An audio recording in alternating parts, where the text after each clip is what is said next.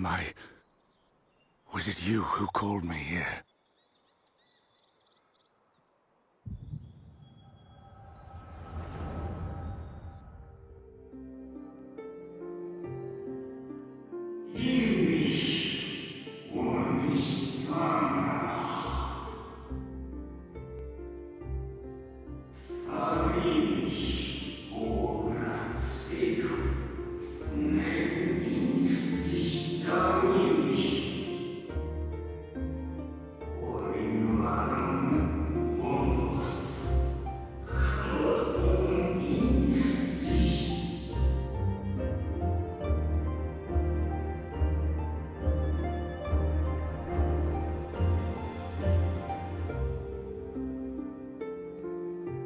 So you peered into my memories. No matter. You will have found little of import. But I see you intended to summon me here no more than I intended to come. The fault is mine. Such is the burden of hope.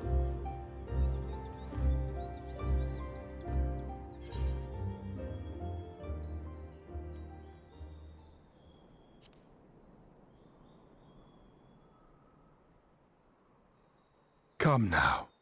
My plans are no mystery. That which I do is no different from that which you have done so many times, Warrior of Darkness.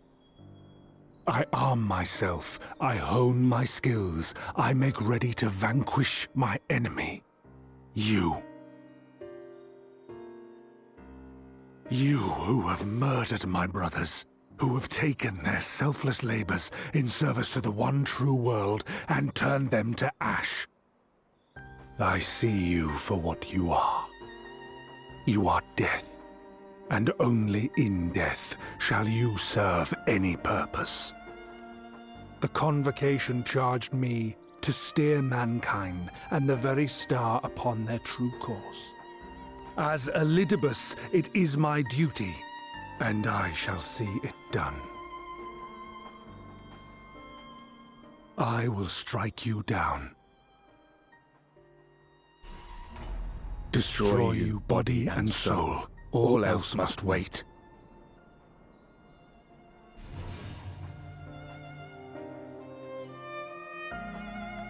Ere long I will come for you, Warrior of Darkness, and I will save the world.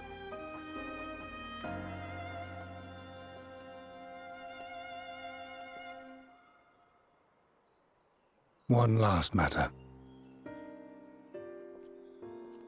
I bore witness to your final struggle with Emet-Selch. It seemed as if he saw something familiar in you. As if he mistook you for another.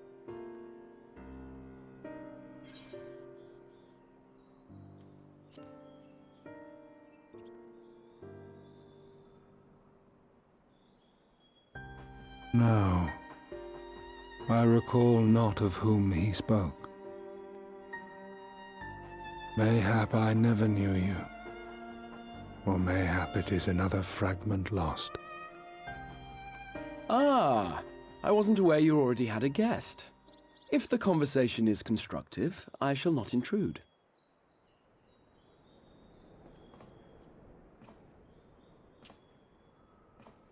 But if you seek to stir up trouble, Elidibus, then I must insist you leave at once.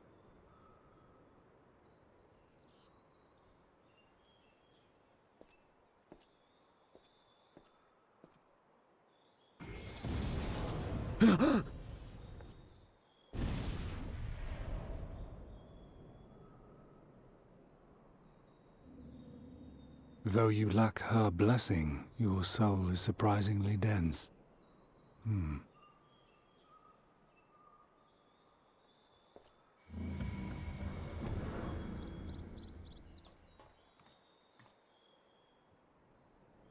Worry not. I seem to be unharmed.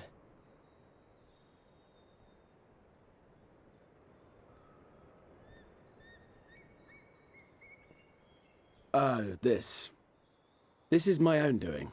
the consequence of my recent exertions. It is the tower's way of compensating me for the demands I have placed on it. Rest assured, it is no great inconvenience at present. Indeed, I told Beck Lug as much, but they would not be persuaded and sent me away to rest. No need to make a fuss. Strange as it may sound, I consider it something of a badge of honor.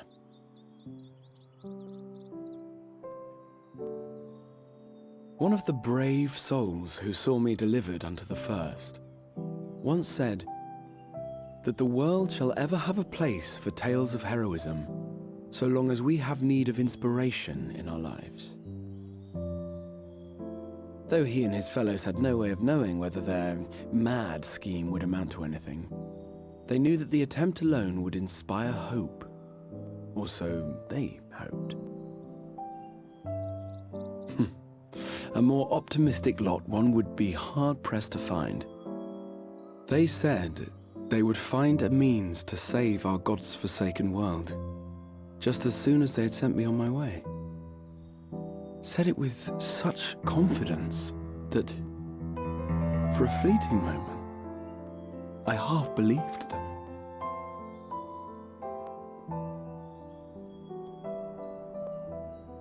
Such faith, such courage in the face of unrelenting despair. For a long time, it was more than I could bear to remember them. But having come this far, having sent full many on their way myself, I see things more clearly. To take action is to hope. To believe, to choose to believe, is to take the first step towards a brighter future. And why do I tell you this?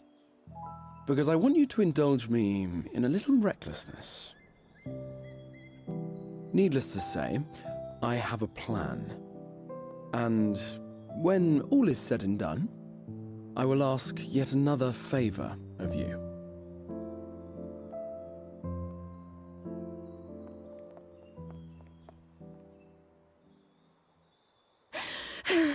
You're both here. Oh, thank goodness. What's wrong? It's Thancred. He's collapsed.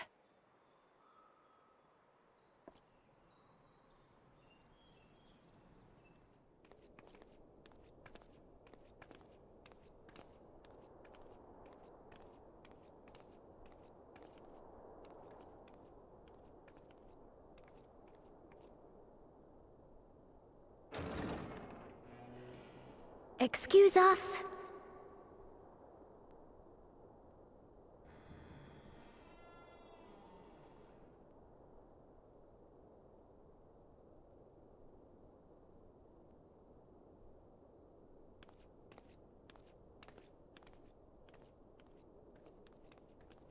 This way.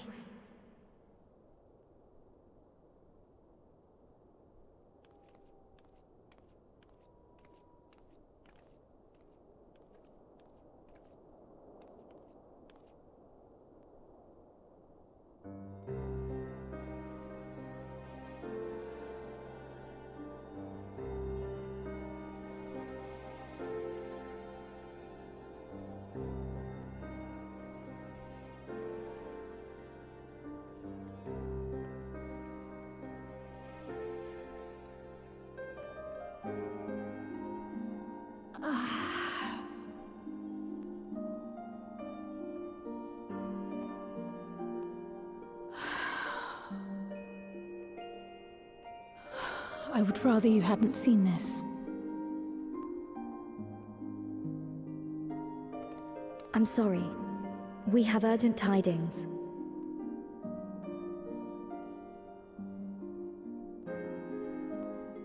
Oh, no, I'm not angry with you.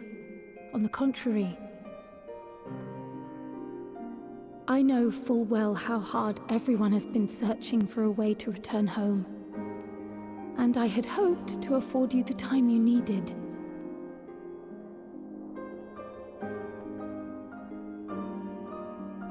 But But given our friend's present state, perhaps it was for the best that you came.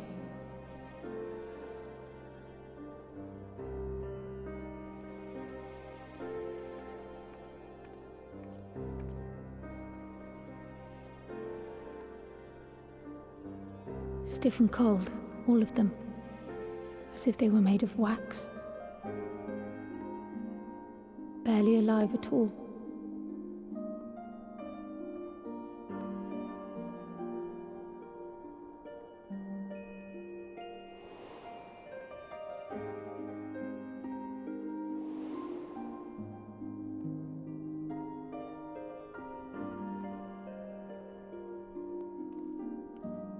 And they had been doing so well. Save for occasional signs of etheric instability, they appeared to be in passable health. Then, quite without warning, things took a turn for the worse.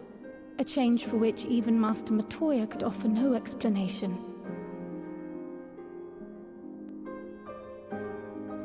She could only remind me that the soul is yet an unknown frontier, and that much and more lies beyond our ken.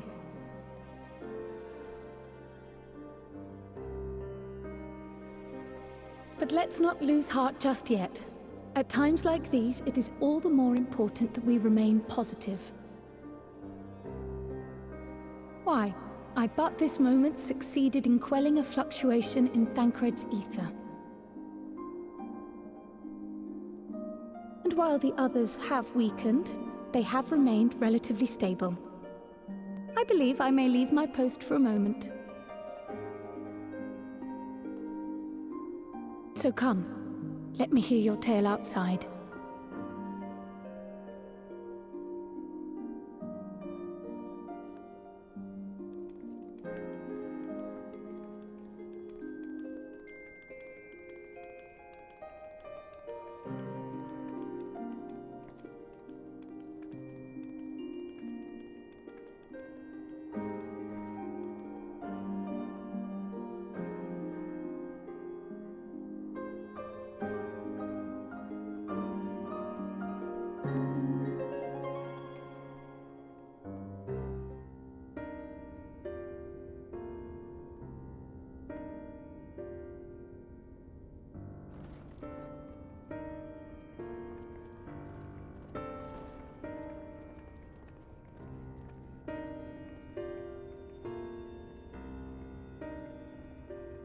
Forgive the delay. We have visited every region and confirmed the presence of Ascians throughout the realm.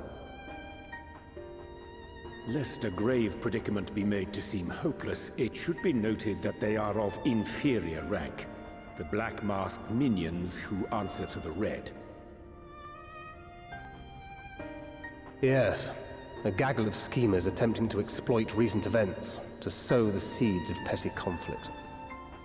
Fortunately, nothing of any great concern has come of their meddling just yet.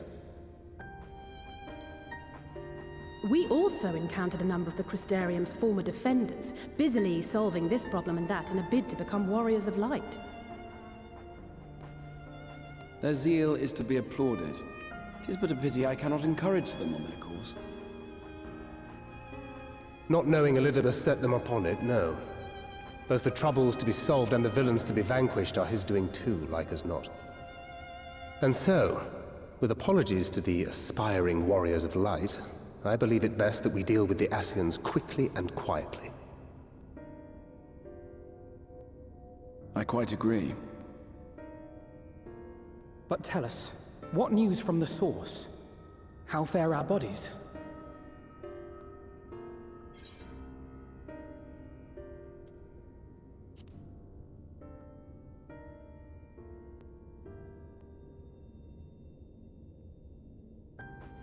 Indeed. Heartening though it is to know we can stay a while longer, returning home must remain our priority. This seems an appropriate moment to ask about the spirit vessel. Have you made any progress? We have, as it happens. One moment.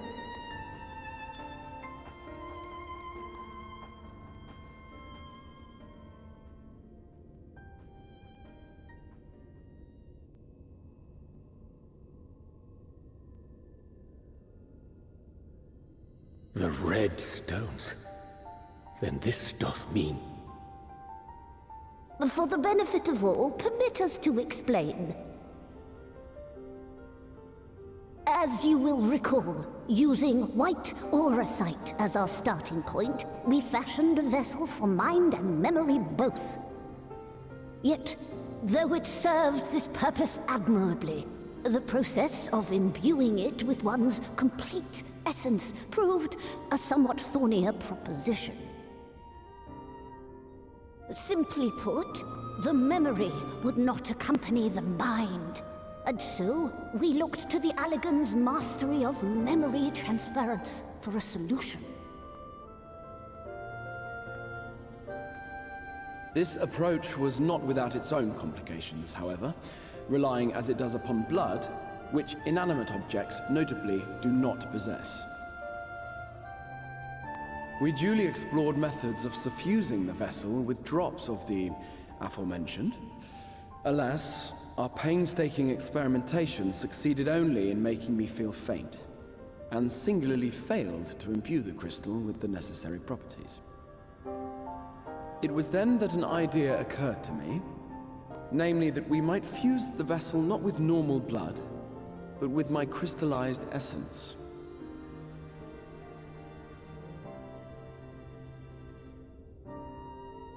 You're doing this for our sakes. So far be it from us to complain. But don't think we haven't noticed what's happening to your arm. It falls well short of offering up my life in exchange for yours, which was your only stipulated prohibition, as I recall. And it is but a small price to pay for delivering you home. Assuming it works. We shall soon know if this grisly addition will serve as a suitable conduit for the subject's memory.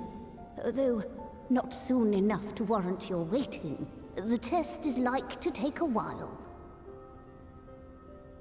Let us be off then. We have Ascians to attend to, among other things. Forgive me, but I count 6 vessels. And there are only 5 of us. One is for testing purposes. I will personally use it to see whether the crystal functions as it should. And if it does, wouldn't that mean that your soul could also return to the source? Yes. In theory, at least. But there is a distinct difference between your circumstances and mine. While your corporeal forms want for souls, my past self does not. Mayhap our essences would blend, or mayhap they would curdle. There is no telling what might occur.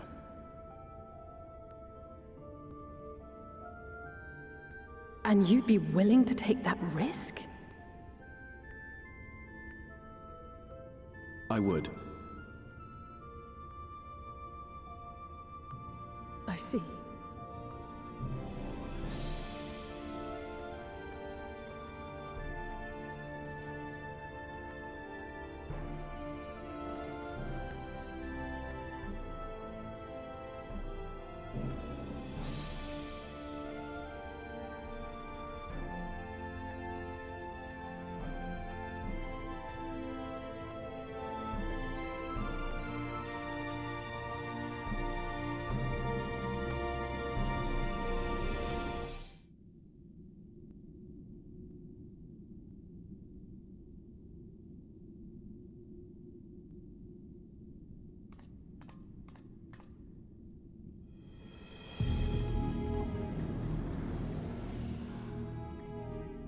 Excellent. I had intended to speak with you alone.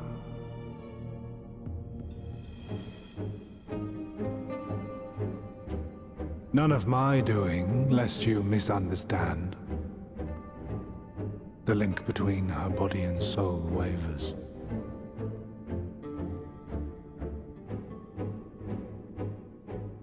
I know not what you hoped to find here, but it will avail you naught to learn of our past.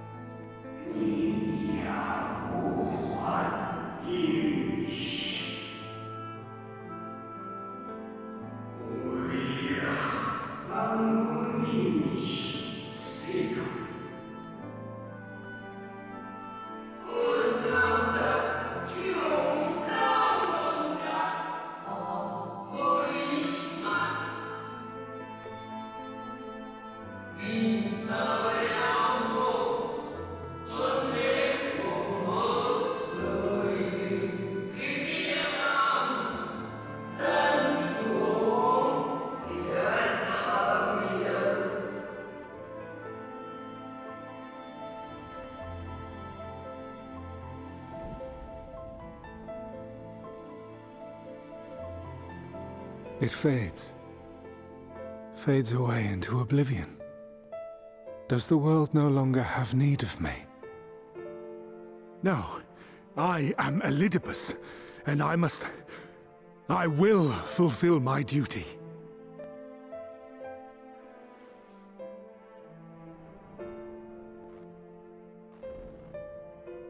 Sundered though you may be, you fought for the world's salvation. For hope. Hope.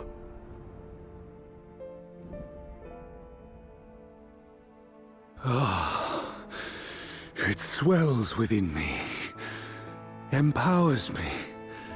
Now I may carry out my mission. And yet, why do I yearn for this? Why do I struggle so?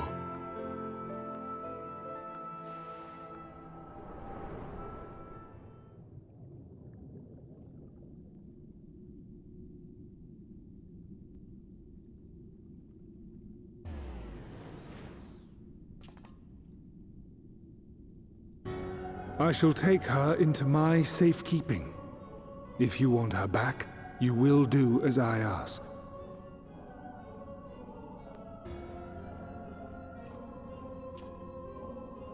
Show me your strength. I would take your measure.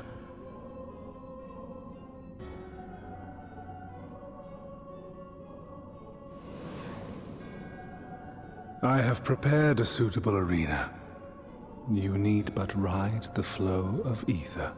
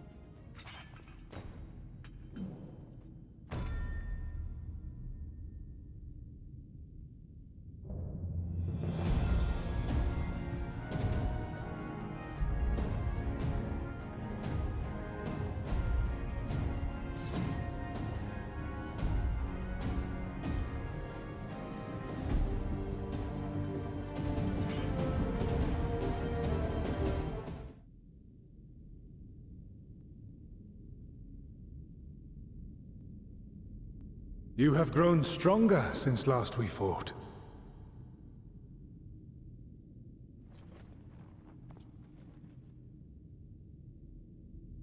The result of your trials in the first, no doubt.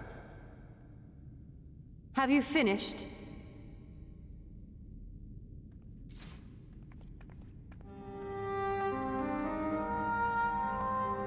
My apologies.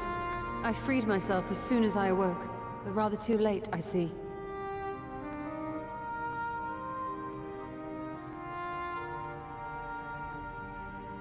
Now, Elidibus, if you have ceased trading blows, I would trade words with you. I have a theory, you see. One concerning that which you seek to accomplish.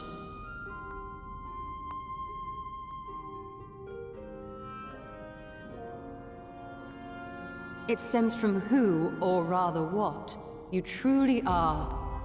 A primal.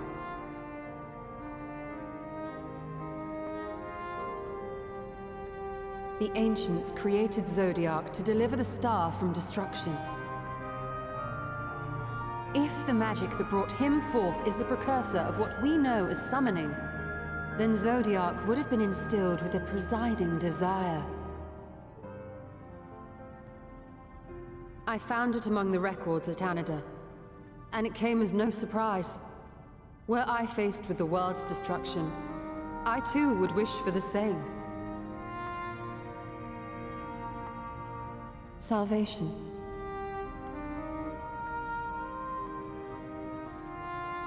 I know that you sacrificed yourself to become Zodiac's heart.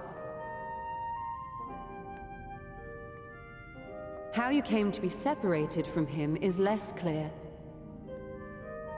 But if you are a fragment of his being, it stands to reason a desire for the world's salvation would drive you. And thus did you seek to inspire the masses to rise up as warriors of light, going so far as to use Ardbert as a symbol of hope.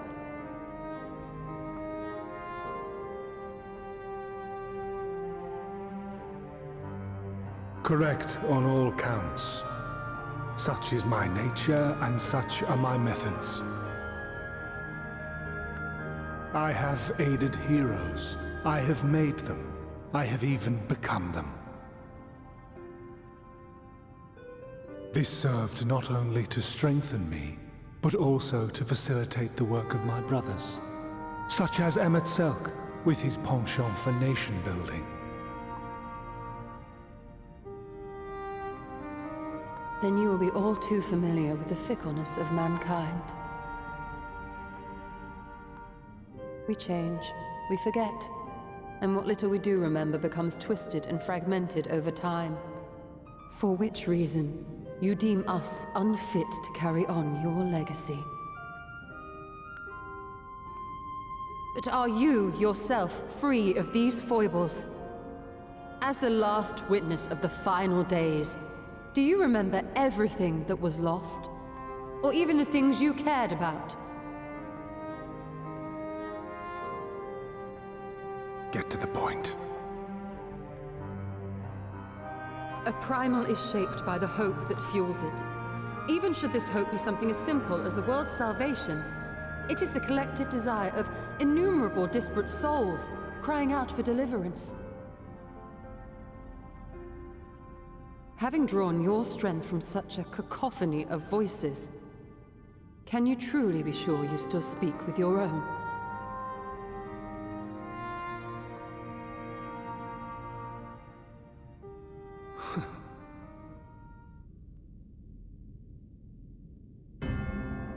Your question is irrelevant. No matter how much I should change, no matter how much I should forget, I shall ever remember my duty. At times I stand with my brethren. At times I stand against them. All that I might steer mankind and the very star upon their true course. For Elidibus is my name, and my mission, guiding my every deed.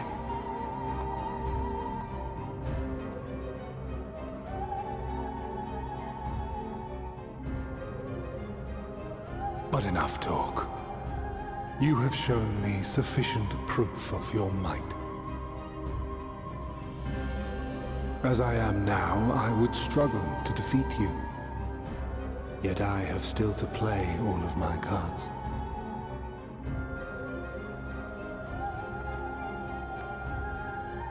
If I could offer you some semblance of sport, your lessers would pose no threat to me. Would you not agree, Warrior of Darkness?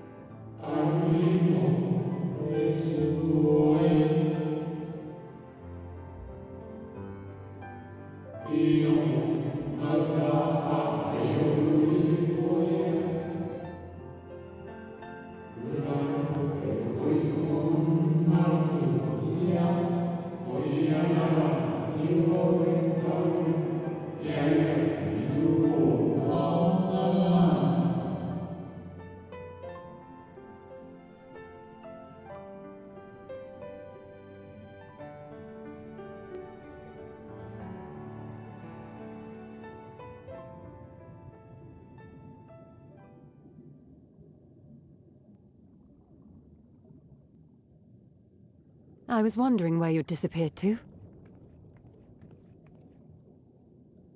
Is something troubling you?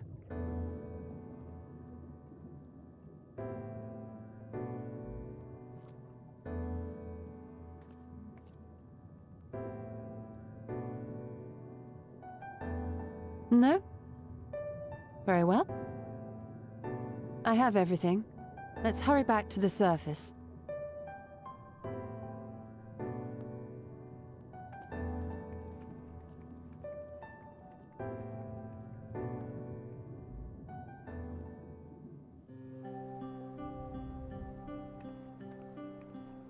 Forgive us our lateness.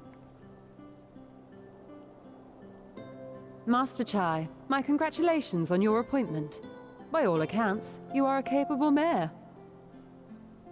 Oh, I have capable friends, my lady. I must say, it's good to see you looking hale and whole again.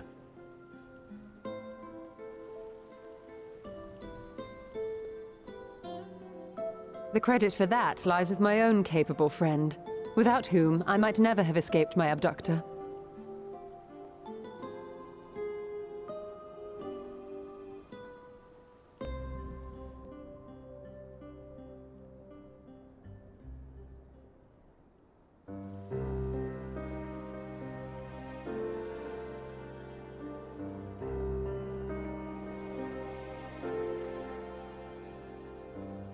A primal?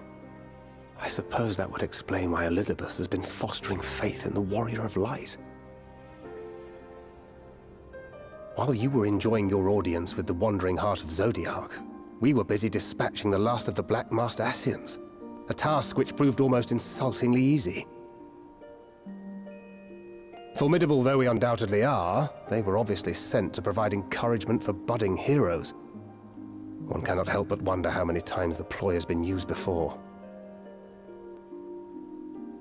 Master Chai, you mentioned that the people of Calusia are similarly enamored of the Warrior of Light. Indeed, though it's hardly surprising given the state of the world. Many are still struggling to find a purpose, and it's only natural that they should take comfort in the tales. Then the fever has spread to every corner of Norvrant.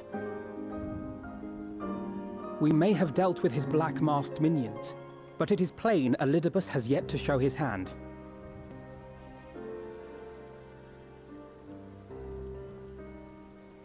Oh my! What a spectacular sky!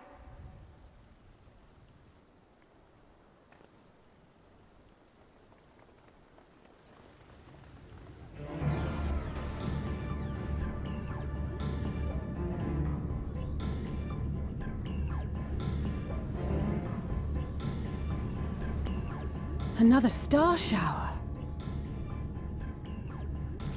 Wait, is that...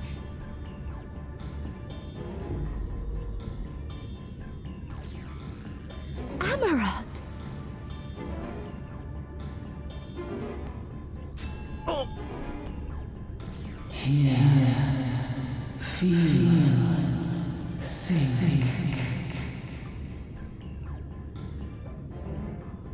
Did you hear that? That voice calling out? No, I didn't hear anything, but... why do I feel so... like I've lost something dear to me? Does Elidibus seek to awaken more people to the Echo with clearer visions of the final days?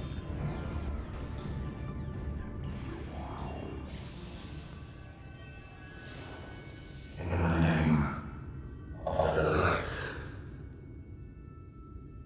I shall vanquish the darkness. I shall deliver the world from its doom.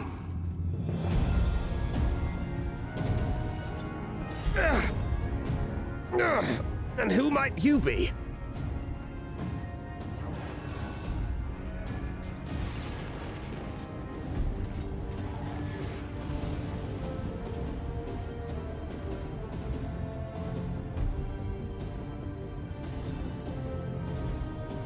Whoever they are, they've come for our heads! No, you don't! Ha!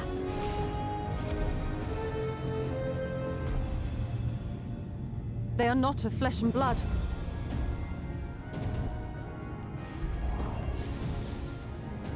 I know this magic. The rings are like unto those that the Exarch did employ in our summoning.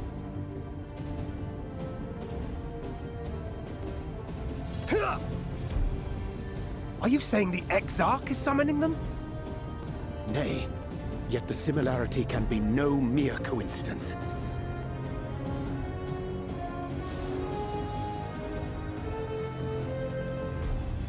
Ha!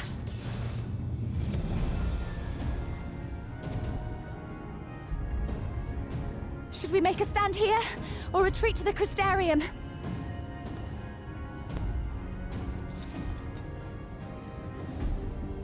The ether churns around us.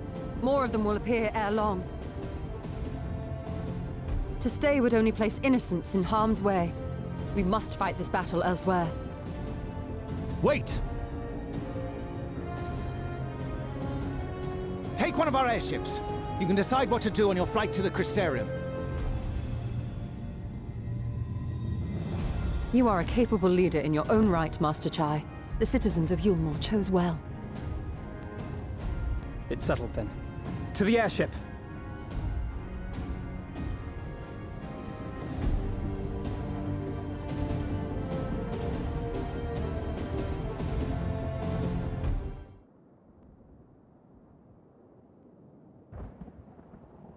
I think that's the last of them. Apparently even they have limits. Nevertheless, we should remain vigilant.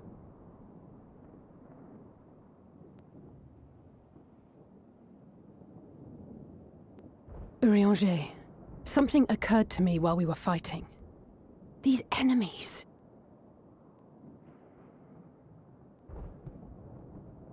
Are heroes hailing from other shards, summoned hither to deliver this world from its doom. Scant moments after the star shower did they appear, as yet more souls were inspired to walk the hero's path, no doubt. Thus did hopes for salvation of realms near and far resonate and converge, lending still greater strength unto our adversary. So that's Elidibus's game. But first things first. If the rings are the same as the Exarchs, then we need to ask him how that's possible.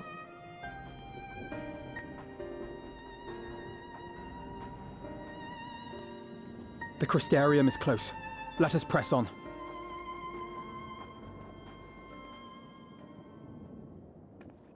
They come.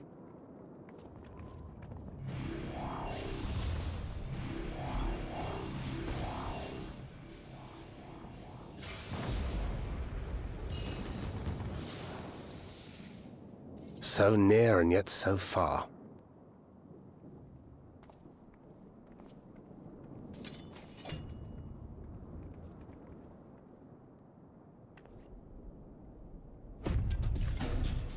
In the chaos of conflict, one can always find an opening to exploit. Whoever taught you that is a wise man indeed, and good with a gun blade. But yes, I dare say we can create an opening wide enough for at least one of us to slip through. That being you, of course, though others are welcome to follow in your wake. Reen and I will keep our guests occupied. Brave and selfless as ever. Yet the two of you may struggle to fool our foes, etherically sensitive as they are. Had you a comrade who could use destructive magics to wreak havoc upon the ambient ether, on the other hand?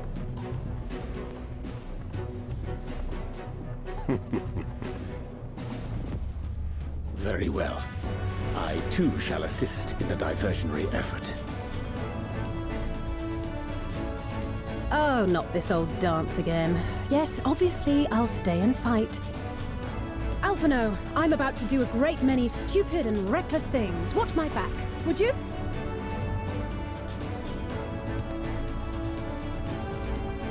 And there you have it. Take care of yourself, my friend.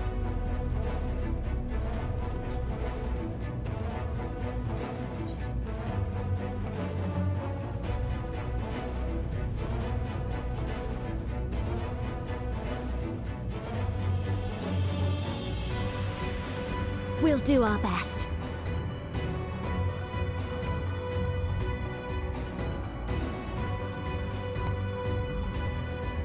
Finished? Then let's begin. Ha!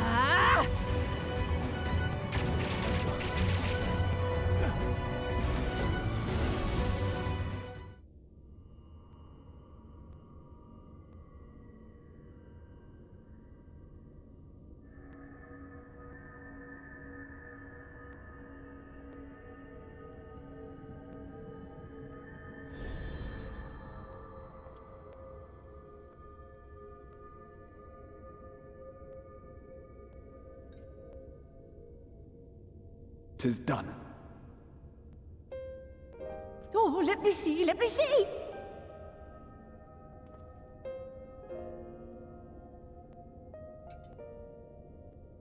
Oh, yes!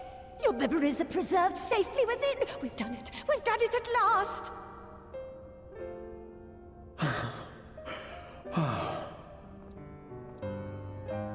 I have inspected the other vessels. They are all ready to receive of our friends' memories. Oh, excellent! Excellent! I shall have my familiars bear word to them at once!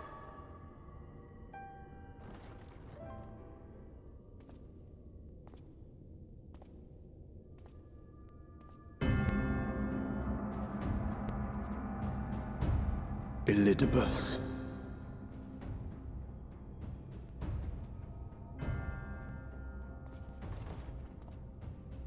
It was not until I observed the battle between Emet-Selch and the Warrior of Darkness that I realized what I must do.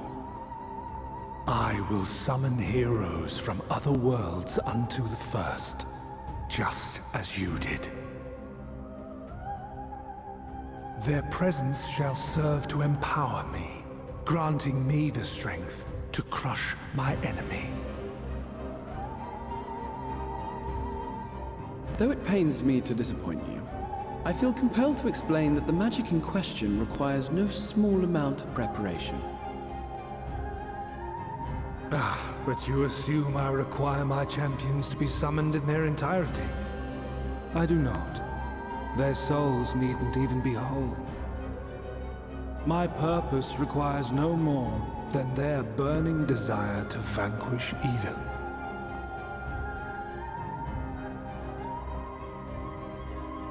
This I shall sear upon the ether, raising thereby an army of phantom heroes to whom I shall whisper, as I have to so many over the ages. Here lies darkness. It must be destroyed. And you expect me to cooperate? I do not require your cooperation. Your death will suffice. The magic I shall have from your corpse. Go, Lucas!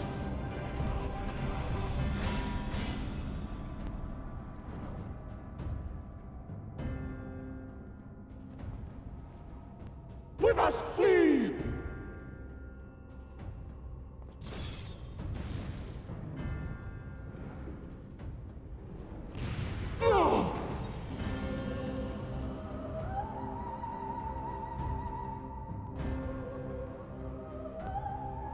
But what is this?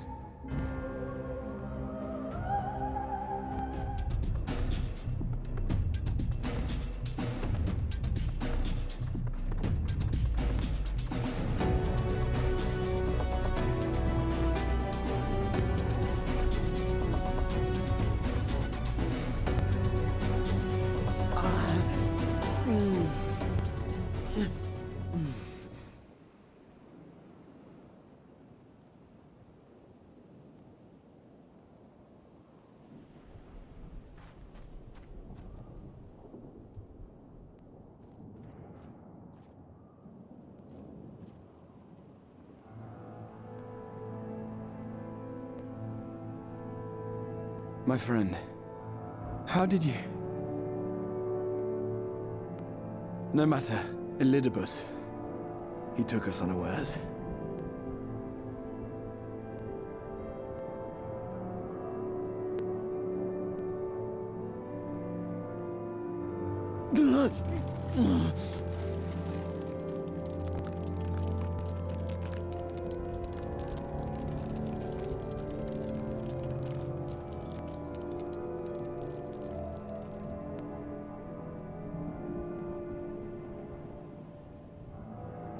It was all we could do.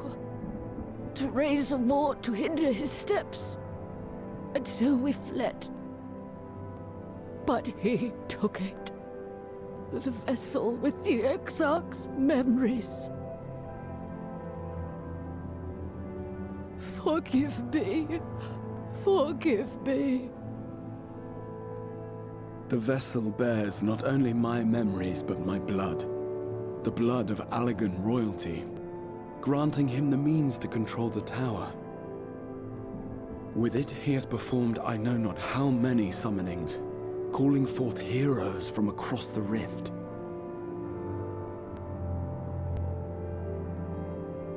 And, as you can see, the burden upon the tower is beginning to tell.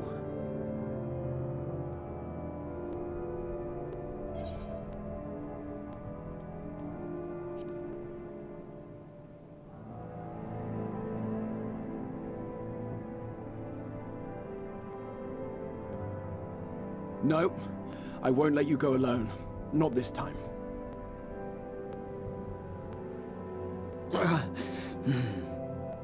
Elidibus has exploited the people's nobility, twisted their purest intentions for terrible ends. And I cannot let it stand. As Exarch, it is my duty to protect them, to defend their hopes and dreams. So I am going to the Crystal Tower, with or without your blessing. Though, I would rather it were with.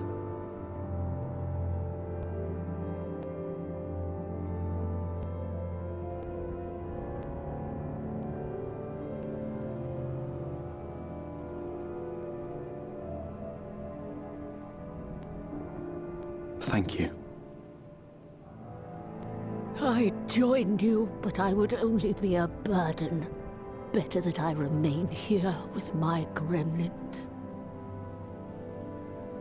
I shall send help. Stay strong, my friend, and take heart.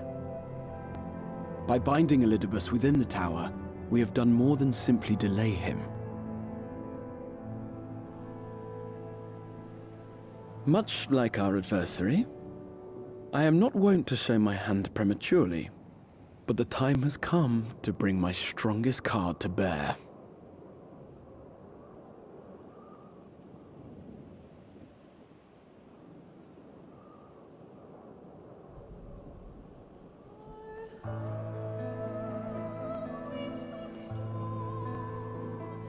To the tower!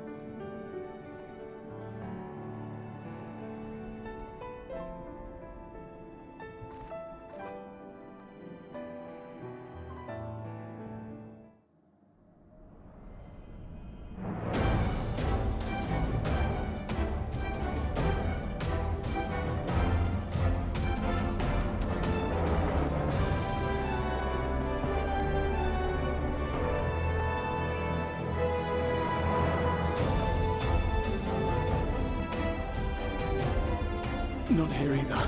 We must keep climbing.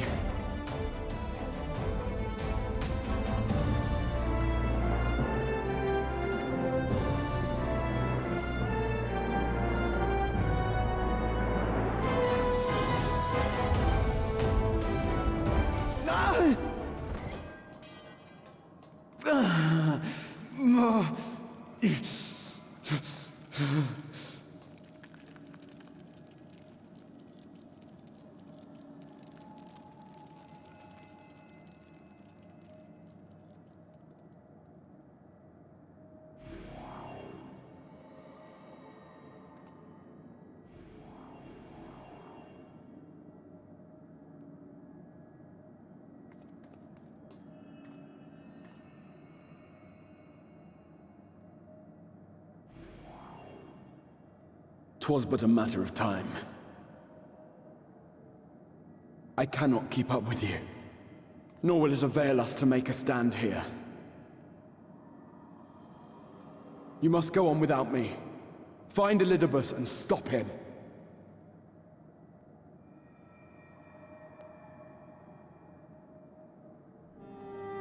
Worry not, my friend. Though I am no warrior, I have learned to hold my own over the years.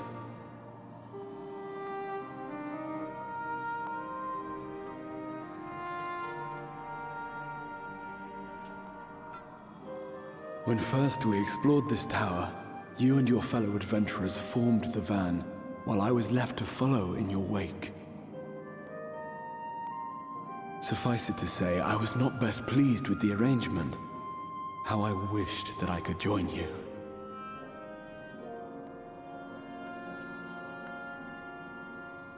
And now I have, here where it all began. I was right to trust in you, and the power of your legacy, of your name, to let them guide my every deed.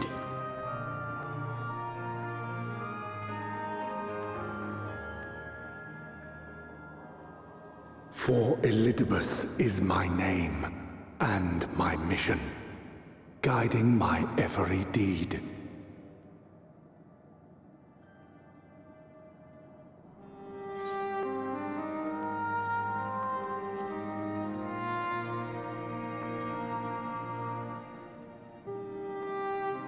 Why you? Why not you? Had I chosen another, we would never have made it this far. Or do I mistake your meaning?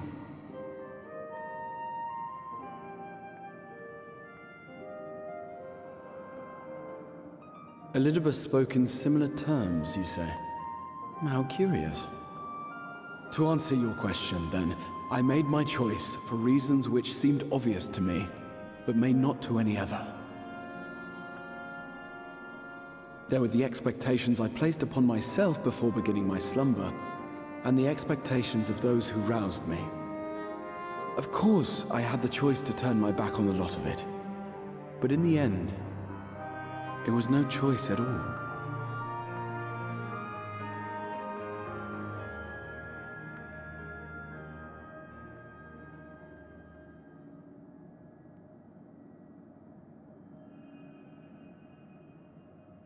I cherish the time I spent with you and the others. What I wouldn't give to return to those halcyon days. Chasing ancient secrets, overcoming trial after trial with the aid of like-minded comrades. And what remarkable comrades they were. In such company, I felt as if I were a character in the epic tales that had stirred my heart as a boy. As if my dream had come true.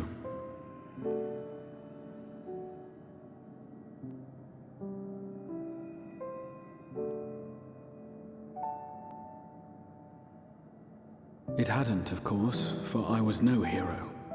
Neither then nor after. Though the world to which I awakened and the first were beset with myriad problems, I rarely knew how best to play my part. There was, however, one thing of which I was certain.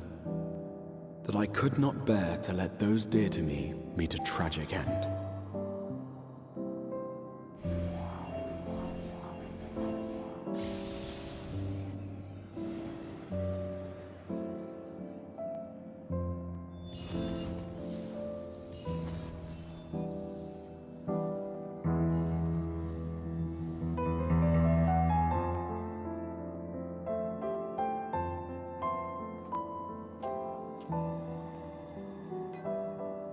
I'm afraid our time is up. Go!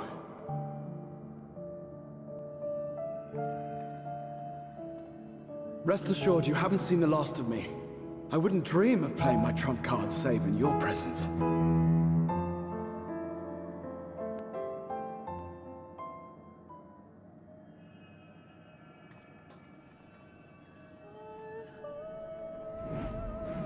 Break!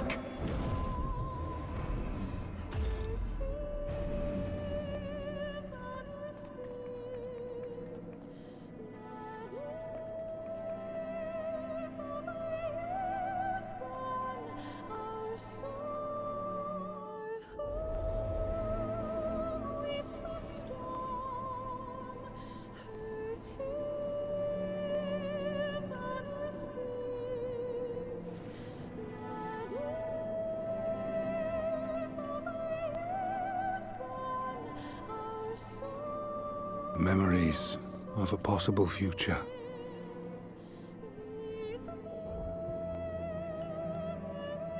Worthless.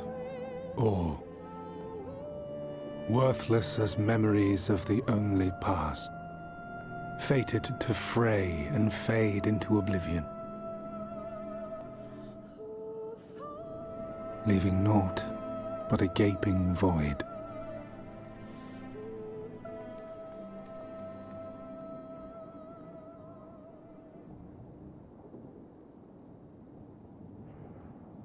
The Waking Sands.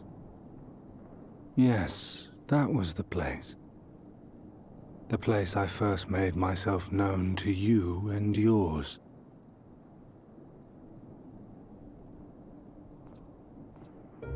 The Seventh Rejoining had left the realm listing dangerously towards darkness, and events were unfolding that threatened to push it over the brink.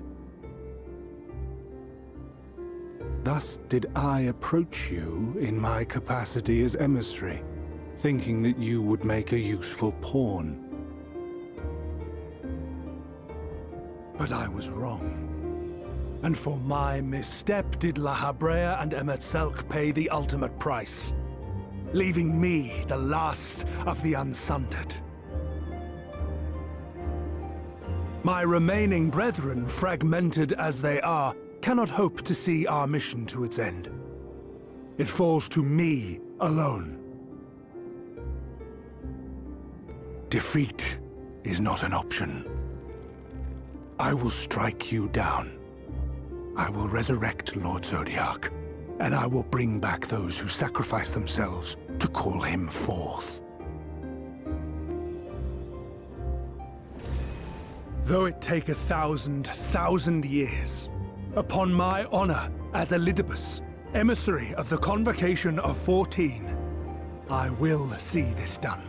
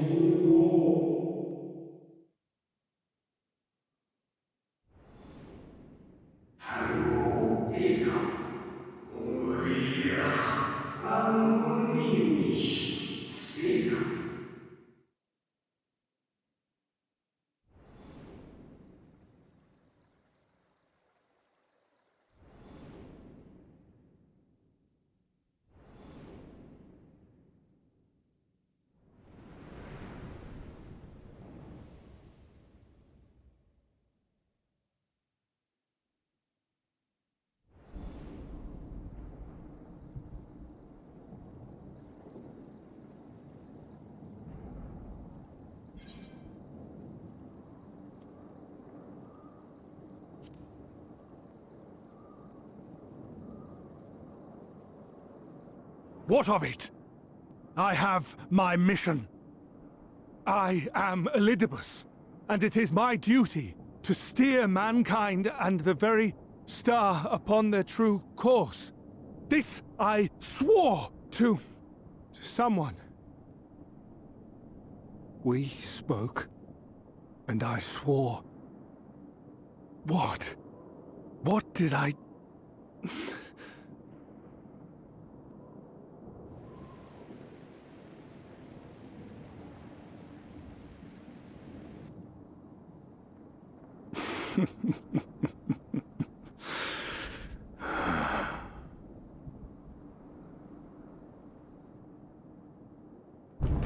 This pain, this torment, is nothing.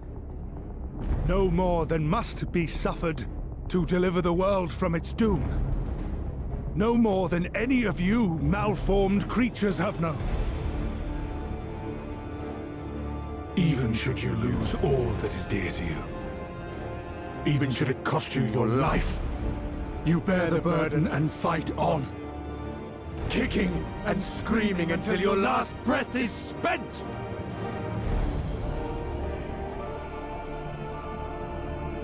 Aye, it's true.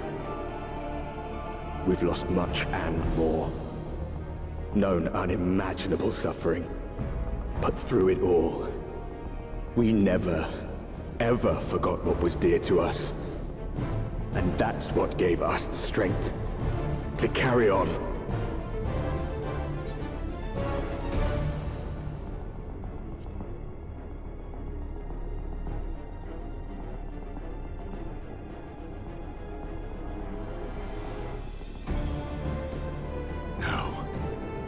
No!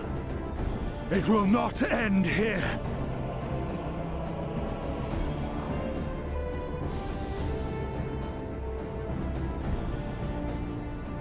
Champions from beyond the rift, heed my call! The time is come to deliver your brethren from darkness. My heart's sole desire is a world free of sorrow. Join with me now in hope and prayer for the salvation of all!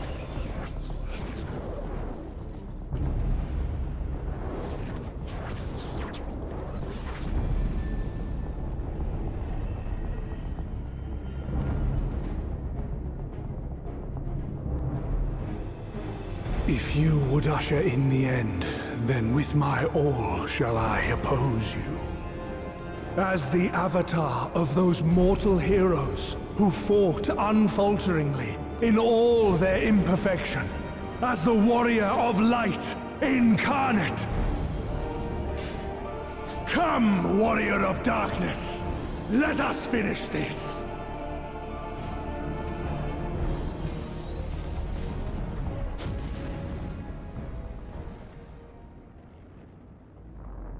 What?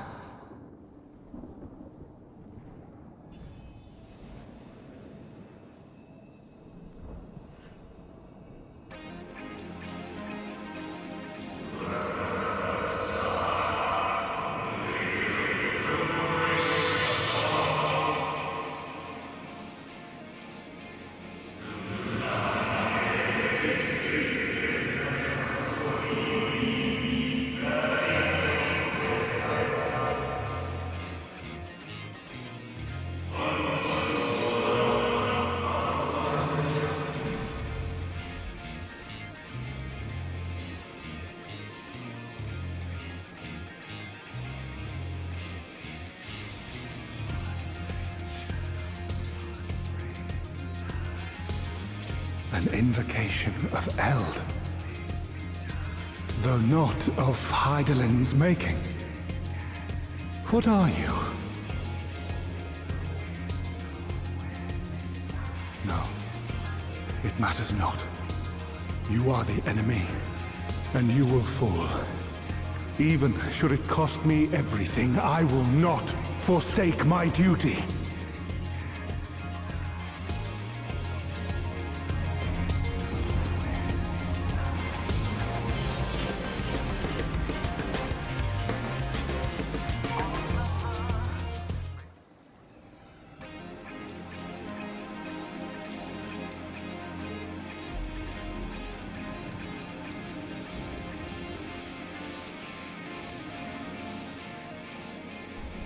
For my people, for our world, I will strike you down.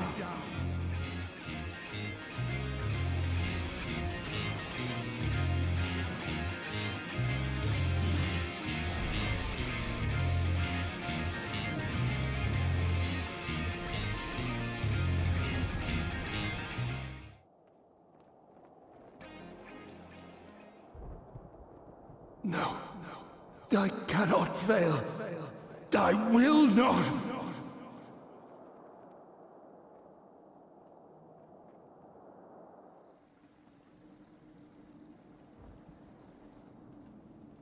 Fool! You have achieved nothing. I am immortal, yet I will never surrender.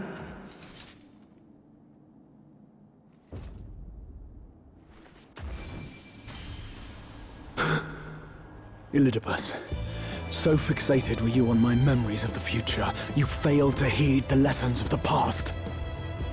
Your obsession blinded you to the true nature of this tower, this beacon of hope for mankind.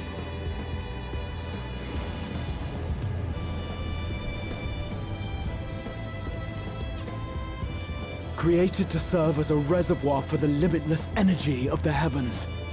To harness and bind the boundless, not unlike white auracite. Your ill-begotten power, obtained by exploiting that which is best in us. I shall have it. Your soul and all!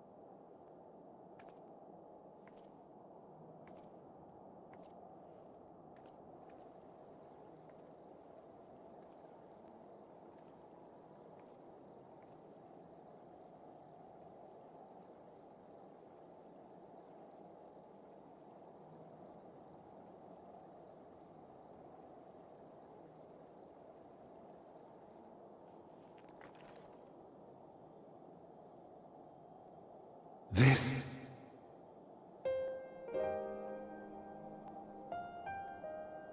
Yes.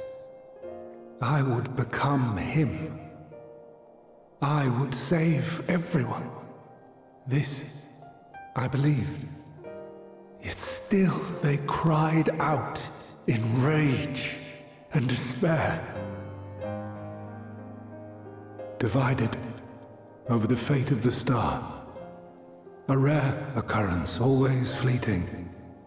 But not this time. Not this time. Reconciliation. Elidibus. I was needed. I withdrew myself from Zodiac. For them. My people. My brothers. My friends. Stay strong. Keep the faith. At duty's end, we will meet again. We will. We will. The rains have ceased. and we have been graced with another beautiful day. But you are not here to see it.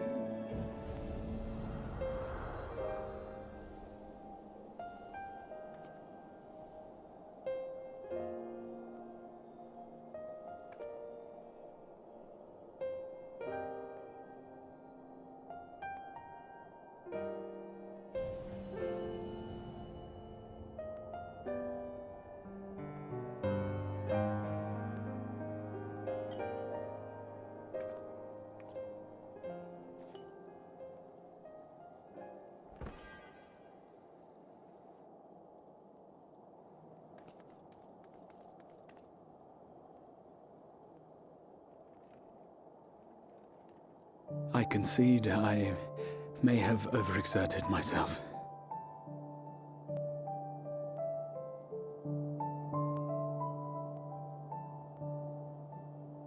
Steady now and listen.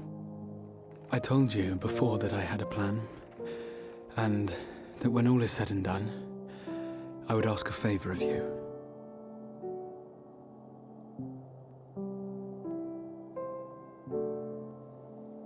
We have averted the 8th Umbral Calamity, found a way for everyone to return to the source, and, last but not least, we have secured the future of all the people of Norvrand. We have won, my friend.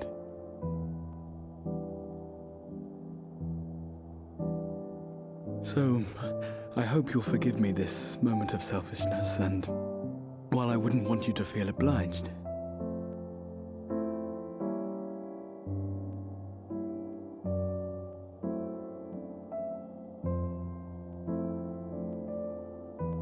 promise me you'll take me on your next adventure. A journey. Together. That's all I ask.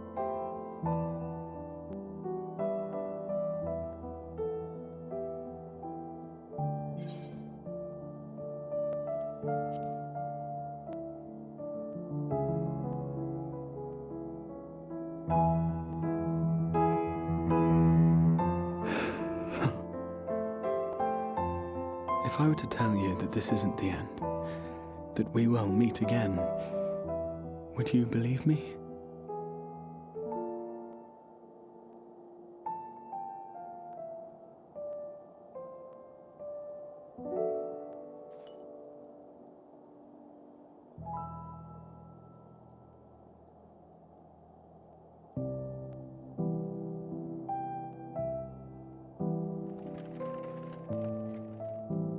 Thank you.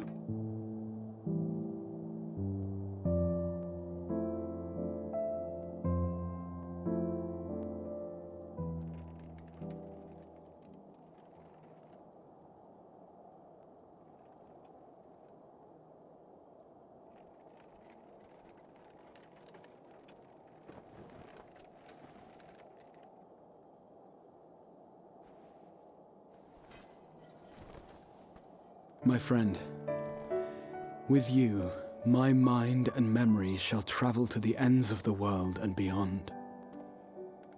But in this place shall my body stand immovable. May it serve as an undying promise, not only to those who look to me for leadership, but to any soul who has known despair, that hope is everlasting.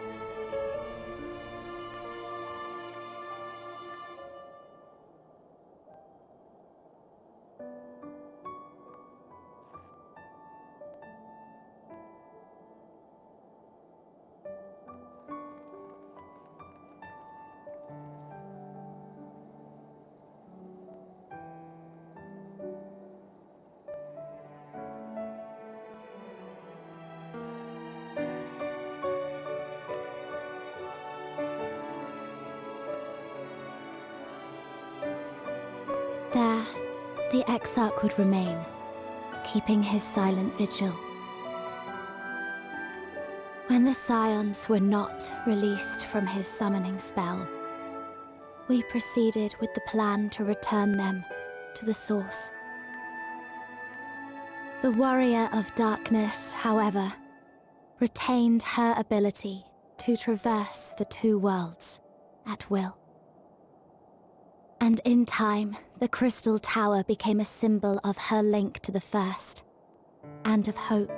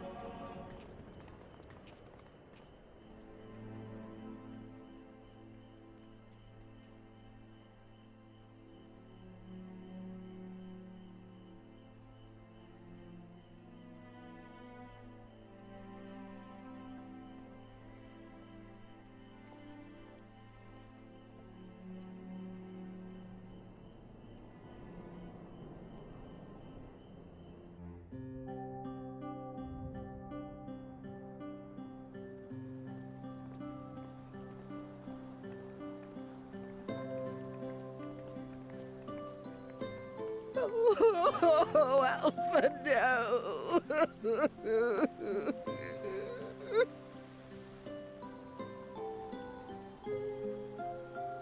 Please, Lady Chai, dry your eyes.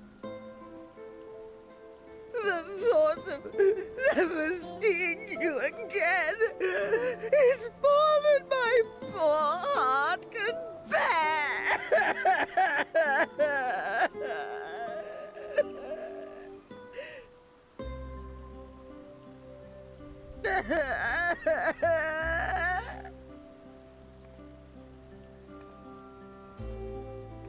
Oh, it's you.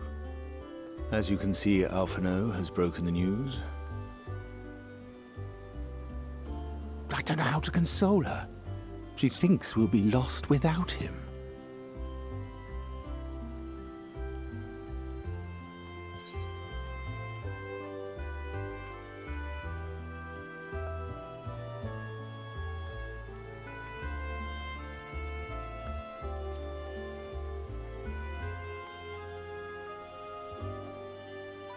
You'll never let me forget it, will you? I'll have you know I completed the promised painting in the end. Be that as it may, there are times only words will suffice.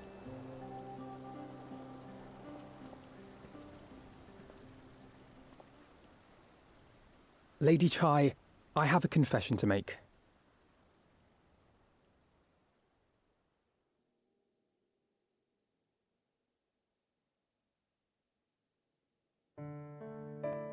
On the day we ousted Lord Vorthree, when I revealed the truth of his tyranny and your complicity in his crimes, I did so with great trepidation. Not out of fear that you wouldn't listen, but that you might never recover. There was a time when I too, in my hubris, believed myself worthy to lord it over others. And when the lie was laid bare, when I was forced to confront the cost, the lives lost, it all but destroyed me. To awaken from a naive dream to so harsh a reality, I would have understood had you all surrendered to despair.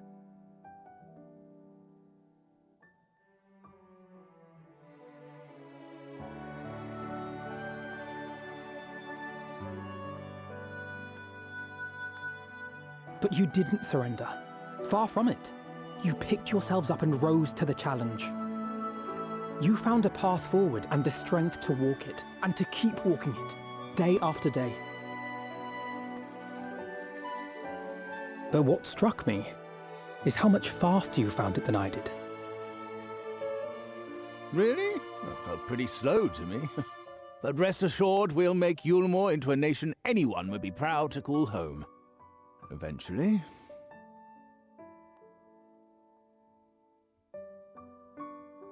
You can still come and go as you please, I believe. When we have good tidings to report, I may trouble you to be their bearer.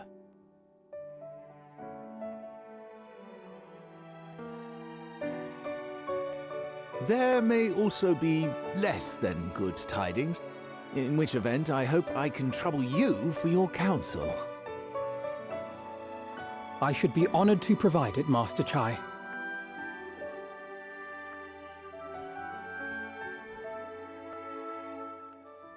Oh, Alphino, I know you aren't one to sit still, but do remember to take your ease from time to time. And no matter where you are, remember that there are people here who are praying for your health and happiness.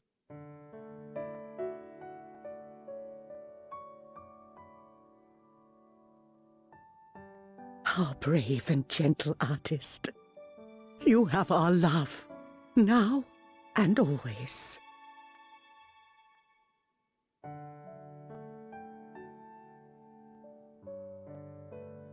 And you mine. Please take care.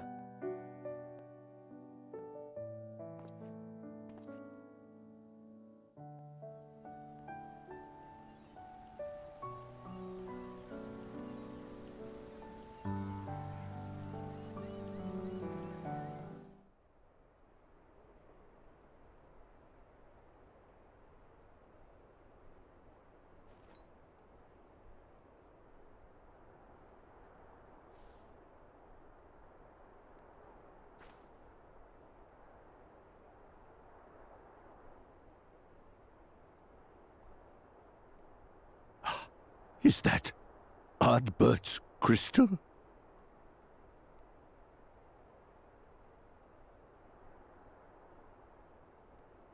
So it is. It has changed, but I would know it anywhere. However, did you come by it?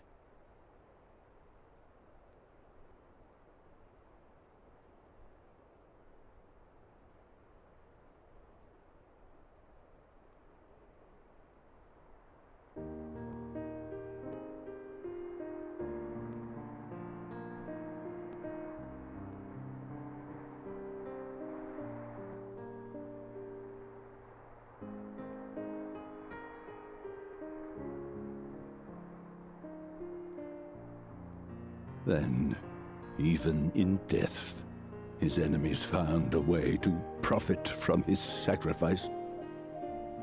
Oh, it grieves me to think of his body being used for evil ends. But, thanks to you, his honor is restored, and he may finally find peace. No words can express my gratitude. I will keep this crystal safe to the end of my days.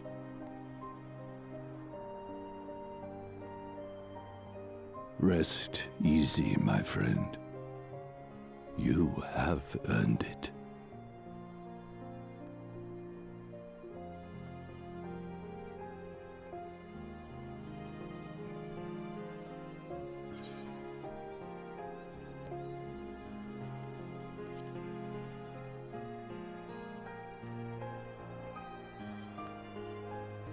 Pardon?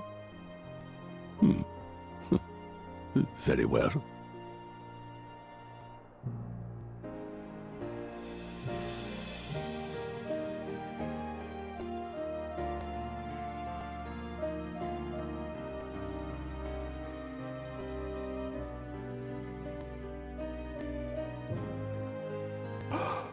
Oh, how can this be?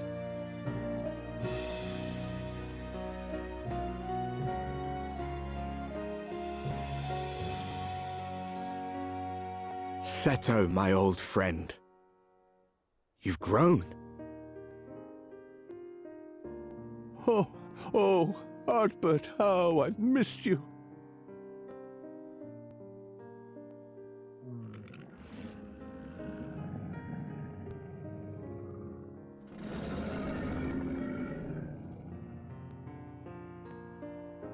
I'm sorry I couldn't keep you safe, or even console you.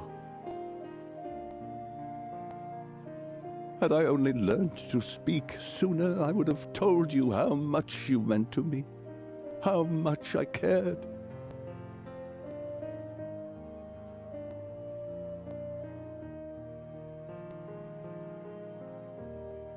I knew. I always knew.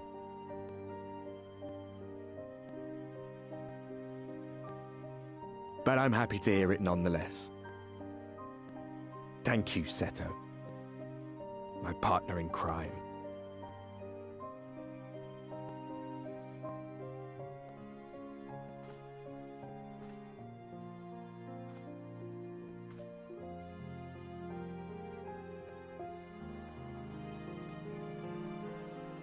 I see.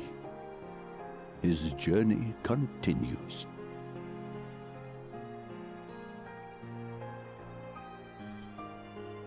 Then I will not yet bid him rest.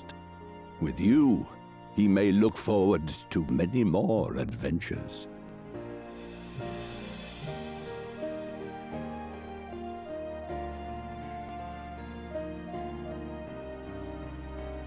It has been a while since last I flew. Perhaps I too will go on a little adventure? Ride the winds, seek the horizon? Yes, I think perhaps I will.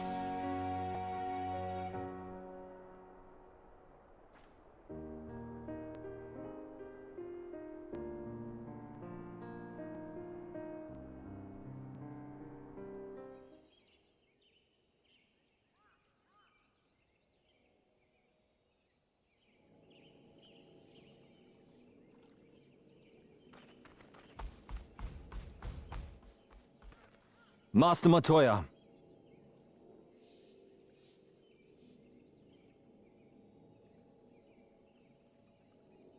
For too long I have remained silent, but no longer. I could not bear it if you were to leave. Please, stay. I beg of you.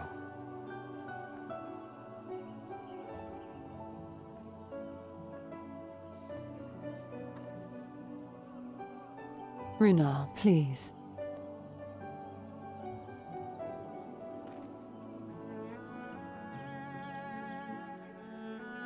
I jest. At least in part. What I came to say is this.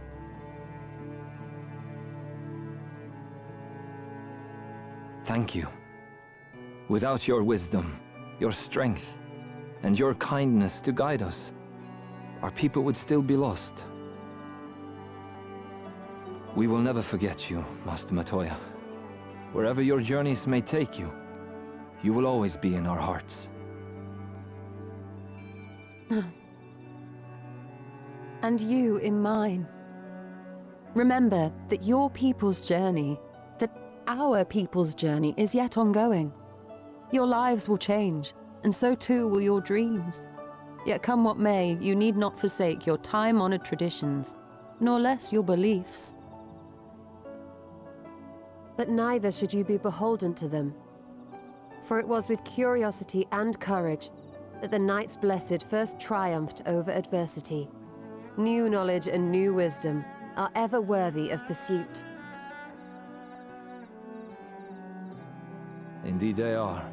And so, until we return to the Sunless Sea, we shall endeavor to live our lives to the fullest. That is well. But however great your strides, there may yet come a day when the challenges you face cannot be surmounted alone.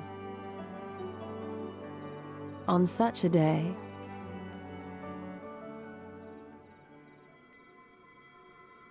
on such a day,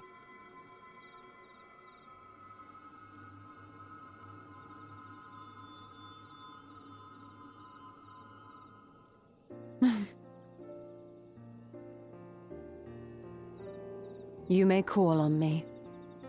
Since a means to travel between worlds exists, you can be sure I will find a way to employ it. And there remain so many mysteries here that want for solving. Master Matoya! Runar, really?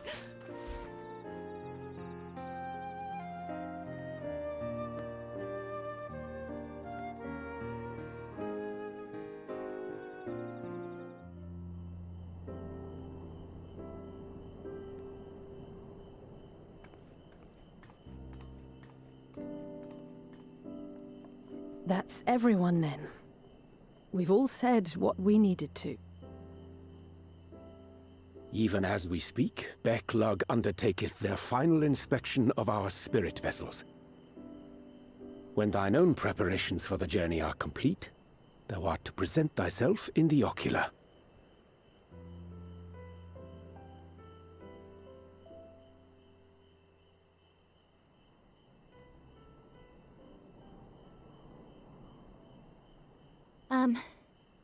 Everyone?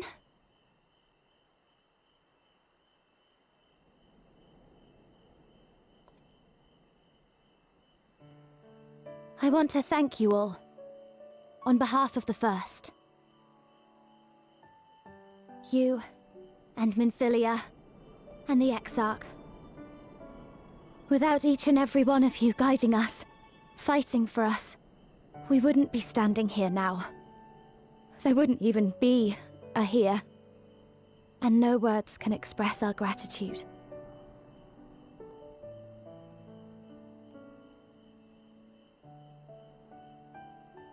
We still have a lot to do. Countless trials to overcome. But if it ever seems too much, I'll think of our time together. The happy moments, and the sad. I will remember it all. And it will give me the strength to carry on without you.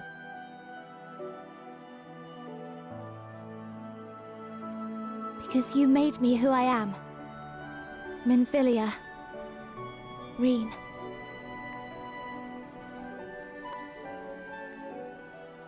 To honor these names and these memories, I will stand with all the people of this land and strive for a better tomorrow.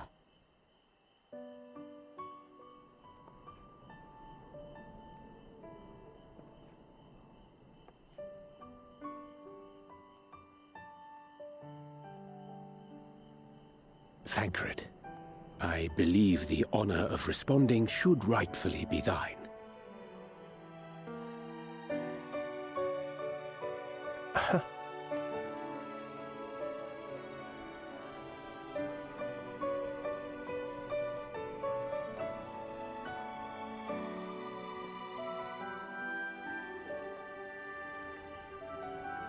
I know better than most how much you've grown, and I have every confidence you'll make your people proud.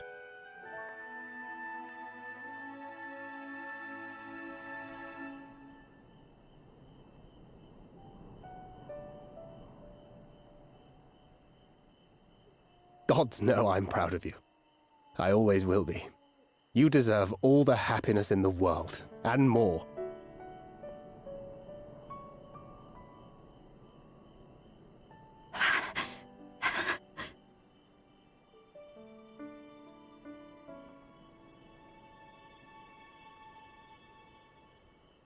Might we also say a few words?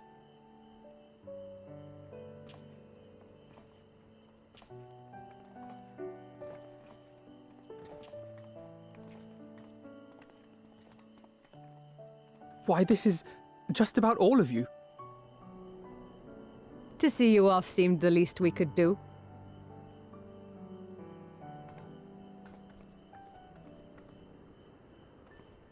You risked your all for us, fought for a realm not your own. Before you came, we had never known the beauty of the night sky. Or the joy of your company.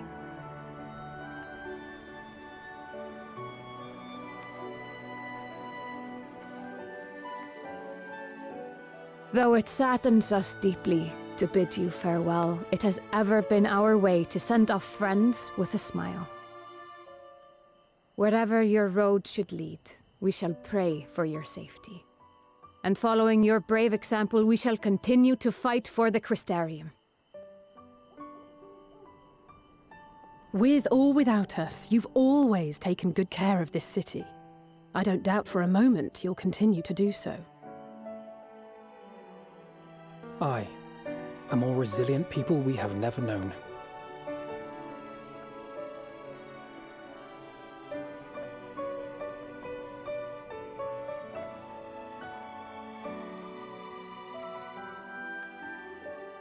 As resilient and enduring as the tower that watches over you. To the last, we did not question the Exarch about his past. It is only now, when he can no longer tell us, that we believe we know the answer. We have heard what became of him, and what is about to be attempted.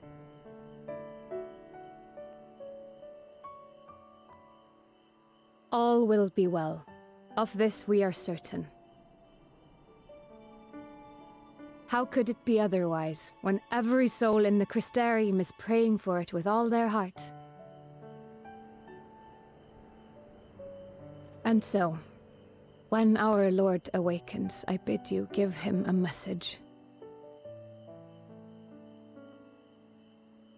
Tell him he needn't worry about us. That he need no longer hide who he truly is. That he should live his own life to the fullest. And that if he should ever find himself reminiscing on the past with a smile, we shall be smiling with him.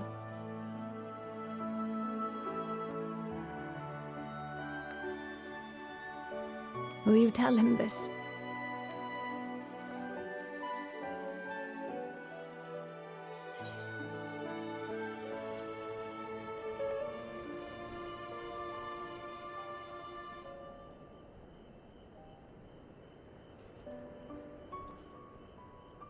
Thank you. Please look after him for us.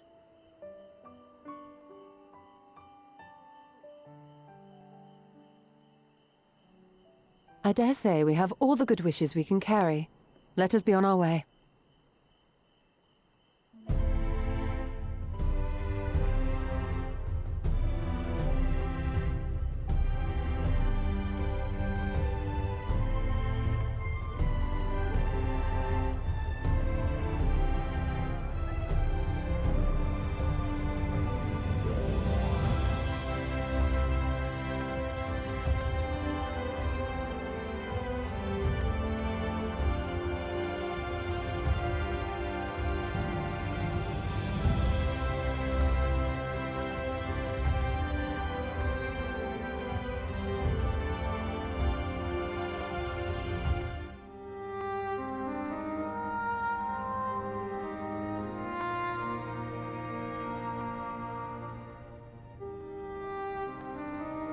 All right, then. Pray proceed as instructed, beginning with your memories.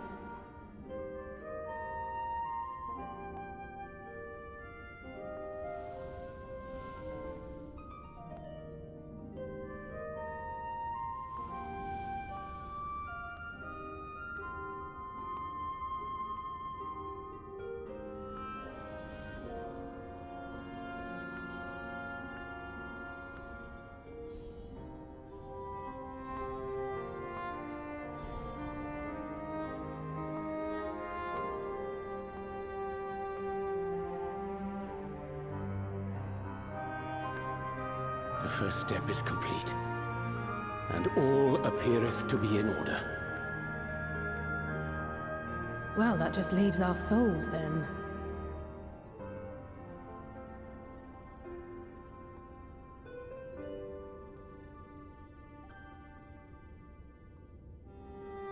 We're in your hands, Angelo.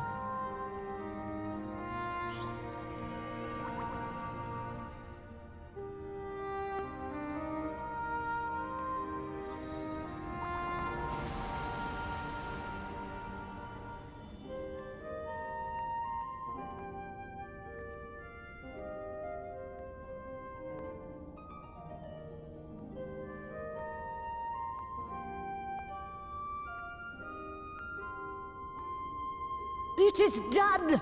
The vessels have received of both their memories and their souls.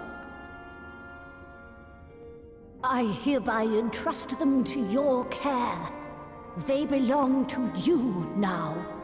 Just be sure to guard them well, yes?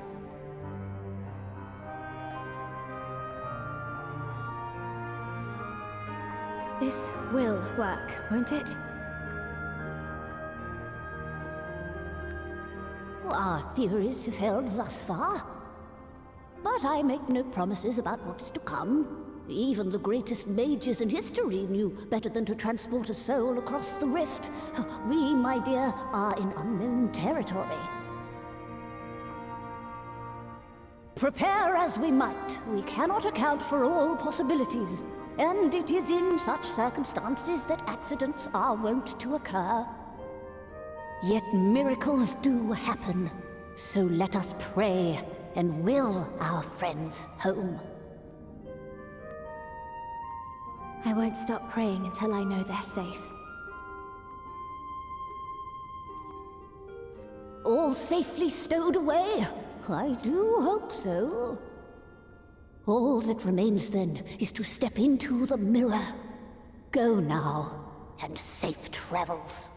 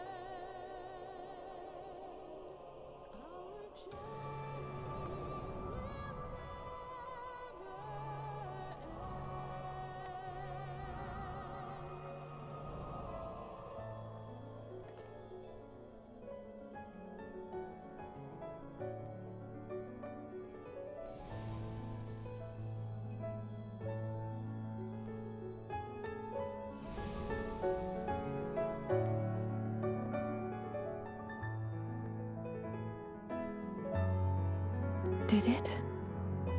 Are we?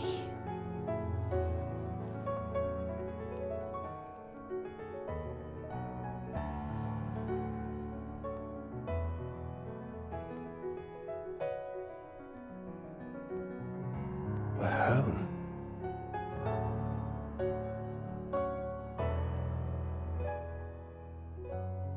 Oh, you're back! You're back! You're all back!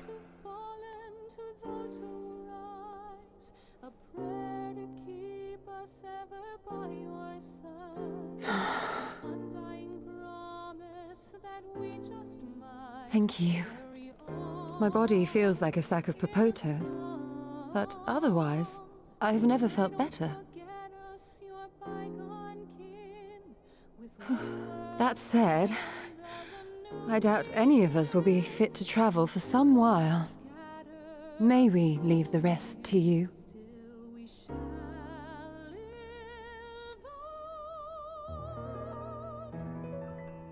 The vessel beareth our comrade's blood. With it in thy possession, the way will surely open before thee.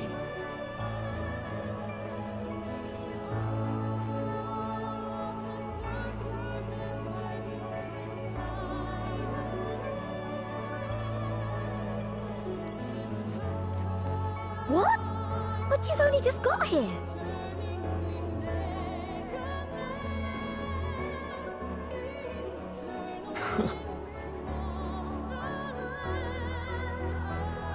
Tataru, might I trouble you to brew us all a pot of your special tea?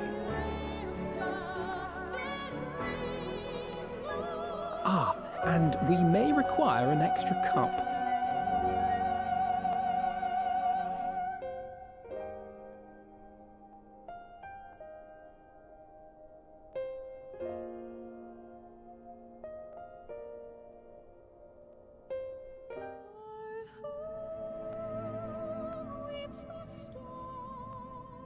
Yours is a long road, my friend, and it stretches onto places beyond imagining.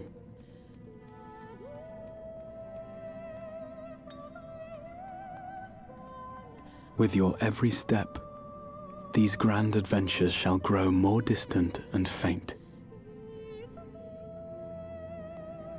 And there may come a day when you forget the faces and voices of those you have met along the way. On that day, I bid you remember this.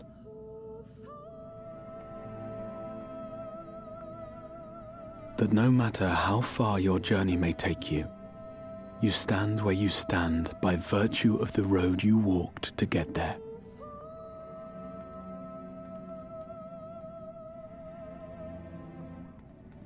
For in times of hardship, when you fear you cannot go on,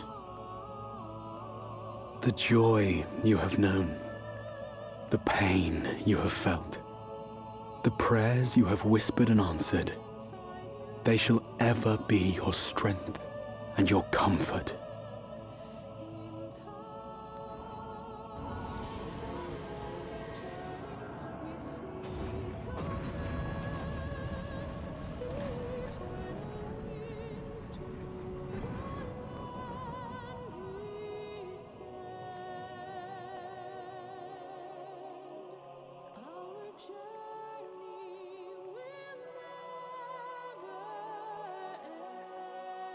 This I hope, I believe, here at memory's end.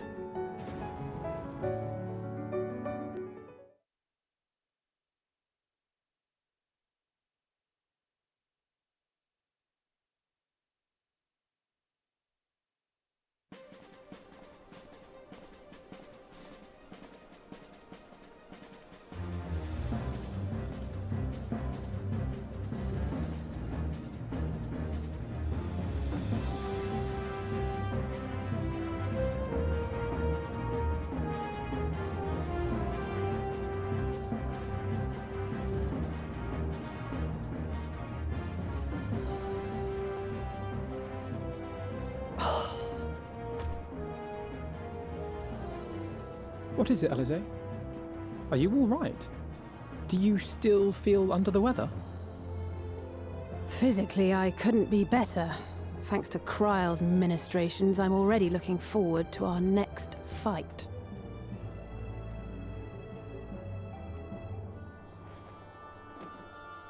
But seriously, don't you have anything to say about that?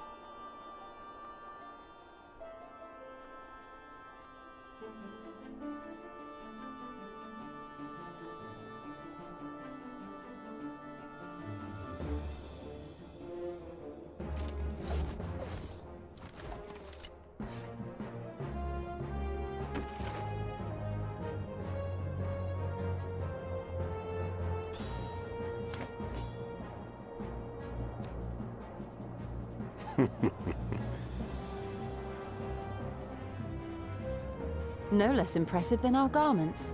You've outdone yourself, Tataru. To give credit where it's due, I had help from a certain fiery pixie who visited me in my dreams. They gave me all the information I needed to get the details just right. For your weapons, though, I needed a lot more help. Thankfully, our favorite heads of state were happy to place their finest craftsmen at my exclusive disposal. Oh, and speaking of the Alliance leaders, they all expressed their unreserved elation at your safe return, and promise to come and see you in person as soon as they can.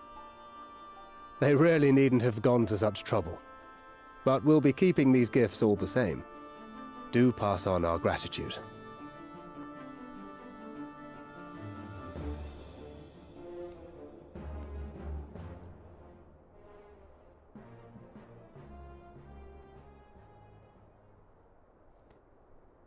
I realise we haven't taken up new martial arts, nor have I ever been one to set much store by appearances. But I can't help feeling a certain lack of, I don't know, personal development. I quite understand. But as you observed, the others had the more pressing need. Rest assured, our turn will come.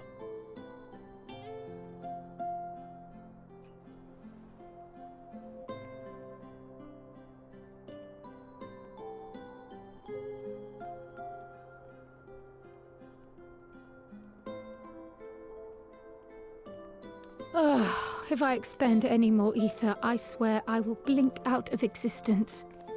I need a bite to eat.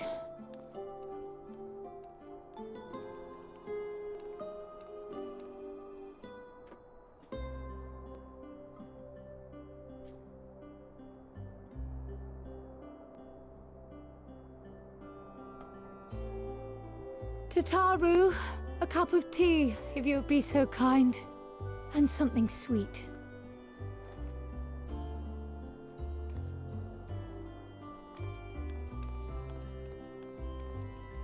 By Mistress Kryle's exhausted state, may I assume that the ward hath been restored? Indeed. We succeeded in weaving it anew, albeit at a slightly diminished potency than when I had Becklug's assistance. It is no cause for concern, though. The tower is not easily reached, never mind breached. And even should some few succeed, their presence won't escape my notice. Excellent. Said duty thus discharged, thou art free to go wheresoever thy fancy taketh thee. Upon which note, hast thou perchance come to a decision? The offer remaineth open.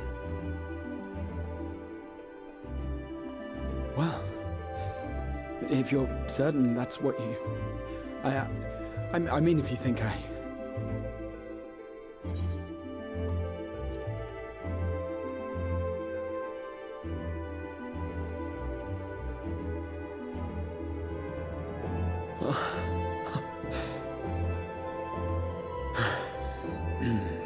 Right. I accept. Henceforth, I shall count myself a scion of the Seventh Dawn. Grahatia, at your service. When I was a boy, many long years ago, I yearned to stand tall as the heroes of Eld.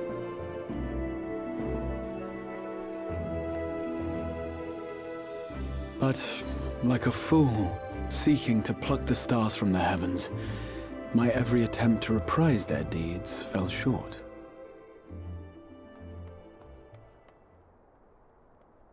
Help! Somebody help!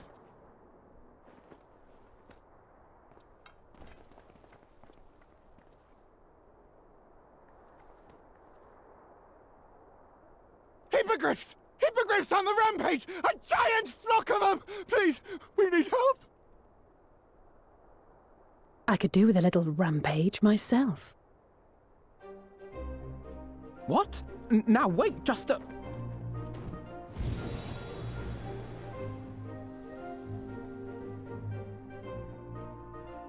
Here we go again.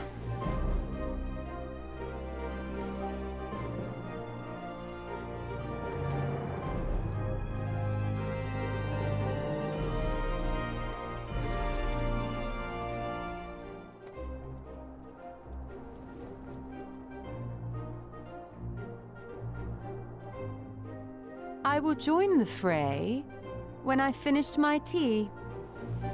Thus did the Avatar of Destruction descend, and in her wake leave naught but tears and ash.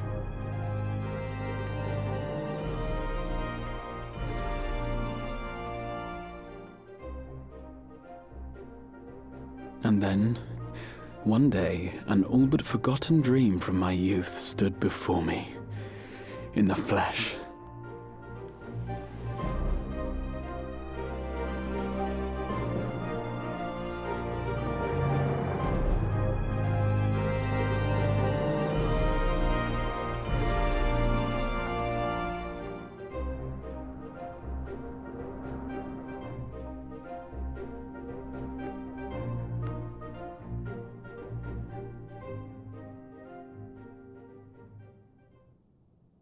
So it was that a new adventure began.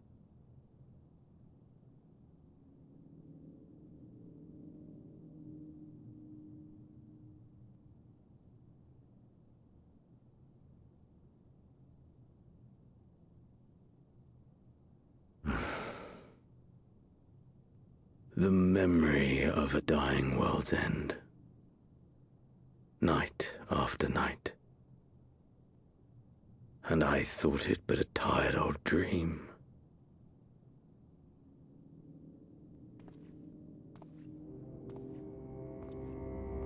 I say, I knew that securing the palace would provide your radiance with depressingly little sport, but that you should fall asleep out of boredom. Splendid, truly splendid. And my own preparations, you will be pleased to hear, proceed apace.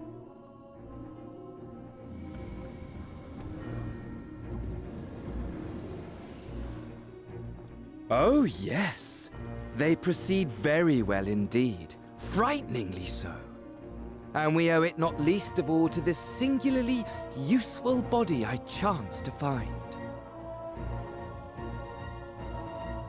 With the Populares now all but destroyed, it will be the simplest of tasks to discredit their groundless assertions that I met with a grisly end.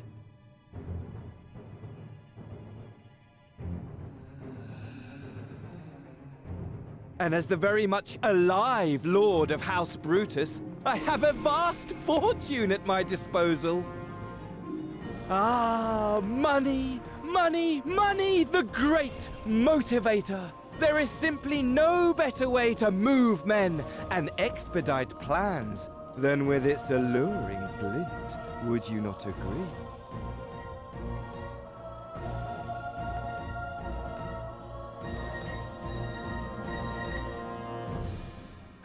But wait, were we not acquainted, you and I?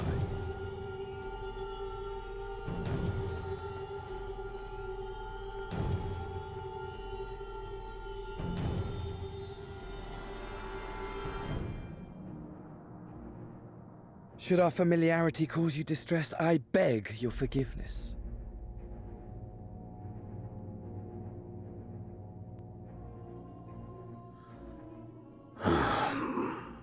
What did you say your name was? Oh, a dagger through my heart! That my deepest desire should forever remain unfulfilled, to live unrecognized, to die forgotten. Oh. So it goes. Whatever this flesh may have been before, it serves only as a vessel now.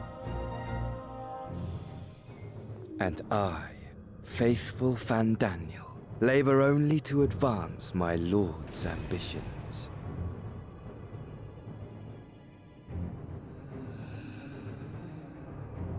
Speaking of which, with the palace in our hands, we may now proceed with the next phase of the plan. But how very odd. Despite all our havoc-wreaking, old Elidibus did not deign to appear. Dare I hope that the last of the unsundered is gone?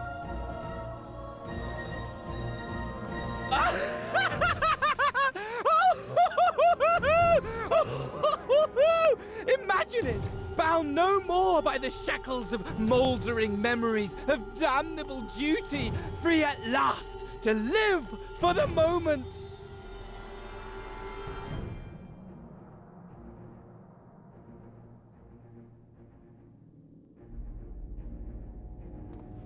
Your radiance, but give the word, and I shall go forth and prepare for you your hunting ground.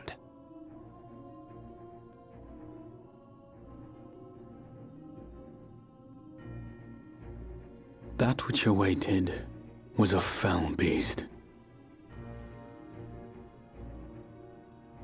Ferocious, ravenous, remorseless. Do as you will.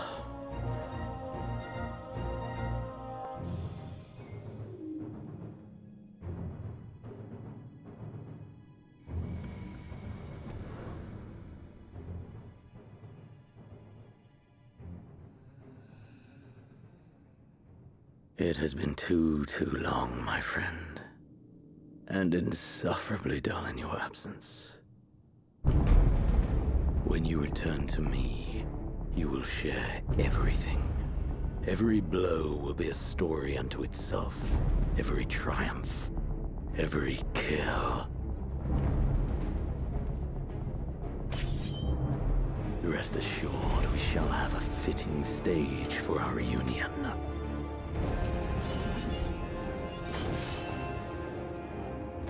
Oh yes. To reprise that transcendent moment, I will set this world ablaze. And we shall dance before the pyre.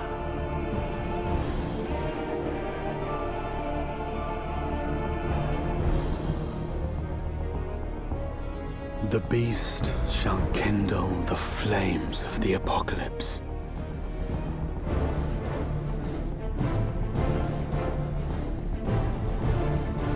Into its domain shall the hero set forth, for the final chapter in the tale of this star.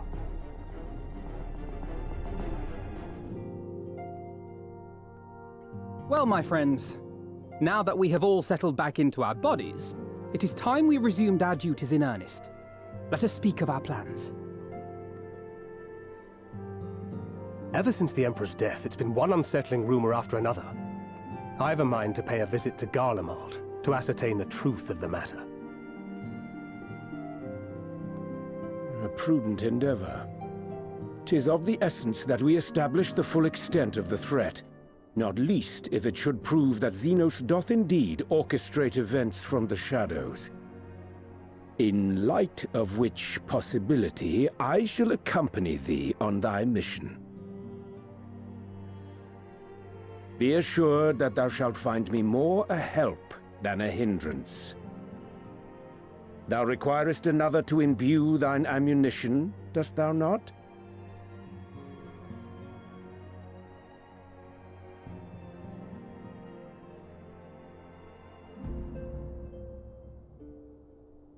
Assuming that's settled, there's something I've been meaning to look into as well.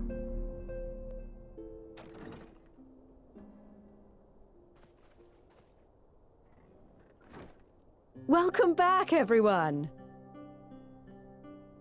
Lise!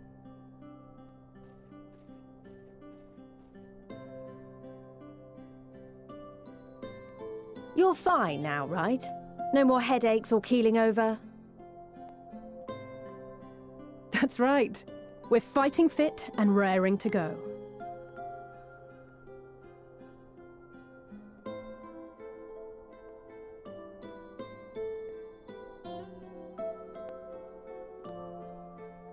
The famous Lise Hext, former scion and hero of the Alamegan resistance.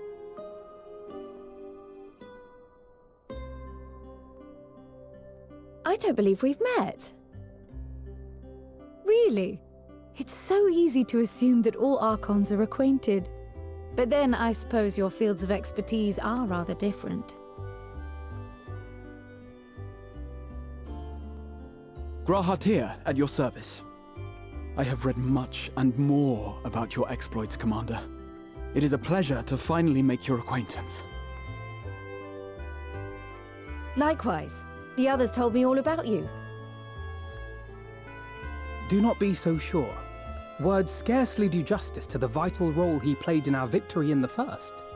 A more dependable comrade one would be hard-pressed to find.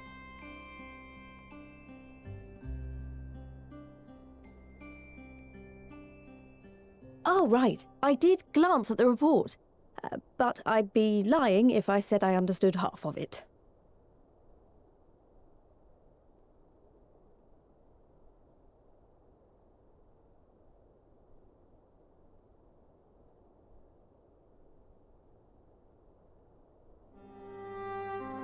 Well, that's a lot to take in. Just to be clear, this means we're not heading for another calamity, does it? Shorn of their unsundered master's leadership, what Ascians remain shall struggle to see their plans to fruition. And though I would ever advise caution, I believe we may rest easy for a time. I'll take that as a yes.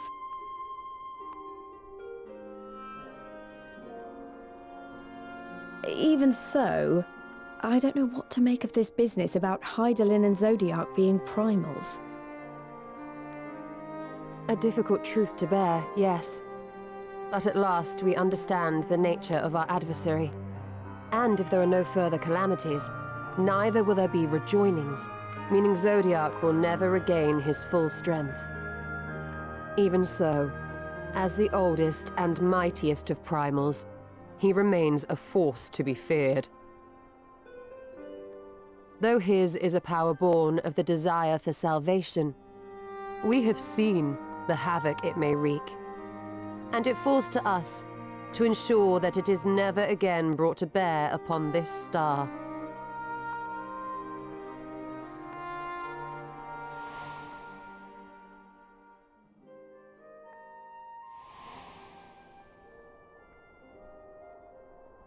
But tell us, Lise, to what do we owe the pleasure of your visit? What do you mean? Isn't seeing my long-lost comrades reason enough? Alright, there was one other matter. I have a message from the Alliance, and before you ask, yes, it's about the Empire. So, after Emperor Varys' assassination, it seems his cousin Nerva made a bid for the throne. The trouble is, he wasn't the only one with designs on it, and it didn't take long for a civil war to break out. And it's not just in the provinces. Early reports say huge swathes of the imperial capital have been reduced to rubble. The Alliance will soon convene in Alamigo to decide on a course of action, and we were hoping you'd come along. Well, As it happens, Urianger and I were just this moment planning a little trip to Garlemald, and we should be grateful for any advice the Alliance can provide on how best to make the most of our visit.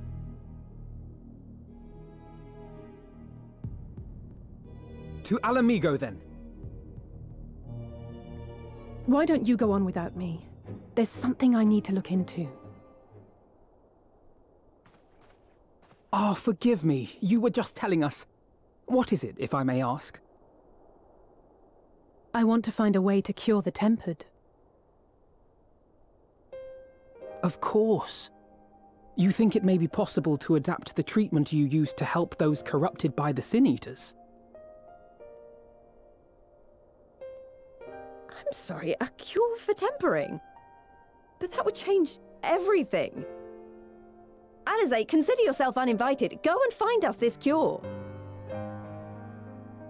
I'll do my best. I was hoping you might join me. Don't worry if not, though. I won't hold it against you if you'd rather attend a stuffy meeting.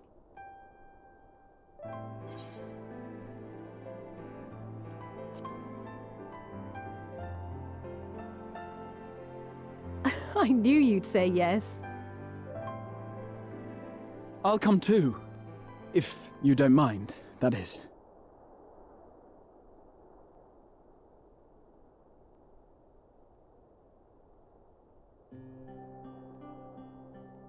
Mind?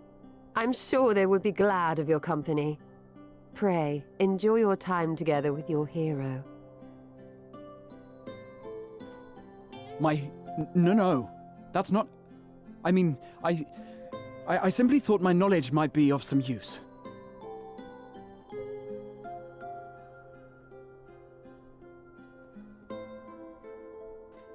We shall be on our way then.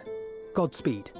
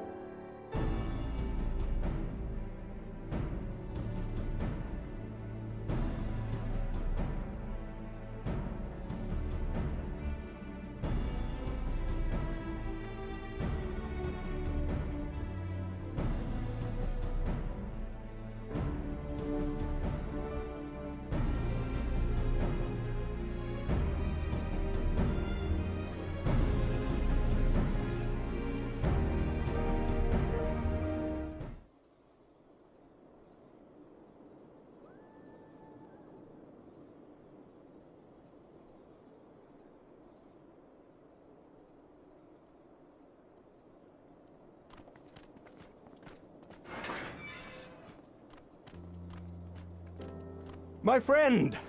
After the disappointment of not seeing you in Alamigo, what good fortune to chance upon you here of all places.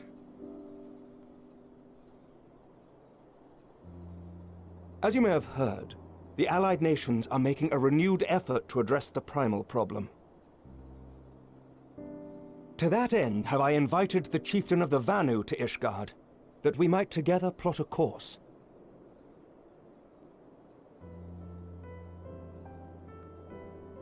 Since the war with the Empire appears to be nearing its conclusion, I would also like to call upon Estinian's lance. Alas, he is, as ever, a difficult man to find. I am informed he recently paid a visit to the Rising Stones. Should he happen to do so again, be sure to pass on my regards, won't you? But tell me, what business brings you to our fair city this day?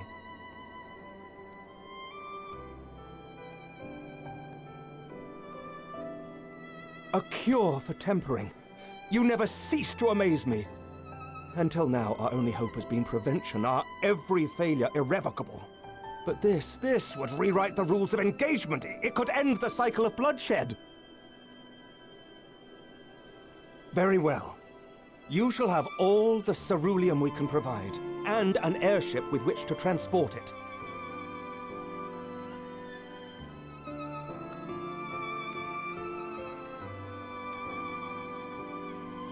In this matter, you may count on Ishgard's full support.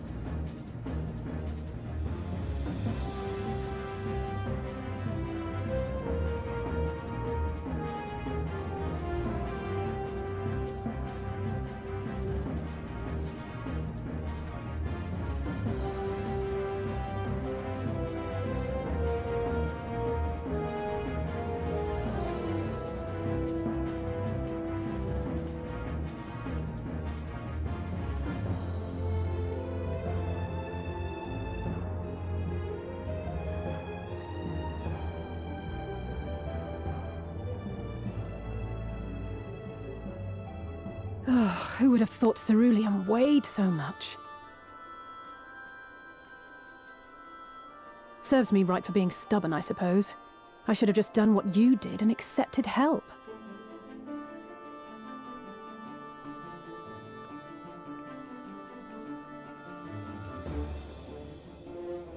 Good work, you two. This is all we asked for and more. Quite a lot more, now that I look at it.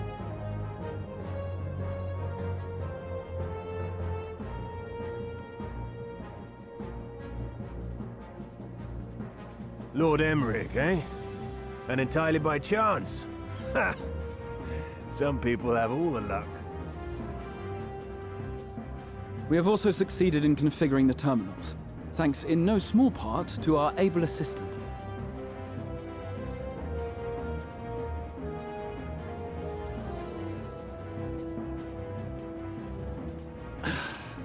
It's been a while, hero.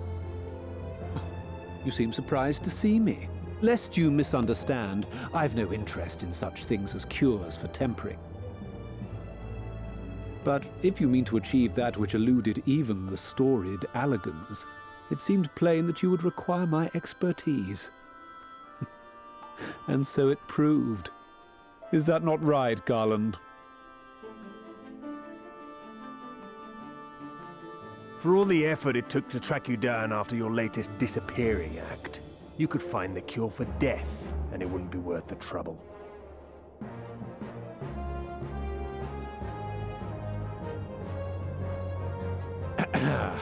That wasn't the only reason I agreed to cooperate.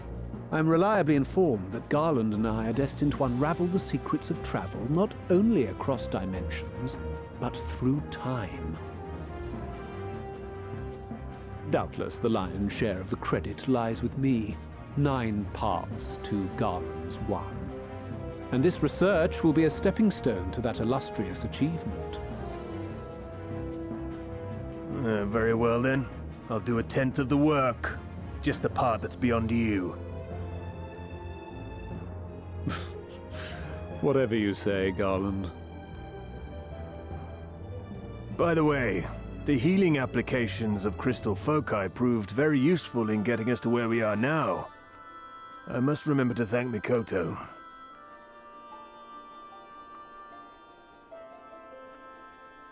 Right. If everyone's ready, let's begin.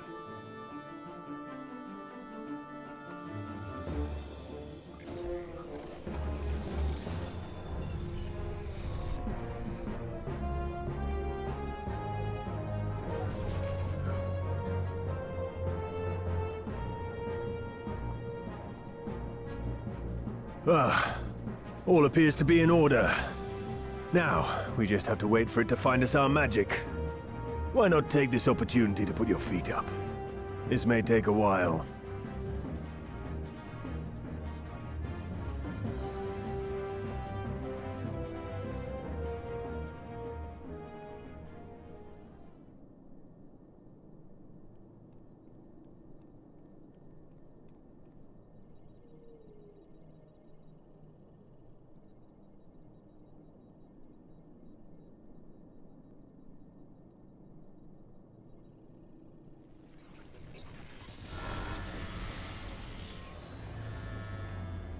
Damn it. It's overloading. Chief! She won't last much longer! We'll have to shut it down. Wait! We're close! So very close! Oh!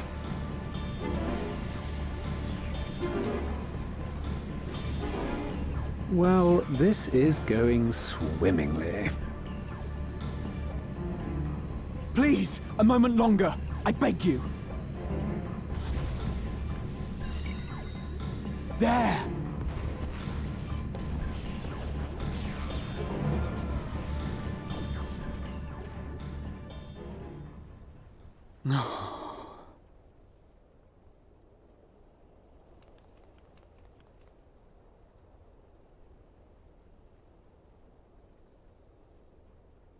I was able to memorize the magic before it faded.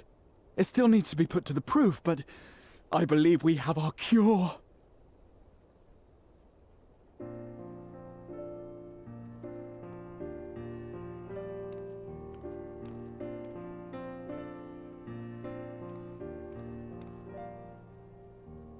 It's just as well. She'll never run again. The fault is mine. I'm sorry. Don't be.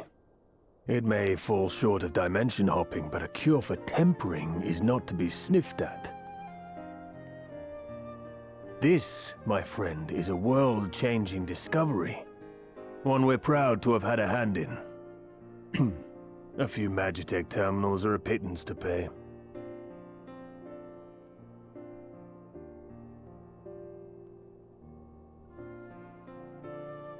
Thank you.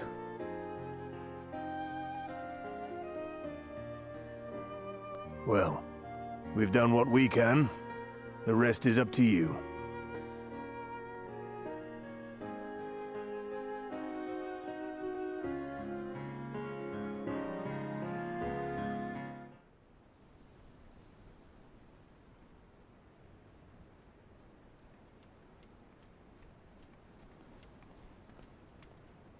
Apologies for the wait.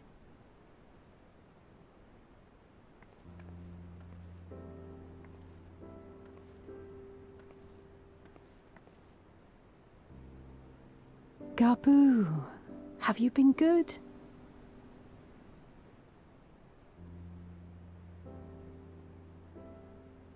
Still no change, I'm afraid. He just stands there in silence until we move him. It's all right now. We're going to help you get better.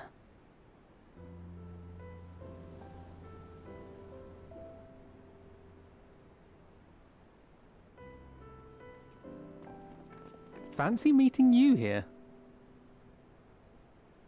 Alphino Yushtola! I thought you were attending to primal matters. We were, and came here for a meeting on the subject. Certain pirate factions did not deign to attend, however, and it was cancelled. We had resigned ourselves to having wasted a journey when we chanced to espy you.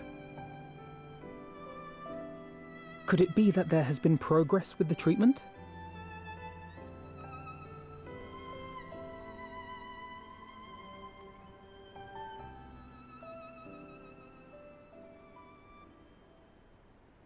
Using Magitech terminals to formulate the solution.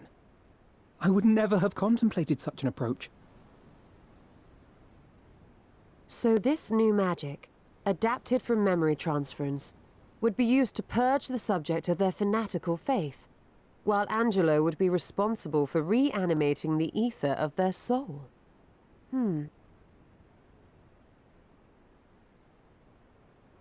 Yet I wonder at the practicalities. If one were to reanimate the soul first, it would only serve to exacerbate the tempering. Conversely, a stagnant soul would not respond to the effects of the magic. Would both need to be performed simultaneously?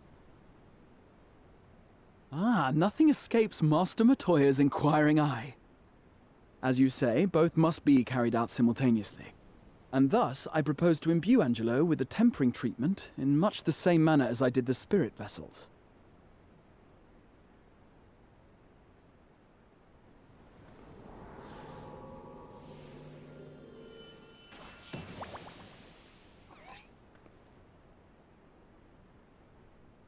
By doing so, we also spare Graha the trouble of casting spell after spell. It's really rather efficient. Be that as it may, certain difficulties are unavoidable. The imbuing process will still require no small amount of ether. And, as I can no longer draw upon the Crystal Tower's stores of energy, I will be compelled to rely on those of others. Well, I for one would be glad to assist. As would I.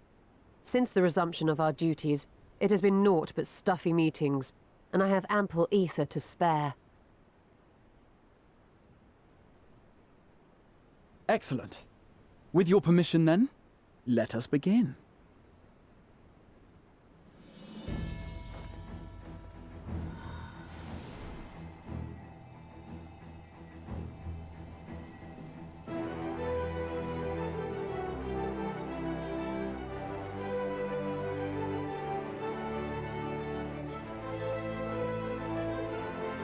Yes, this will do.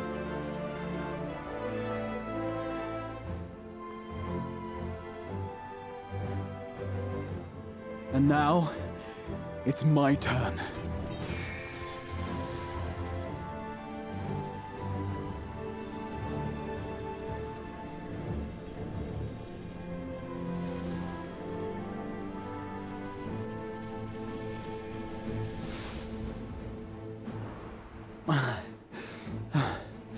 Tis done.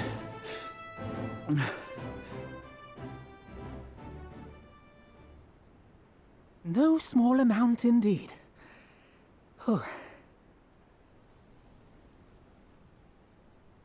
Well, we seek to go where even the Allagans did not.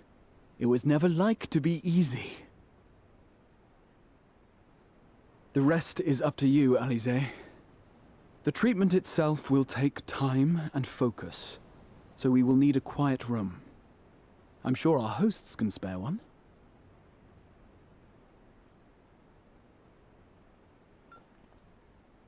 I will go with her.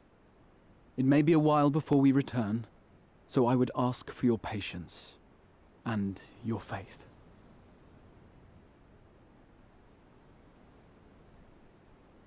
We'll bring Gabu back.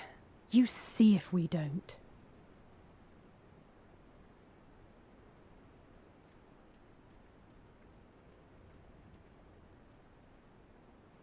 'Twould seem our part is played. Let us find a place to recuperate while we wait for news.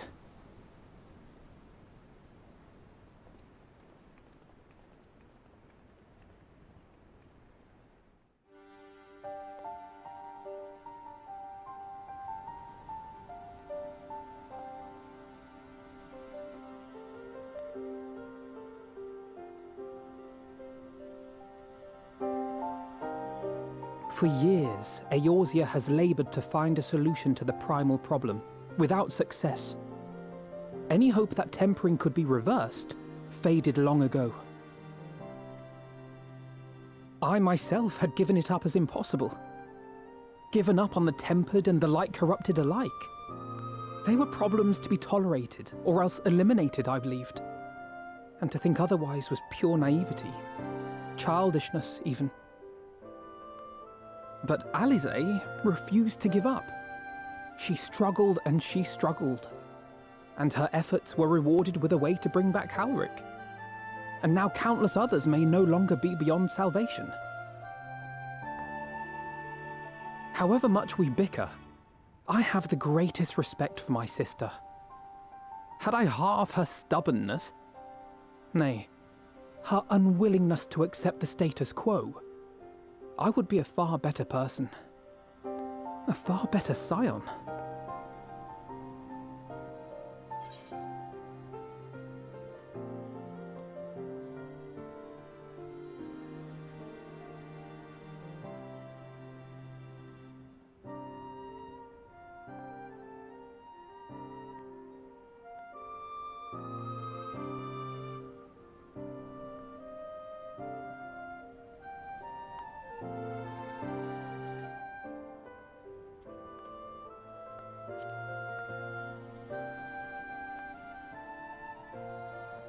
I should, I know. Yet, despite my good intent, I have the feeling that I would only succeed in incurring her ire.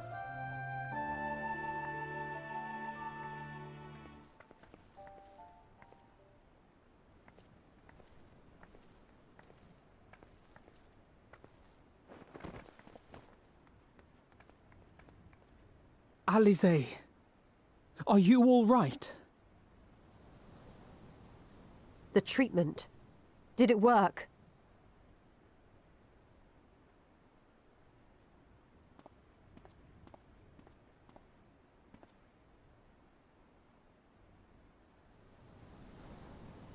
Oh, I'm so glad to see you all. Delighted, happy, glad.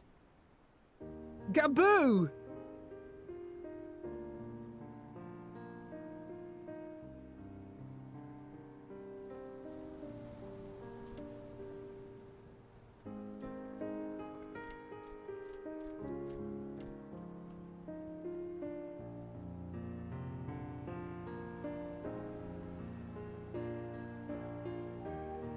All this time, my mind was filled with thoughts of Great Father Titan. But I never forgot about Mother and Father. Always, they were in my heart. Constantly, ever, always. So I tried to focus on their faces. Theirs and yours. Alisaie's and everyone's. And I found that I could remember. One thing, then another, and another.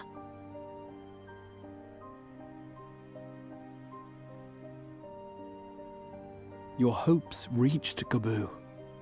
They helped him to hold on.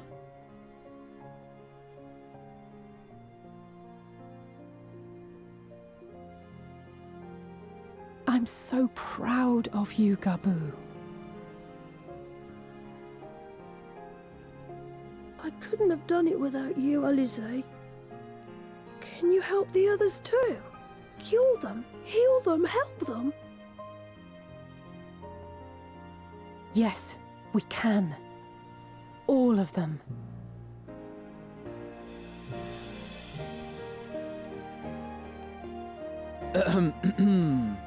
Without wishing to dampen the mood, I feel compelled to add certain caveats regarding the viability of the treatment for general use.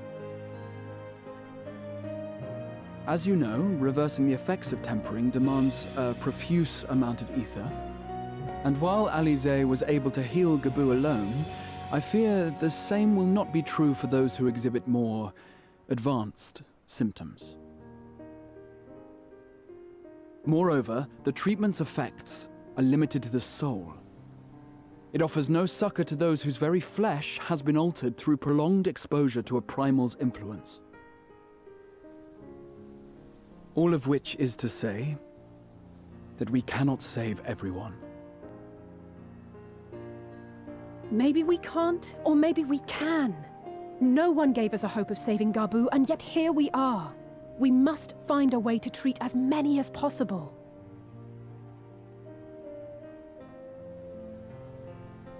Then, the next logical step would be to produce a veritable army of Porkses, would it not? Granted, it seemed a simple enough process in the first, but I suspect it will be different here in the source. Not that I am any authority, of course. Yet there is an authority on familiars to whom we may grudgingly turn.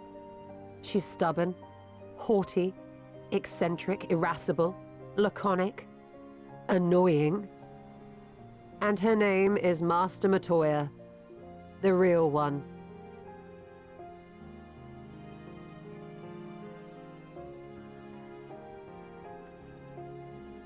I have to go now, Gabu. But the people here will look after you, all right? And I promise to come and visit you again soon. All right. Thank you, Alize. Thank you.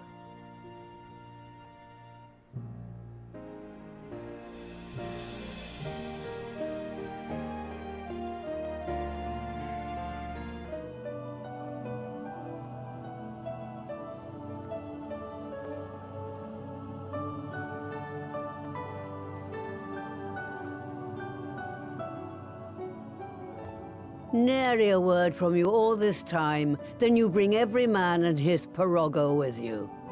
Did no one teach you any manners, girl?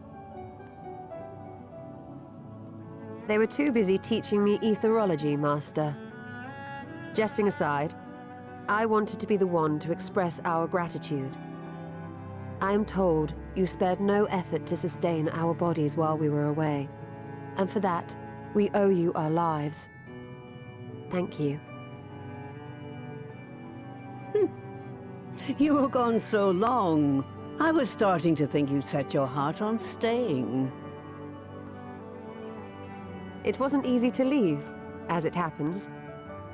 Seldom does one have the opportunity to study other worlds, and I would not have minded extending my stay by a handful of years.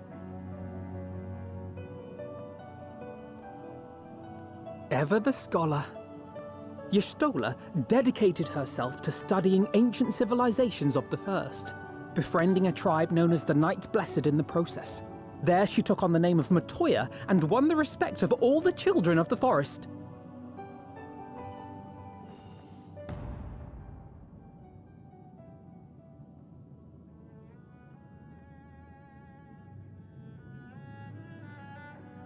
I merely adopted an alias in accordance with the custom of my hosts. Yours just happened to be the first name that came to mind. You mean to tell me you went gallivanting about using my name and only bother to visit when you need a favor? And don't pretend you don't. I taught you long enough.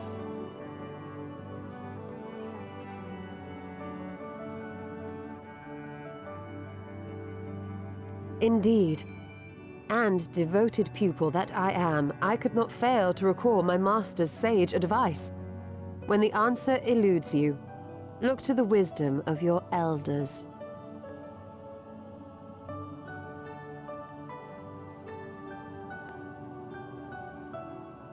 You there. Were you going to introduce yourself?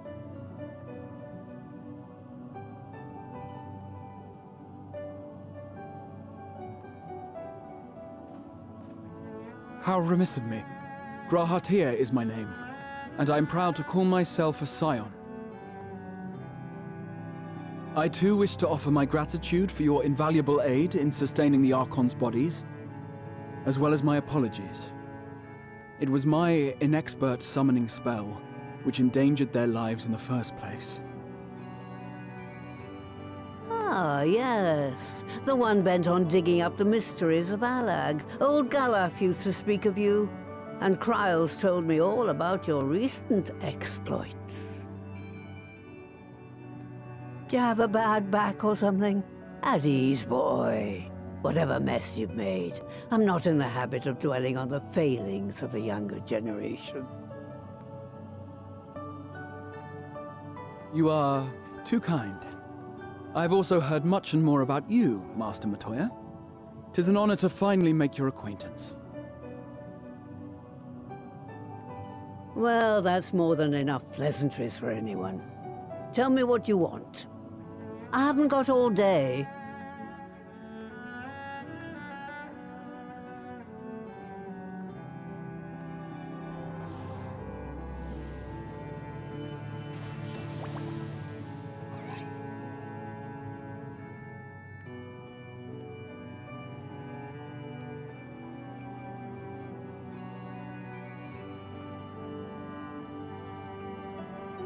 So that's the way of it.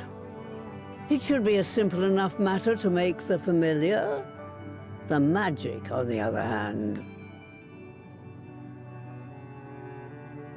Ah, that you may leave to me.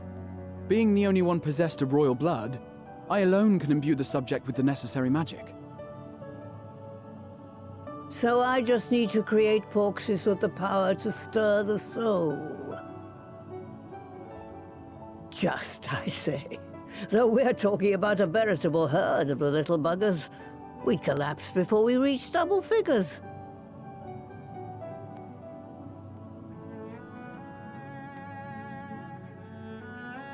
But if I could get a familiar to create the familiars, a mother porxie, as it were.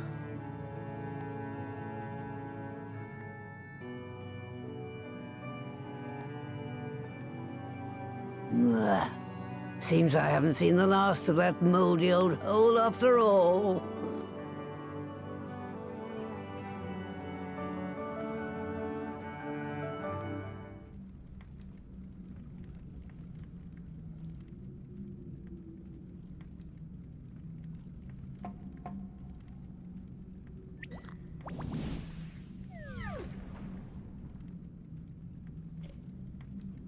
There we are. Quite tame. Then all that remains is for me to imbue her with the magic. My friends, I'm afraid I must trouble you for your ether once more.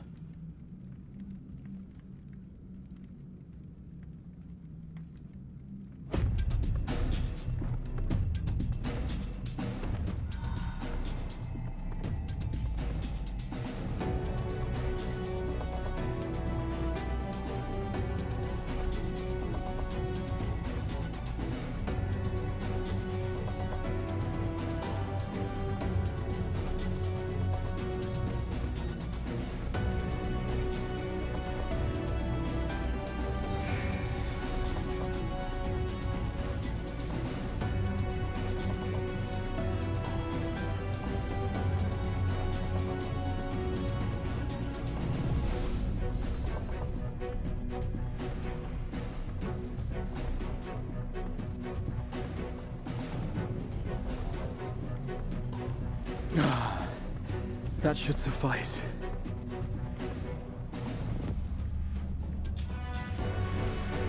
Good. Let's set her to work then, shall we? I want to see some porxes. Assuming, that is, someone can spare the requisite energy.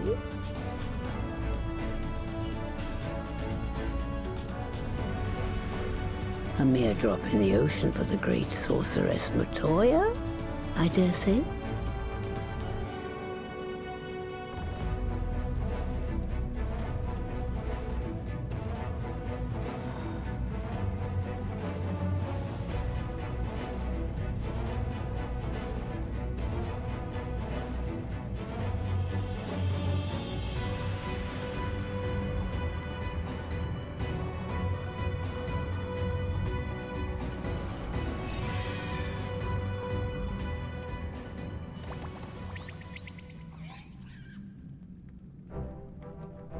Excellent.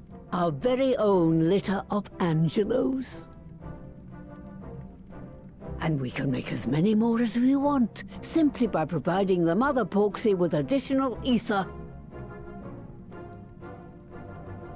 I will require a moment before I try again.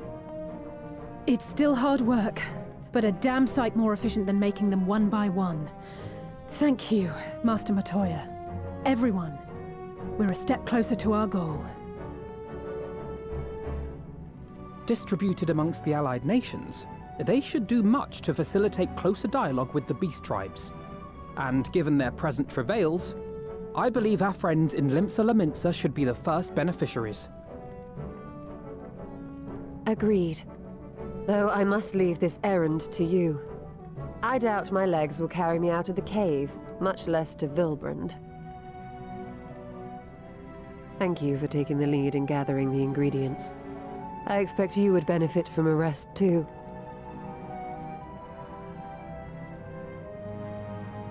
In addition to the Porksies, I trust you've gained an inkling of how much effort goes into the creation of familiars.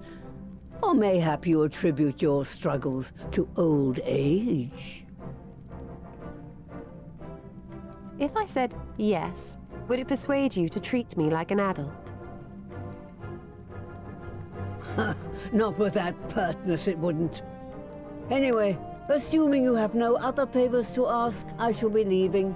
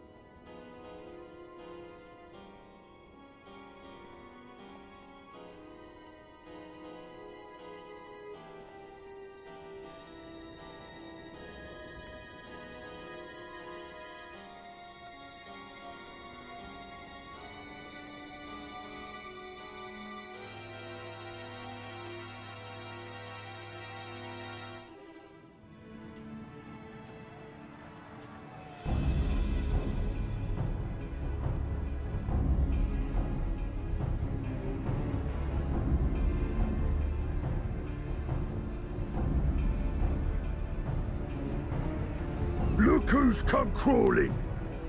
Traitor! You can shove your piece!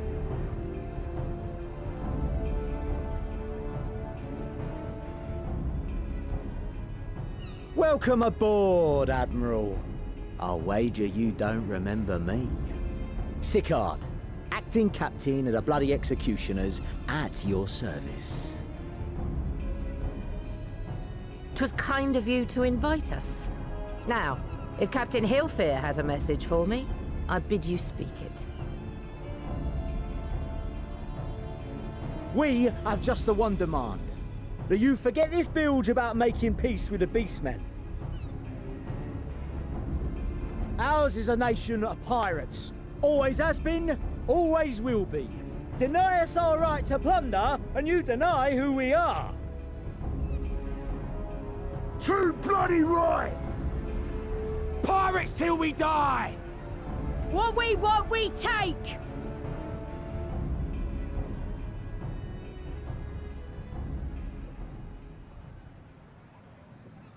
Piracy has no place in our future. What'd she say? Pirates have no place. Our nation has prospered through piracy, 'tis true. Yet it is but one part of our long and storied history. Centuries ago, our ancestors led a failed rebellion and were driven from their homes with little more than the shirts on their backs. In fear of their lives, they sailed south until they came to these shores. Finding the land occupied by kobolds, however, they were forced to turn to piracy in order to survive. And survive they did. But not so long ago, when the Empire threatened to crush everything we'd built, we set aside piracy and joined hands with our neighbors. This too was in order to survive. And survive we did. Time after time we fought the Empire, and time after time we won. And through trade with our newfound allies, we prospered more than we ever did through pillaging and plundering. The Empire teeters on the brink of collapse. Ere long, provinces like Wurlit and Bosnia and many others will regain their freedom. When they do, our matchless fleet will lead the world in a new golden age of commerce. The tides favor us, and the ocean beckons with her vast bounty. But if we cling to the old ways, this great ship we call Limsa will trade the boundless seas for a lagoon. Shall we scorn the world's wealth for a plundered pittance then? Or shall we embrace change and thrive, like our ancestors before us? The choice is yours. But if we are to prosper in the coming age, the whole of Vilbrand must become our ship, and a kobold and Sahagin our crewmates.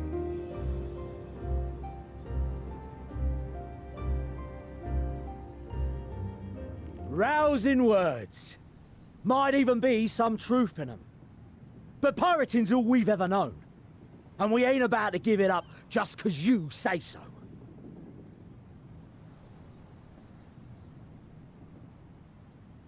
Still, we're all Mincins here and no one wants a war. So where does that leave us? Long before you became Admiral, I heard you was captain of the League of Lost Bastards. That true? If so, you'd know how we pirates settle our differences.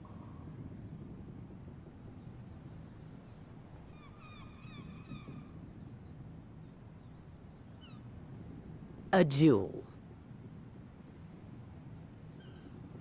Very well. As Admiral of Limsa Laminsa, I accept your challenge.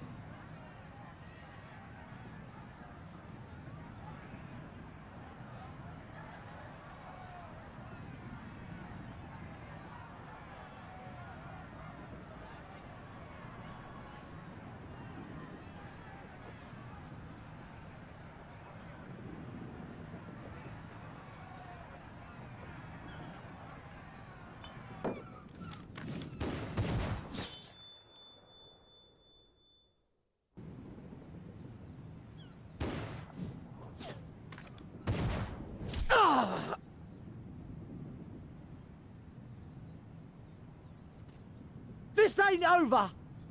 Not till one of us is dead! Finish the job!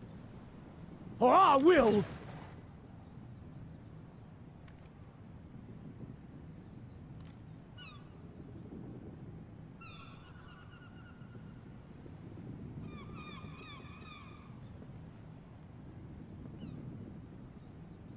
It's the captain! Captain Ilfir! Ye fool! 'Twas over afore it began. Captain! Seems the whelps have been yapping while their master was abed.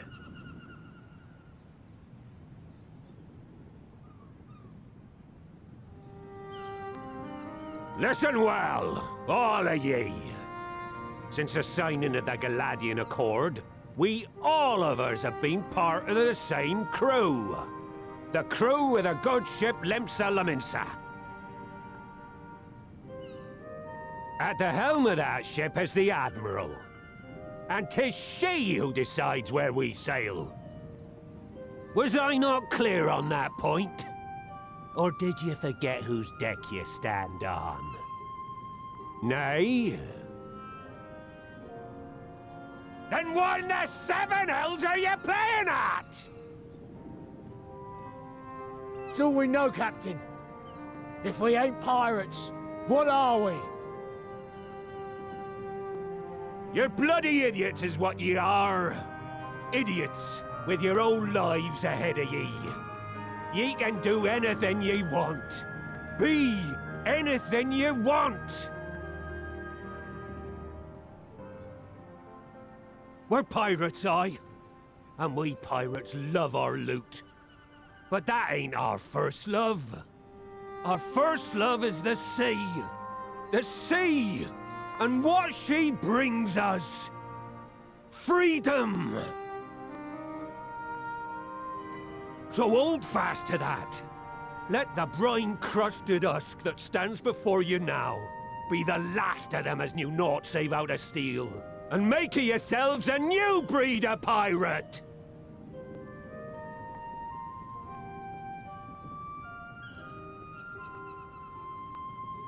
Lad, I made ye me right hand 'cause I saw something in ye. And I still do. You have the makings of a captain. All you lack's the belief.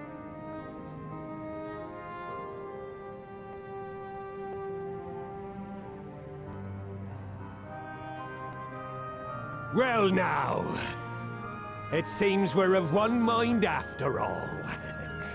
Apologies for the misunderstanding, Admiral. We're with ye, wherever ye be headed. You have my thanks, Hilfir.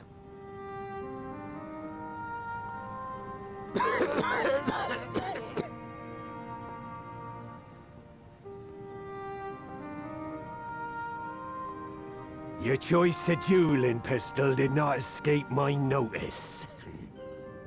Good old Annihilator.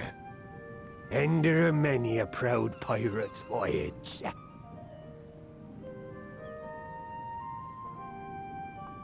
Mistbeard's vanished into legend, and it won't be long before I take my rest in the depths.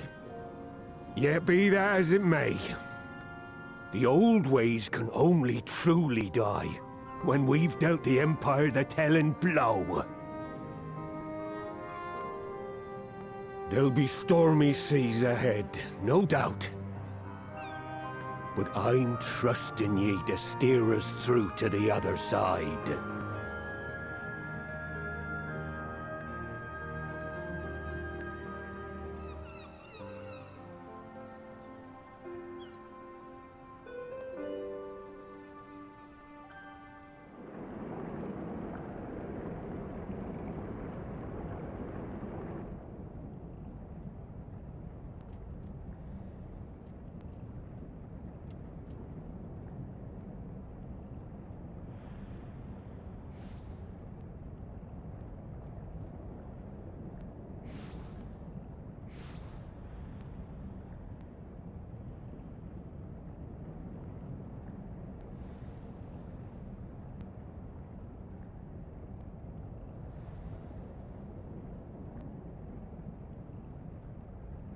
Greetings, Patriarch.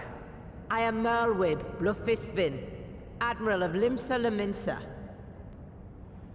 I come before you to offer my sincerest apologies for the many wrongs committed by my people against you and yours.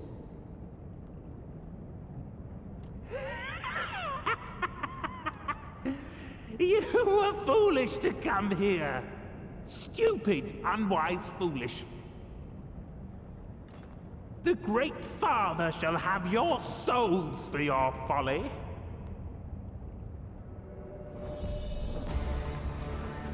Aye, just as we thought.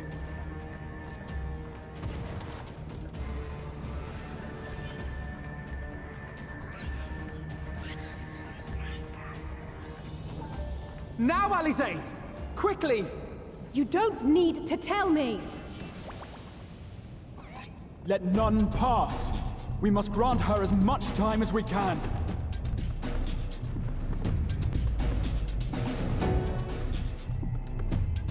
Yes, this will do. Here I go.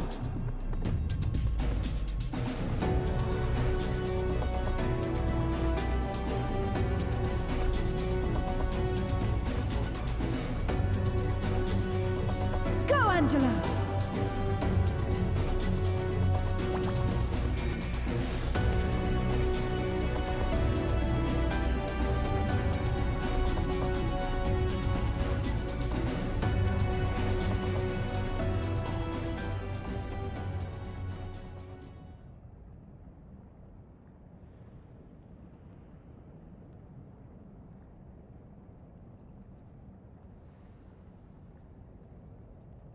Did it work?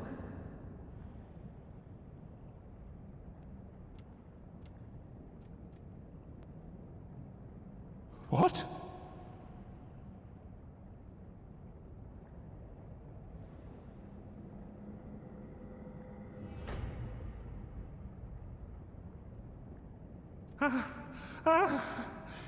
What is the meaning of this?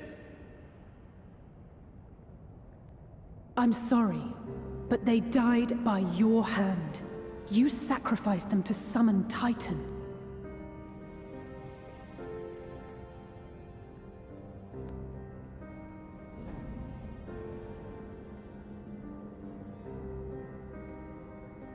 No. No, no, no, no! Why? Why would I do such a thing?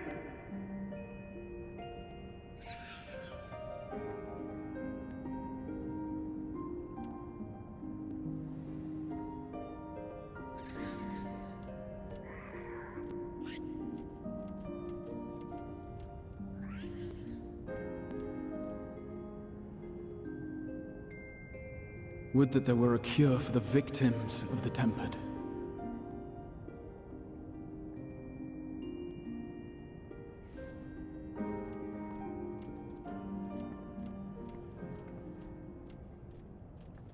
Gabu! What are you doing here?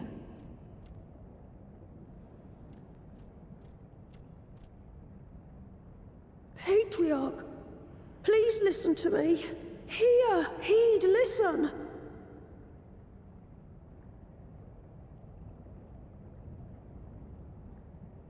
The Great Father we have been summoning is false. He only hurts us and those we love. For a long time, his voice filled my mind. It told me to do terrible things. Awful, unspeakable, terrible things. But I didn't give in to it. And you mustn't either. There's been too much pain already. So please, end the suffering.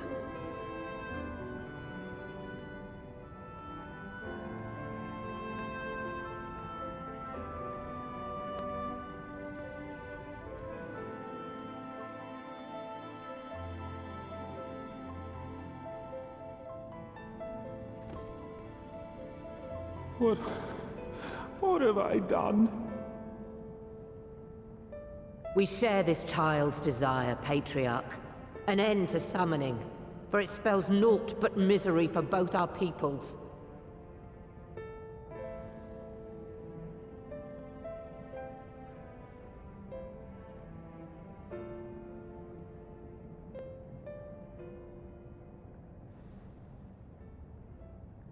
For many long years, man and kobold have feuded over territory, pillaging and perishing for the earth beneath our feet. It may be said that we fought to survive, but what we have sown in blood, we have reaped in suffering, and it cannot go on. I would see us set aside the past and work together for peace.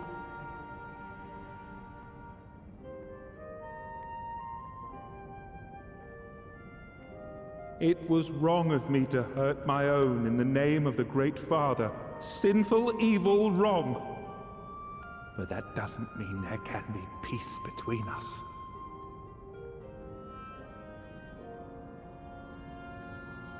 Men cannot be trusted.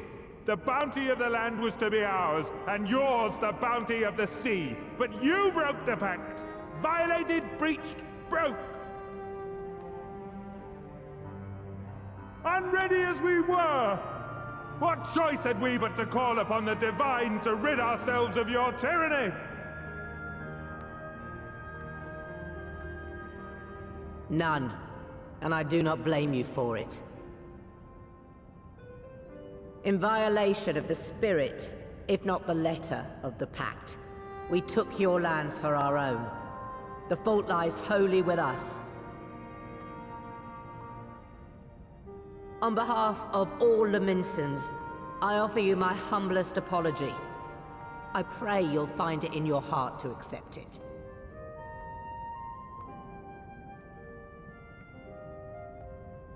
Yet I know an apology alone will not serve to make things right. So, we will revise the pact to leave no room for doubt, and any who violate it shall face justice, swift and certain. No, we won't be fooled. Not again. Please, hear me to the end. Fleeting though it was, there was a time when man and kobold abided together in harmony, in cooperation.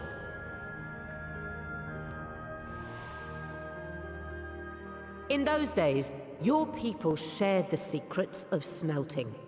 Knowledge which allowed Limsa Lominsa to thrive. Much of what we have, we owe to the kobolds.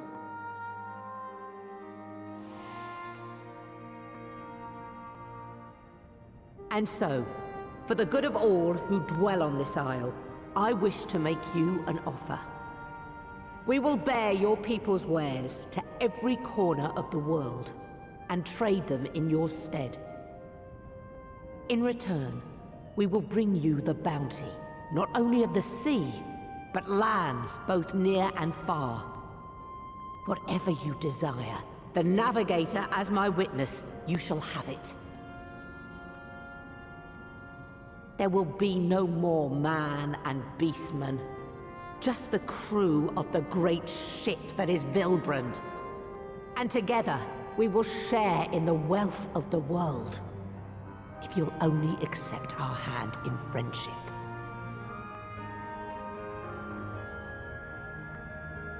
We want to believe you. We truly do.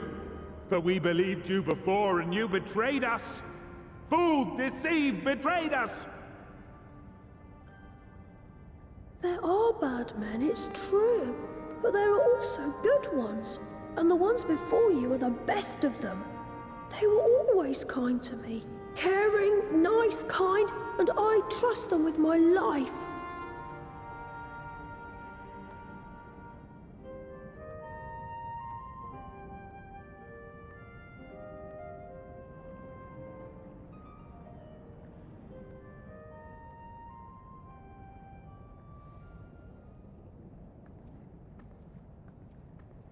Before I became Admiral, I was a pirate. I stole, I fought, I stained the sea red with blood. Such is my past, and I dare not forget it, however much I might want to.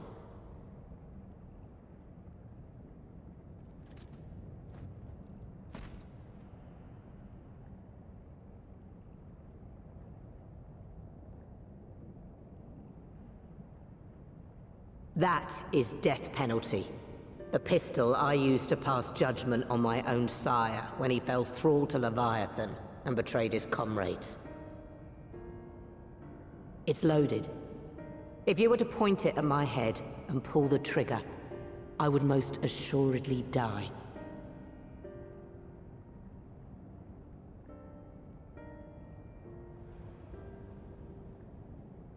Though it isn't much, my life is the single most valuable thing I possess. If it will suffice to atone for past wrongs, take it. A single bullet to annul the old pact, and my blood to write it anew. What comes after, I entrust to this man, my second in command. I know that he will do his utmost for the happiness of all who call Vilbrand home.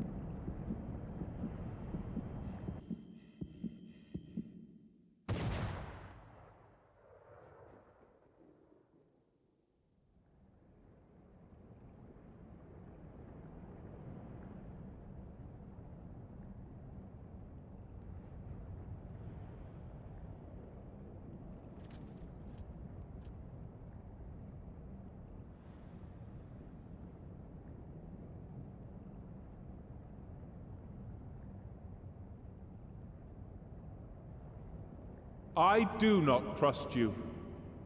Not yet. But Gabu does. And I will trust him.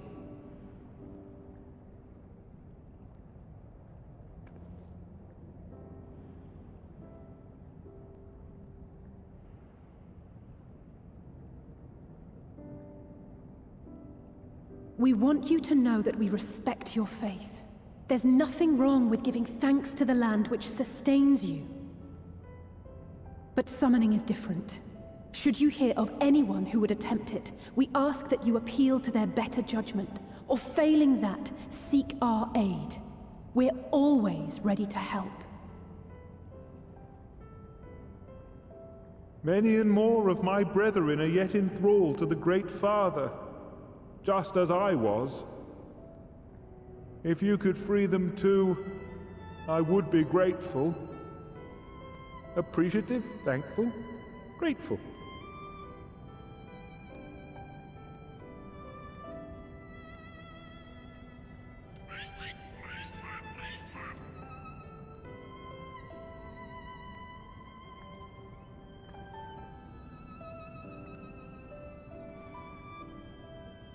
Tis we who should be grateful, Patriarch. I thank you for affording us this chance.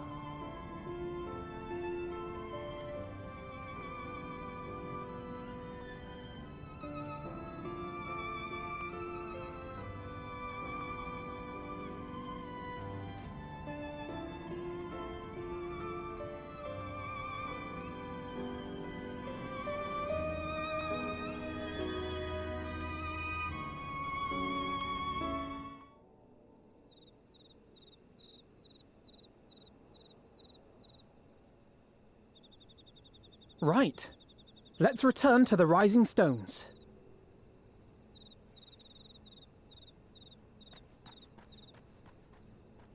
Admiral, something strange is afoot at the floating city. Breathe, man. What is it? I think it's best you see for yourself. Please, come with me.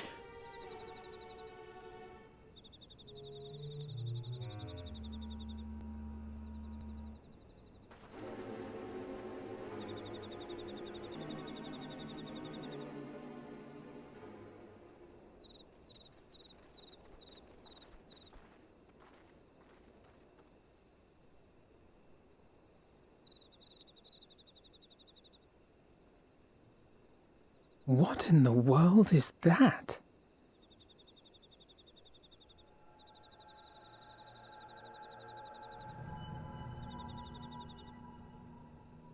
A tower? You can see it too, then? I feared I was losing my wits. One moment I was patrolling as usual, and the next it was just there.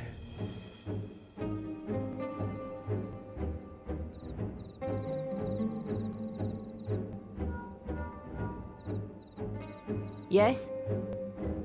This is she. I am. I'm looking at it. What?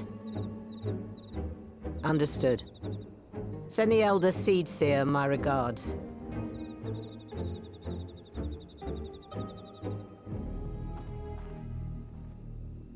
The communications officer. It seems this isn't the only tower. They've sprung up all across Eorzea.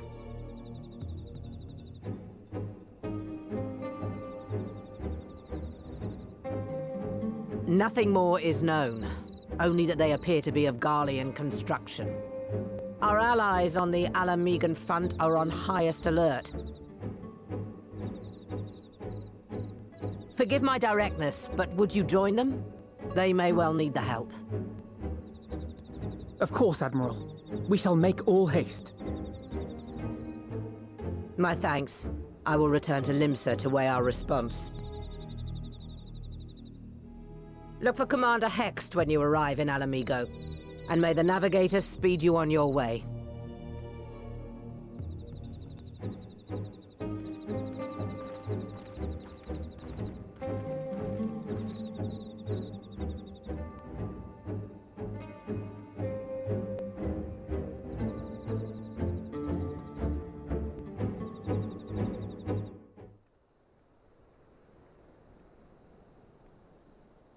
Thank you for coming so soon. I'll send for Commander Aldin at once, and we can decide what to do about these infernal towers. Rocket Preserve!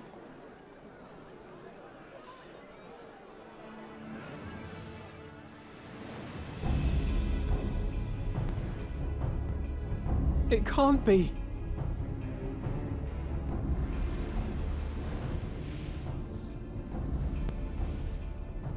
The palace! After them!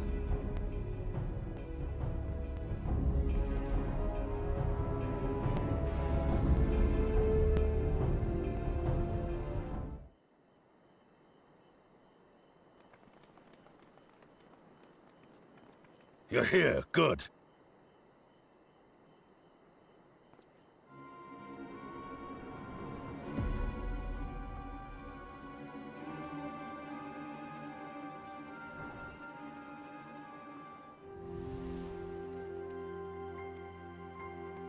Well, well, well! To be received by such an illustrious cast! Why, even the hero of the piece is here! I feel quite starstruck. Is that Asahi? His body, more like. You don't fool us. Oh! You saw straight through it! Anyone would think you dealt with Ascians before. Permit me to introduce myself. I am Fandaniel, and may I say what a pleasure it is to finally make your acquaintance.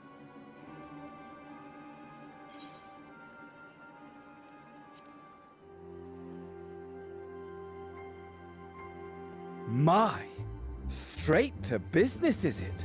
Suit yourself. It is my intention to recreate the final days, to which end I have distributed a collection of rather ingenious devices, or towers, which will, in time, give rise to the grandest of spectacles. The final days? But it was the Ascians who labored to prevent them. You're quite right! Though I would expect no less from one responsible for eliminating my unsundered colleagues. Honestly, the three of them were obsessed with restoring the one true world, As a sovereign individual, however, I never had much interest in such things. I mean, why bother when you're just another sundered minion? Admittedly, Elidibus was not convinced by that argument, but thanks to you, I'm finally free of his incessant nagging. Free to use my powers as I see fit, to fulfill my heart's desire.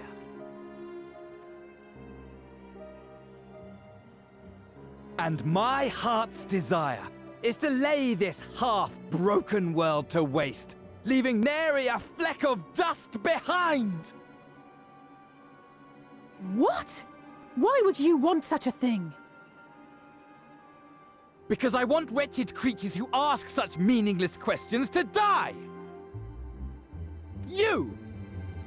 And you! And you! I want you all to die! And I want to die too! Oh, yes! I want to die and take everyone with me in a paroxysm of pain and suffering! I'm different, you see, from the ancients who clung to dear life, and from you. So don't bother trying to reason with me. You will find I have no reason, or creed, or any such tripe. I just want to destroy the world. But please do resist with all your might. It will add to my enjoyment. Now then, ladies and gentlemen, keep your eyes peeled, for the curtains have risen on the spectacle to end all spectacles. We, the Telophoroi, shall be your performers, and this very star our stage.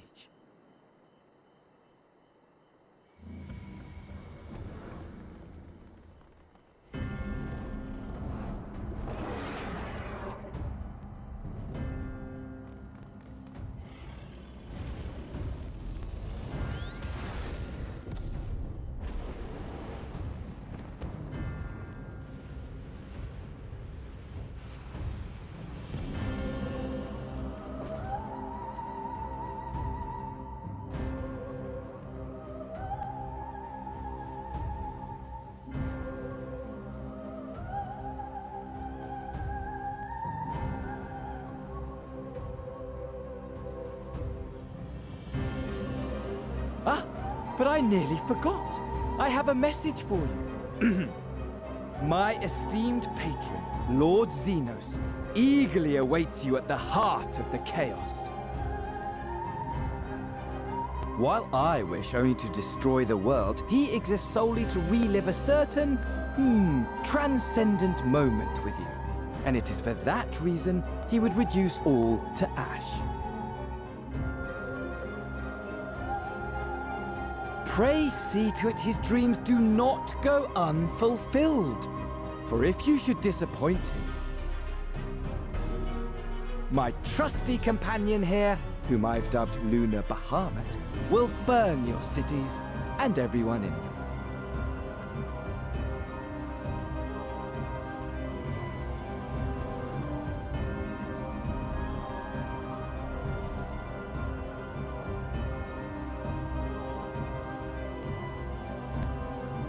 Everyone out! My men will tend to the blaze.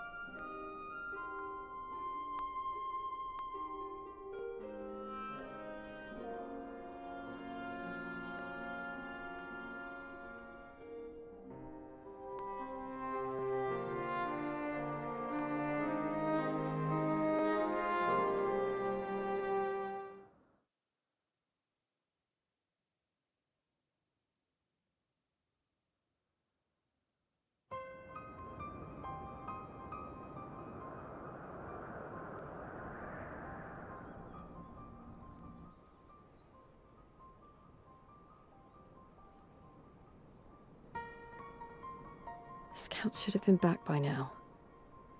I'm gonna go and find them.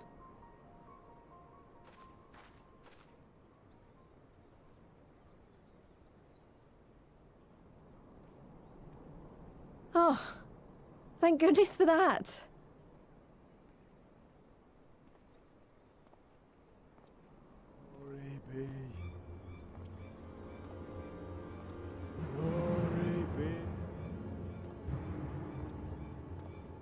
Glory be.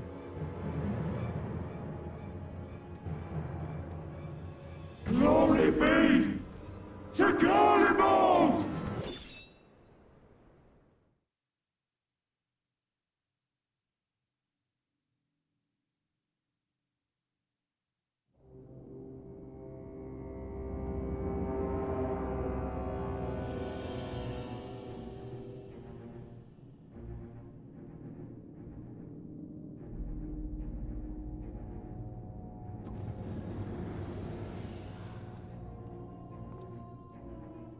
The piles have been driven as planned, and the first of the beasts has roared to life. Moreover, I am pleased to report that preparations are well underway for the rest. Ere long, chaos shall reign over all the land, as befits the final days. Call it what you will, so long as my friend returns to me, fangs bared and claws sharpened. I care not. Of course, my lord. By strange coincidence, your dear friend chanced to be present when I made my declaration. I took the liberty of informing her that you await her coming, though I confess, I may have singed her a little in the process.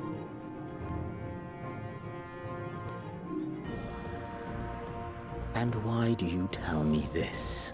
Are you in such a hurry to die? Ah, my apologies. I must guard my tongue lest it be the end of me. Though, there is something to be said for such a glorious death. Better to fall to one who has it all than falter before an inferior. Huh. I shall keep it in mind as a contingency. For now, however, I shall proceed with the plan. My lord.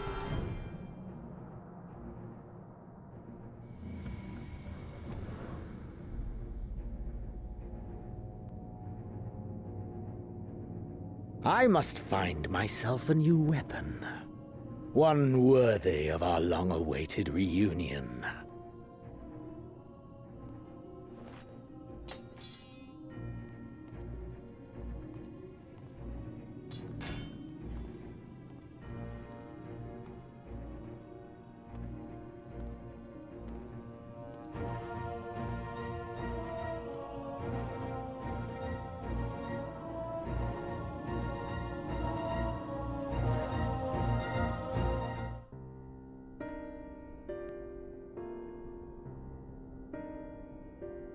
Ere we begin, I would like to offer my gratitude to Masters Thancred and Urianger. Tis no small feat to infiltrate the Imperial capital, and live to tell the tale, much less in times of civil war. Thanks to them, we may plot our course in full knowledge of how the winds blow in Garlemald. Full glad are we to have been of service. But verily, such dangers as we did encounter pale into insignificance next to those faced by our comrades. An Ascian, armed with the might of Bahamut, bent on bringing about the final days. Theatrix. He sought only to make a show of the power at the Teleforoi's disposal. But since then we have seen no sign of this Fandaniel or his worm. And while we've done what we can to bolster our defenses, there's no telling where he might strike next. Whenever and wherever it may be, we must use the intervening time to learn more of our enemy. 'Twas with this in mind that we dispatched scouts to investigate the towers.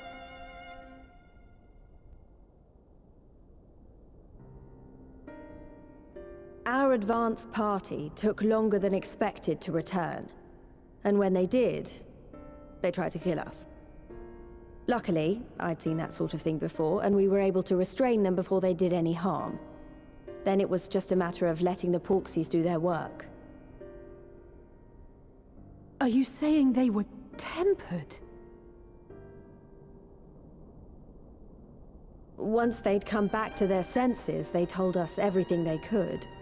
It seems that just as they were getting close to the tower, they heard an ear-splitting roar. And that was the last thing they remembered.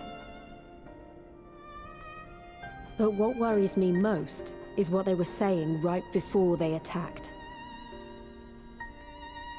Glory be to Garlemald.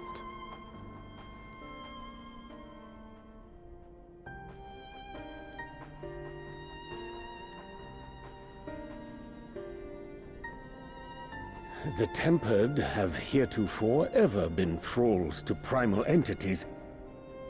Yet these hapless souls were compelled to accept a nation as the object of their devotion.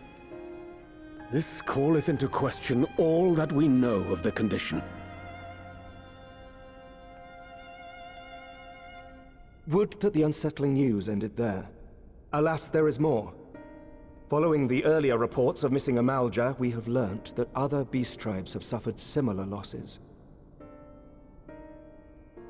And we now have reason to believe that the abductions are connected to the appearance of the towers.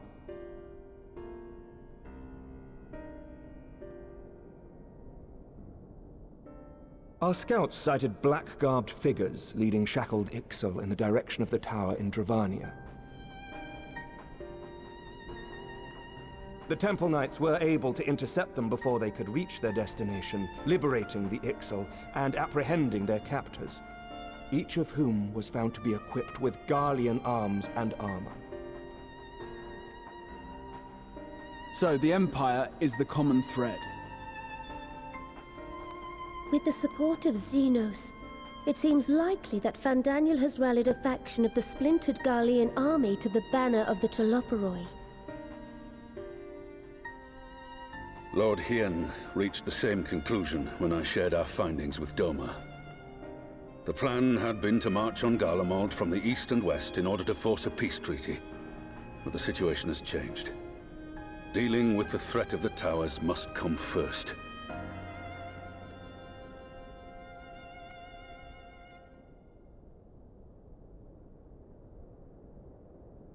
Given the nature of the enemy and the proven risk of tempering, I could think of few suitable candidates to aid in this task.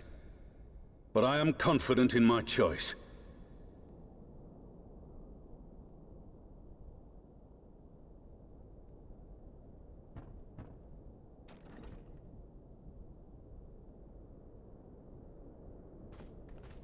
What?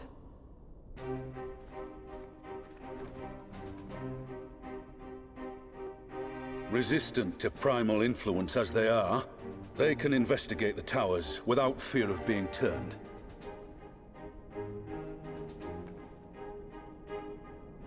We are glad to put our gifts to use, Commander.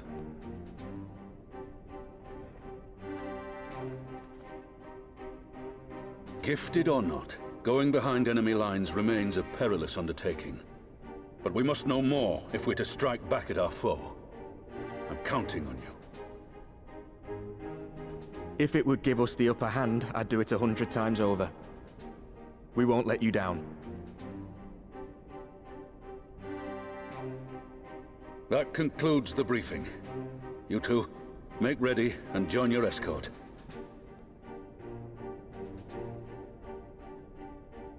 Are you certain about this, Arenvold?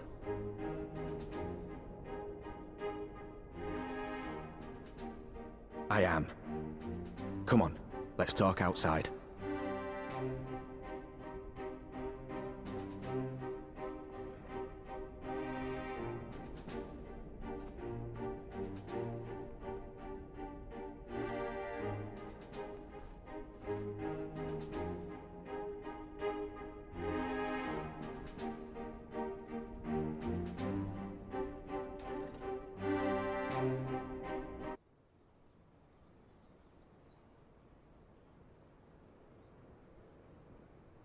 So you know, I've already gone through all the formalities at the Rising Stones. Made sure to inform Jamoldra and Vmar at Ralga's Reach as well.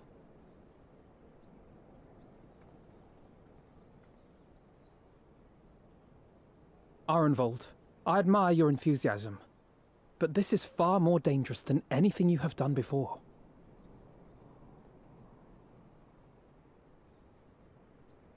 I know the risks. And I also know what's in store if we don't stop Fandaniel from carrying out his plan. With this power of mine, I can make a difference. If I stood idly by, I would regret it for the rest of my life.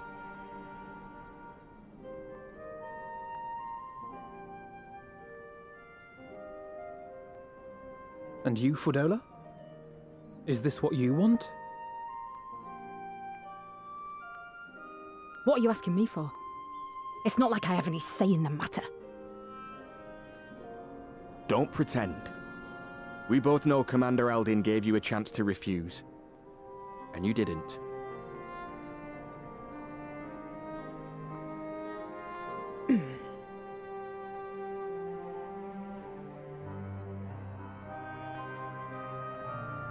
So the Empire's finished, is it? Well, that's what they're all saying. That the great and glorious Garlemald slit its own throat. And now, from out of its twitching carcass crawls the Telophoroi with bloody Xenos at its head! I fought for Garlemald. Killed for Garlemald. What was I part of? I need to know. Whatever it is, I need to know.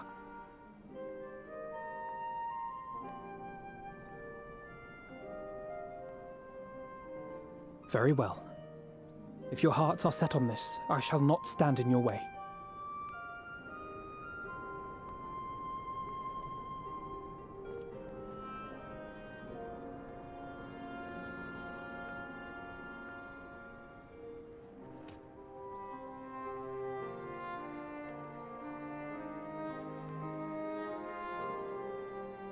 If you've finished with your touching display of camaraderie, I have a question. Which tower are you planning to investigate, exactly? Well, the one in Girabani is said to be tightly guarded. It's patrol after patrol out there, apparently. We'd be spotted before we got anywhere near it. Which is why we've set our sights on the one in Pagalthan instead. There shouldn't be anything like as many Imperials to worry about down there. Even so, I doubt the local Amalja will look kindly on it if they catch you sneaking around in their territory. Fordola and I had a chance to learn the lie of the land in our previous forays there. We might still find trouble, but at least we won't lose our way.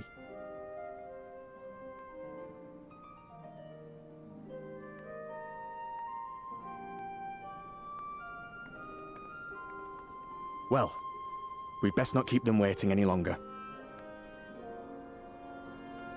Mayhap when all of this is over, we could take another trip to Loxeld. I would have you know I've become a rather capable swimmer since our last visit. Ha! I'll believe that when I see it. Though, to be fair, getting into deep water does seem to be a scion's lot in life. Take care, eh?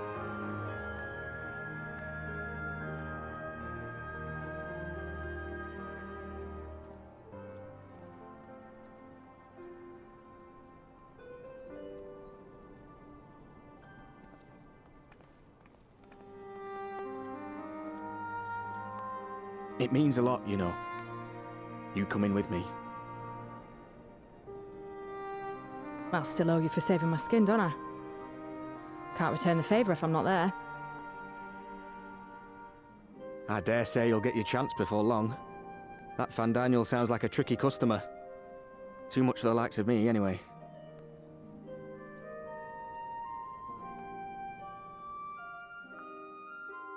But we both know I'd just be another soldier if it weren't for my gift. And I need to be a damn sight more than that given what's coming. I realise I can't hold a candle to a hero like the Warrior of Light, or Alphino for that matter. He might look like he's 12, but he's seen more action than most people see in a lifetime. No, the fact is I'm nothing like them, and maybe I never will be. But I'll be damned if I don't try.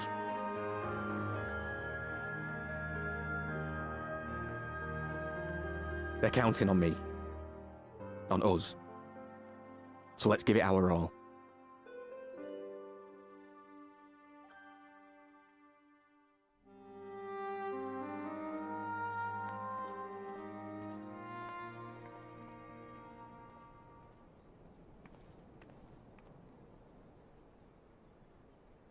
He does not want for conviction, that much is certain. So let us have faith in him. Him and Fordola both. While they see to the towers, I would attend to another task. Chasing down this lunar Bahamut.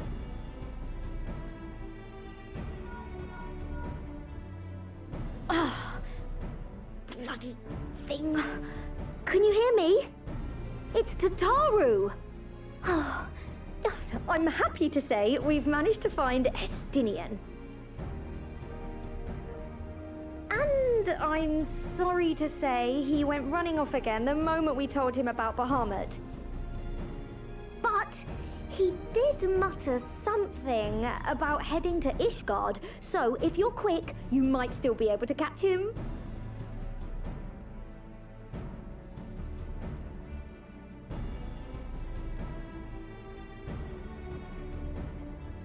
Even if we set out this instant, he may already have left by the time we arrive. Have her send the Bonanza to Ishgard. It may prove useful should we need to give chase.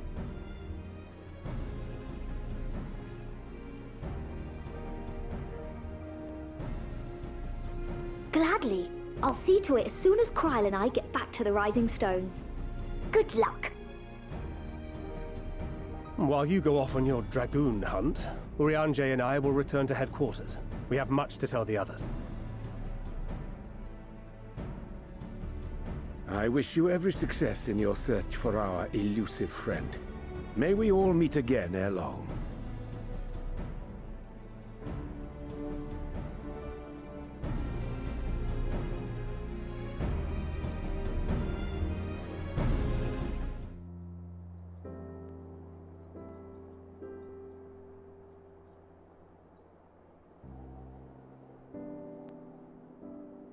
No sign of him.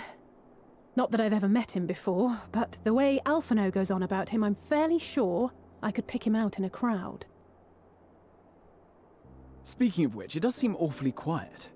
If the erstwhile Azure Dragoon had returned to Ishgard, would it not be a source of general excitement?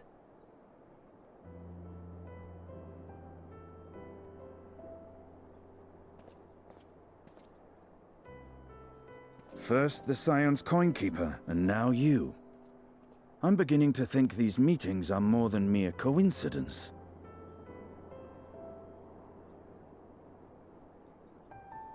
Not that I'm complaining. It's been too long. Too long? You look an ilm taller and twice as rugged. It suits you, Alphino.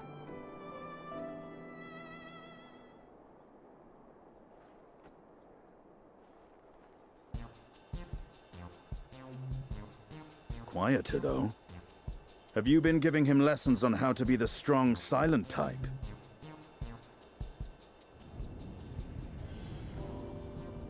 I am not Alphino!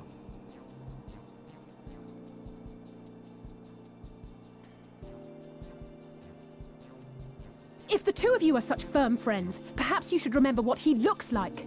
And what do you mean, rugged? Ugh! Had my brother mentioned what an oaf you are, I'd never have bothered looking for you in the first place.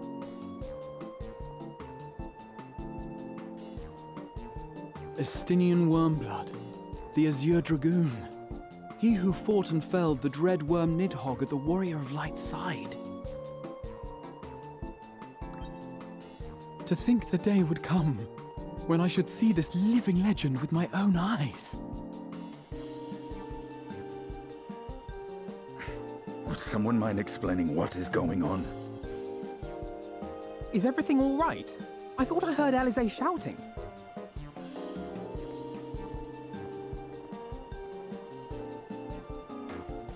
Stinian! It's been too long.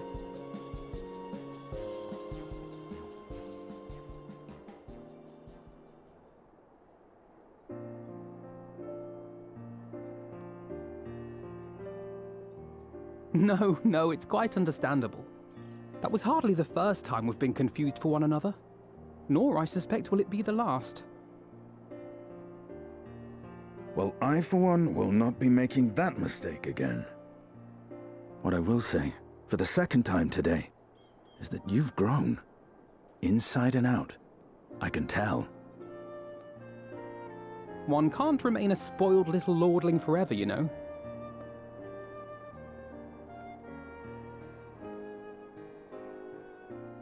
At least someone's having a good time. You know, when we were growing up, Alphino would never befriend other boys because he couldn't stand the thought of not being in charge. But maybe that's changed. He seems just as happy around Astinian as he does Arenvald.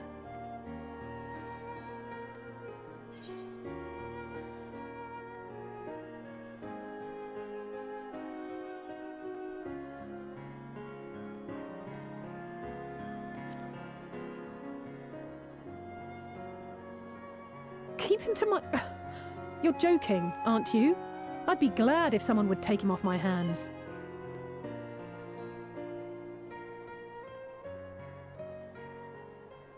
No rest for the righteous, eh? Speaking of which, I was just on my way to borrow an airship to take me to Azis La. Azis La? How could I forget? The dragon with whom Bahamut shared the deepest of bonds. Aye, Tiamat, his mate. Even now she remains imprisoned on Azis La, though her remorse binds her faster than any shackle. I see. As the one who first summoned Bahamut, you believe she may be able to shine some light on his latest incarnation. Might I suggest that we make the journey to Azis La together? I'm not sure if Tataru mentioned this, but we Scions have an airship of our own now. I see no reason why not. Assuming your sister can bear the thought of sharing a deck with me. Be my guest. But confuse me with Alphino again and I'll throw you overboard.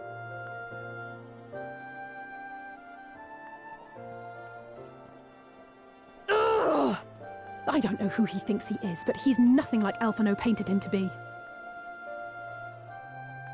I will admit, he is not exactly as I imagined him either. Based on what I had read of the man, I think I was expecting someone a little less... blunt?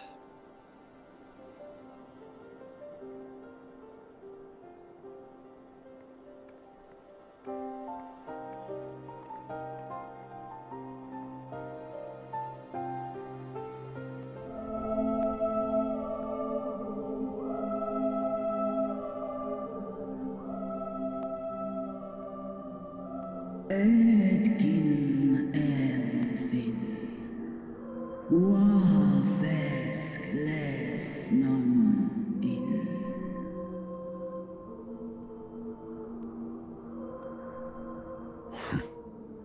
It's plain she knows naught of recent events. Perhaps you should enlighten her.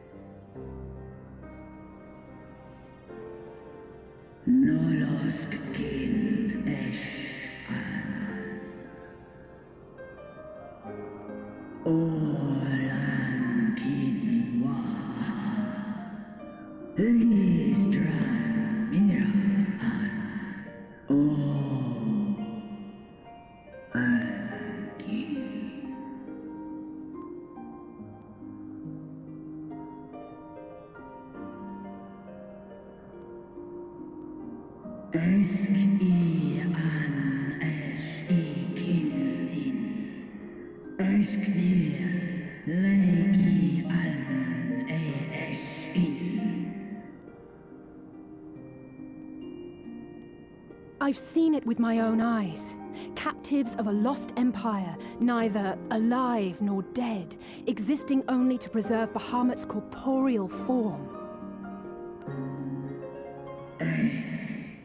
Taidra, Mera,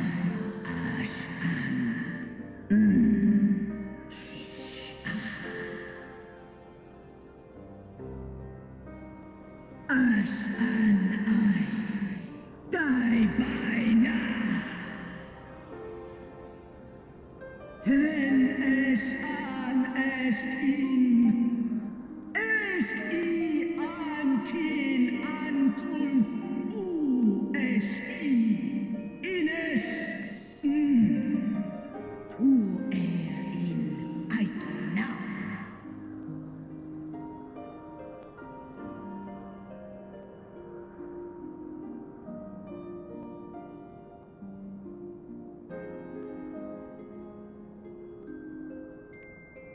Your children's pain means nothing to them. They laugh at your kind suffering. But tears will not right this wrong, nor will lamentation see the perpetrators punished. Snosk an taf in Dramon.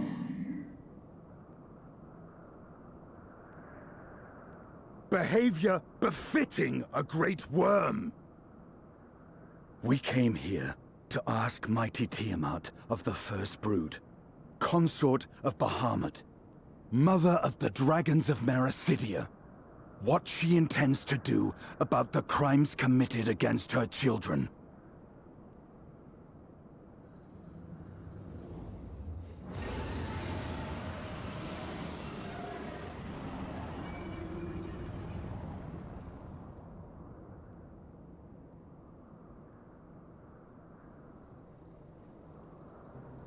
Santalan infan antosk. Kous lent an. Ale o esk an in. Ale kum ak in. You too were exposed to his influence. That you are yet in possession of your own will is testament to the indomitable strength of your soul. But were you to meet with Bahamut again, you fear you might succumb. Snoska Dramon kin. Nestra in. Iles I. Nesh an. And ala. Unmik Nalstra ul an Antal an Small Tahi an.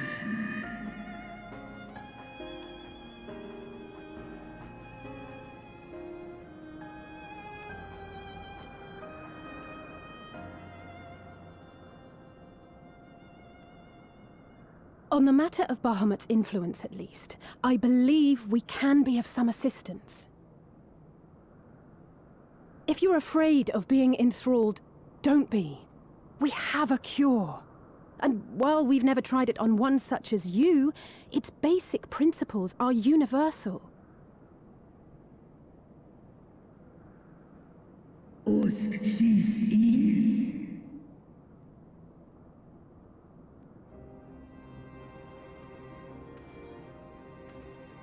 There is no future for those bound to the past.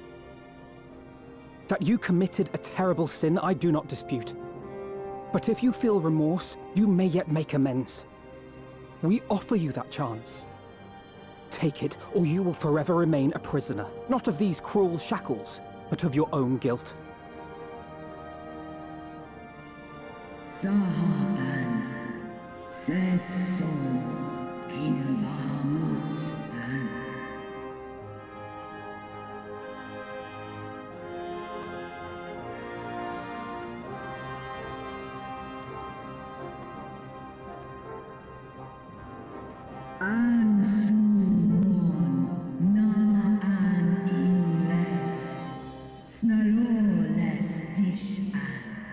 Na ala an ul an sin an stan in.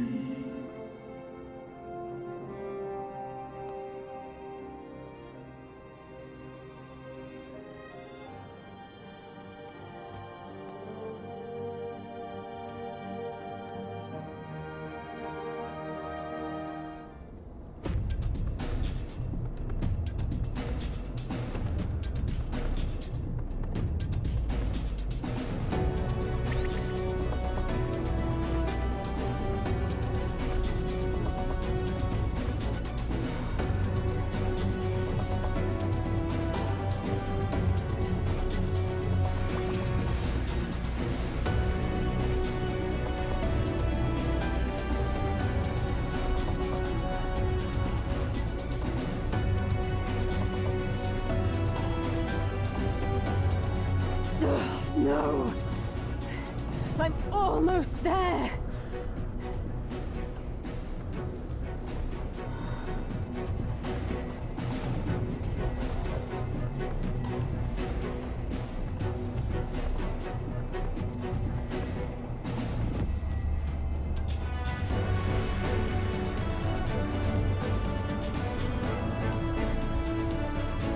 This is it, Angelo!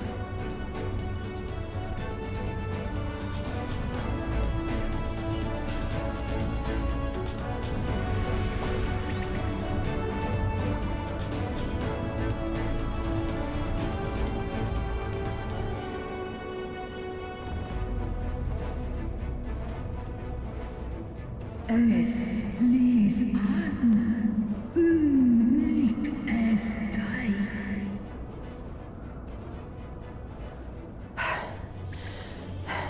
Did it work? We won't know for certain until the shackles are removed.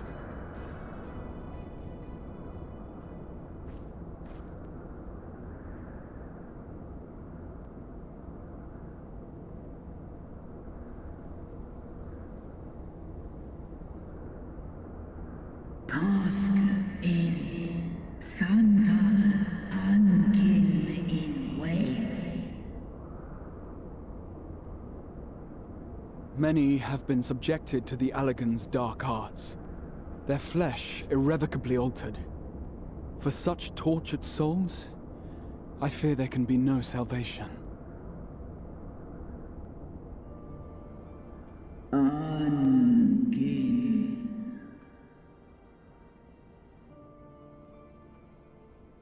Slosk an ol fol kail an.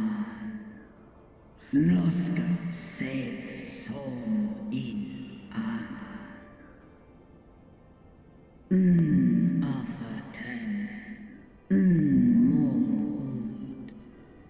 Wan an. Lis a an. Do ud an.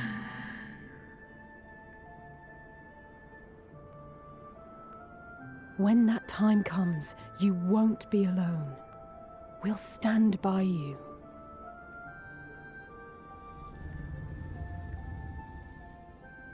She's in an enemy.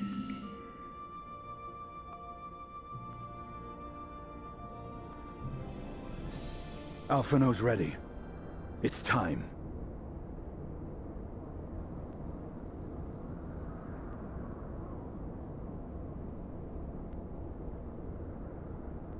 Do it.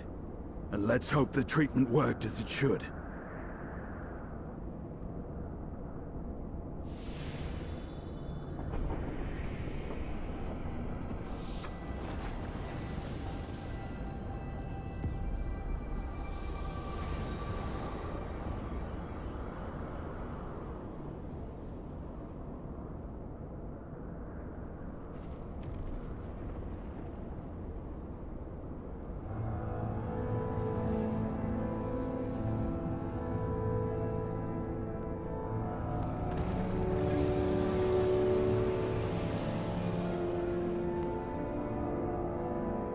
Mahamut an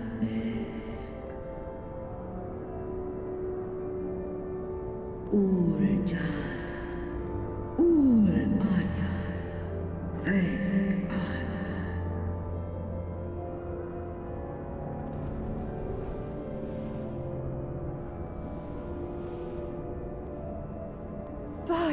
gods!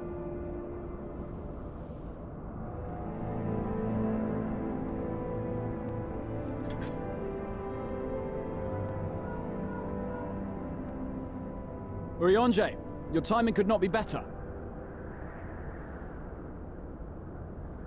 Understood, we're on our way. It's Bahamut. He's been sighted over Pagalthan. He flies for the largest amount of settlement in the region, at the head of a vast host, including dragons.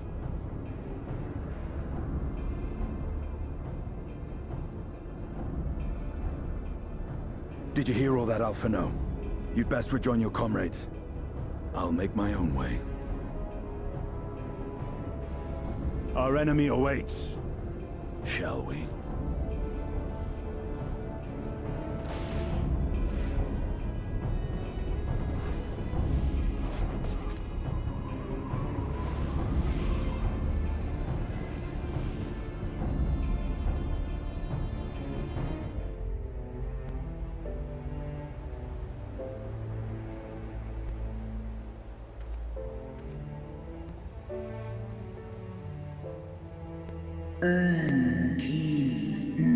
So Ash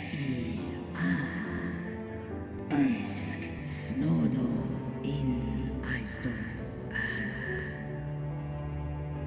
Antal An in Aisto Antal Afa Snalask En Ash An Dran Mira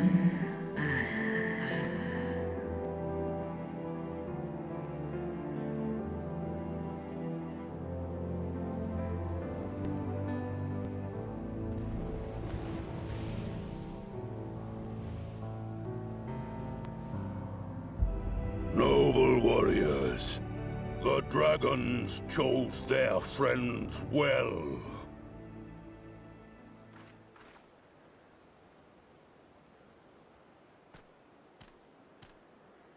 Long have our peoples waged war, but no more.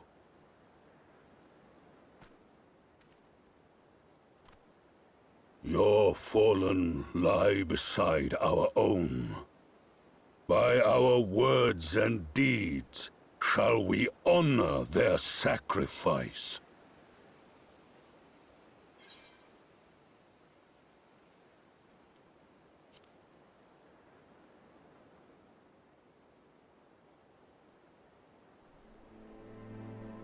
The enemy of our enemy is our friend.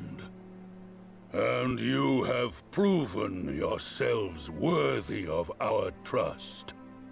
It is the Garleans who are deserving of our fury. I shall see that my brethren learn the truth of this day, and rally as many as possible to the cause, till we meet again.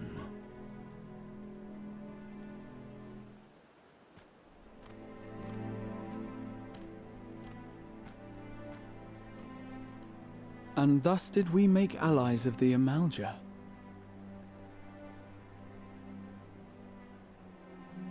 It would certainly seem that way. The Sultana will be pleased. Let's go and give her the good news, shall we?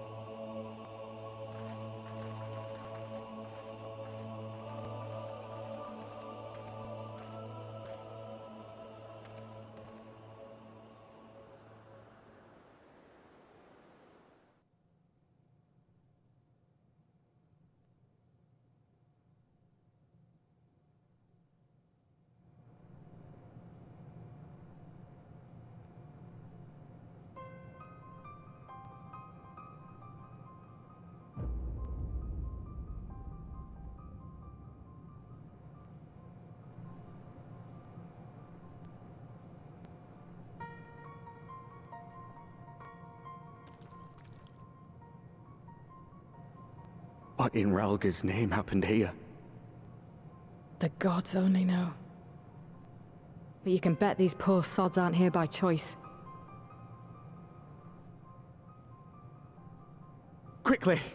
We've got to get them free!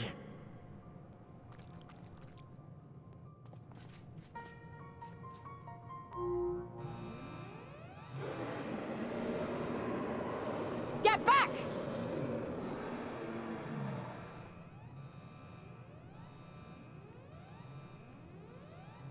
No! What have I done? It's too late for them! We're leaving, now!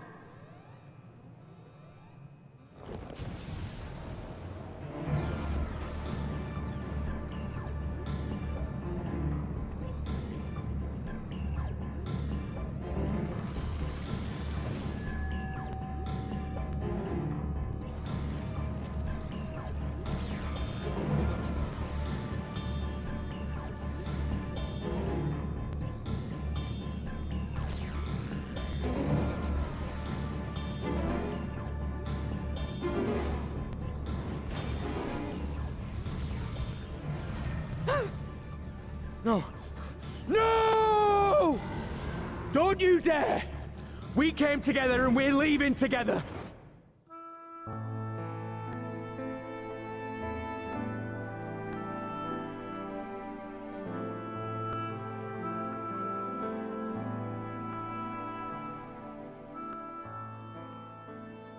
Fordola, have you been waiting here all this time?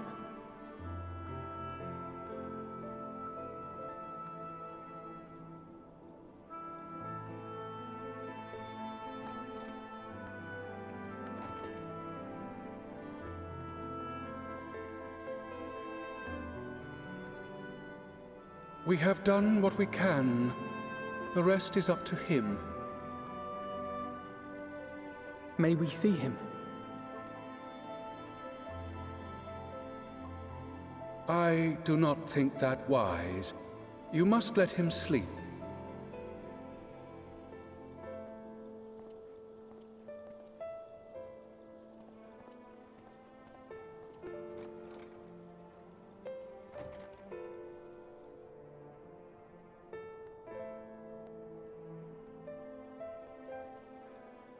Thank you for bringing him back. He owes you his life. I just wish I had been there. Perhaps, I don't know, perhaps I could have... Could have what? Got tempered? Don't flatter yourself. You can't save everyone. No one can. Not even the warrior of bloody light. People die all the time, for no good reason. And those who take up the sword die quicker than most. If you're going to shed a tear every time a soldier falls on the battlefield, you'd best stay away. It's no place for the weak of heart. It may be that victory cannot be won without cost. But all life is precious, and I refuse to shrug at its loss.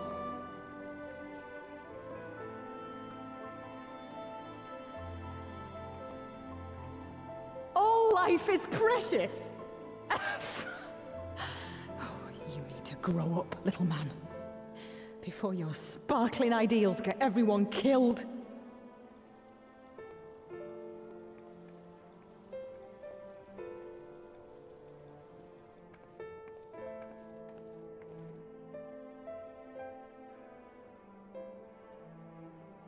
You're right. He is idealistic. But the world has more than its fair share of realists, like you and me. It's people like him who dare to dream that things could be better, and make it happen against all the odds. They are the ones whose names live on forever. The heroes. The battlefield's littered with would-be heroes. At this rate, you'll lot'll be next. And what'll become of your precious dreams then? They'll be gone. Like dust on the wind.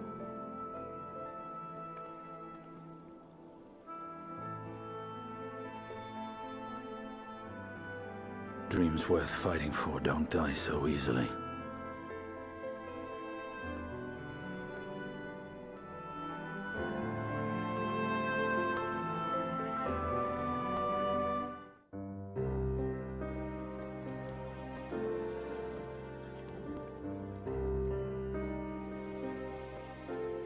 Your Grace, pray forgive us our lateness. Think not of that. I understand a close comrade of yours was wounded in the line of duty. Arenvold. It was at the Alliance's behest that he risked all, and we are grieved to hear of his condition.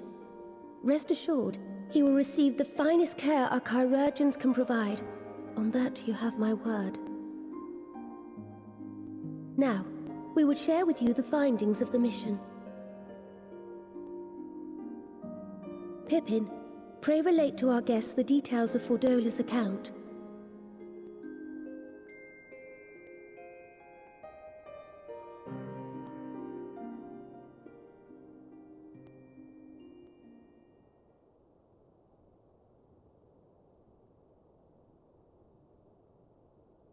First Bahamut, now Ifrit. Or Lunar Ifrit, as Fan Daniel would doubtless have it. 'Tis now all but certain that the towers were conceived to facilitate the summoning of primals by those imprisoned within. Less certain is the means by which the Telophoroi constrain the wills of said entities to enact their designs in defiance of the pleas of their victims. Mayhap they do not. If mere proximity to the towers is enough to make loyal servants of the Empire's mortal enemies, it stands to reason that the same is true for those held captive. They invoke their gods for the good of Garlemald, and in their disturbed state of mind, summon a primal whose form reflects their own alteration. It all begins to make sense. Upon closer inspection, I realized that the towers bear a striking resemblance to a much larger structure which Urianger and I observed from afar during our visit to the Imperial capital. Assuming it too is capable of tempering those in its immediate vicinity, it would go some way to explain the swiftness with which the Telophoroi managed to rally so many Imperials to their cause.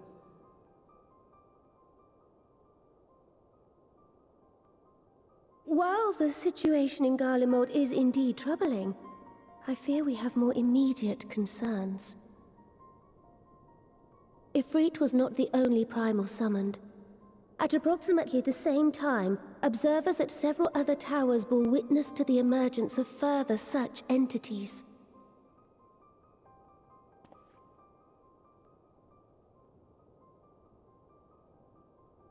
For a blessing, none appear to wield aught approaching the destructive power of Bahamut, and the Grand Companies are moving to deal with the threat even as we speak.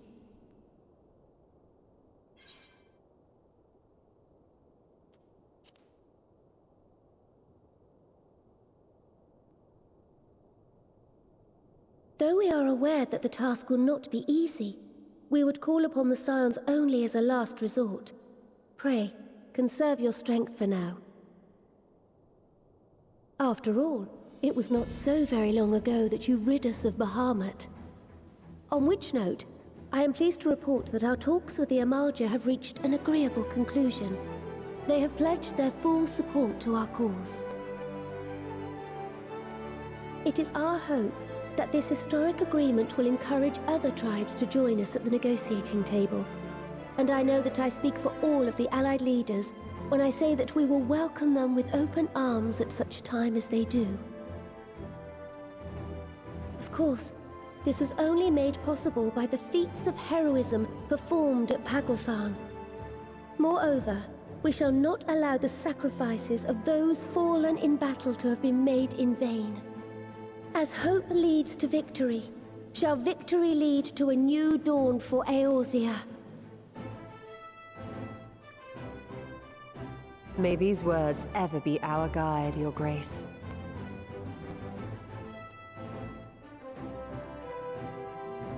Now, if you will forgive me, I must consult with the Syndicate on the matter of our new allies' integration. Till next we meet, my friends, I bid you safe travels and blessed respite.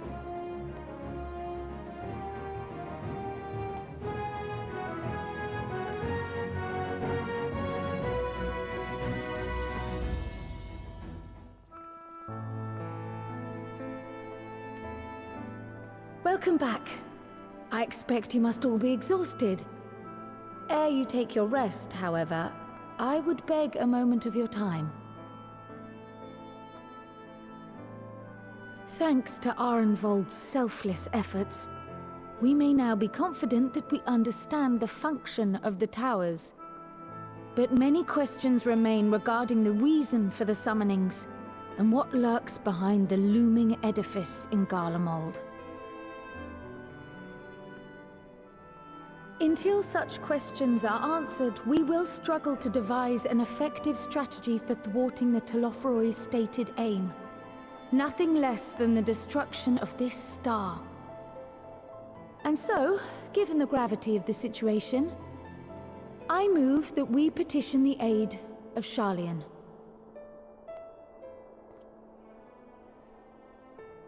It is possible the ancient knowledge preserved within their archives may hide a clue to our enemy's methods. But given Sharlayan's established policy of non-intervention, our former colleagues are not like to aid us in its discovery. Oh, I well remember what they're like. The Forum's barefaced refusal to assist you in the days prior to the calamity must rank as Sharlayan's most shameful act since the Exodus. But were the final days to be reenacted, it would spell doom for us all. Surely even they cannot turn a blind eye to that. I trust we are all of the same mind on this matter.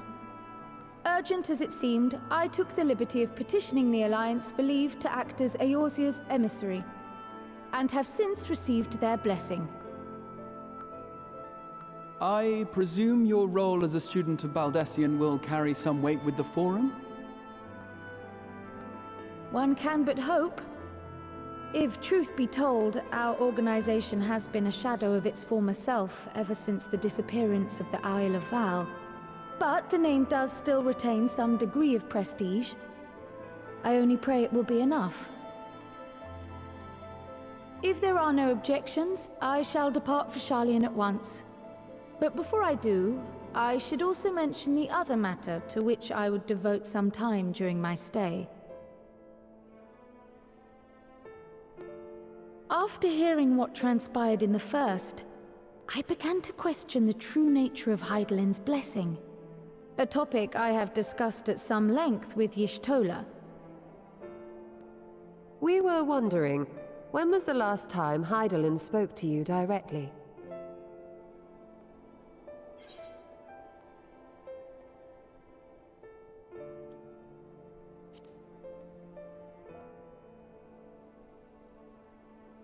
When you regained her blessing, was it not?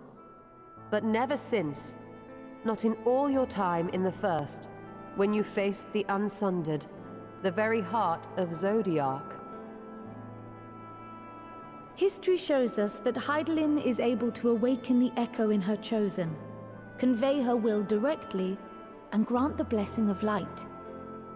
To our knowledge, however, she has not sought to intervene in man's affairs for some considerable time. Might not the explanation for that lie with her choice of champion? Mayhap she is content to trust in her judgment. Mayhap she is.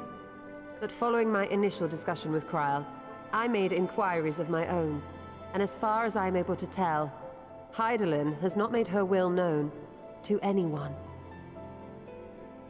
During my time in the First, the Oracle of Light spoke to me through Reen. But that was not the will of Hydaelyn. It was Minfilia herself. Indeed. And while she and Hydaelyn were inextricably linked, Minfilia yet acted of her own volition. A messenger, yes, but one who spoke with her own voice. I wonder, could Heidelin's silence suggest the presence of some disruptive force, perhaps? Some obstacle to communication? While I share Urianger's high opinion of your conduct, I see no reason why she would deny you her guidance altogether. Then again, who am I to say? The fact is, we simply don't know. But if the explanation is to be found anywhere, I can think of worse places to look than the archives of Sharlayan, and their research on the Ethereal Sea in particular.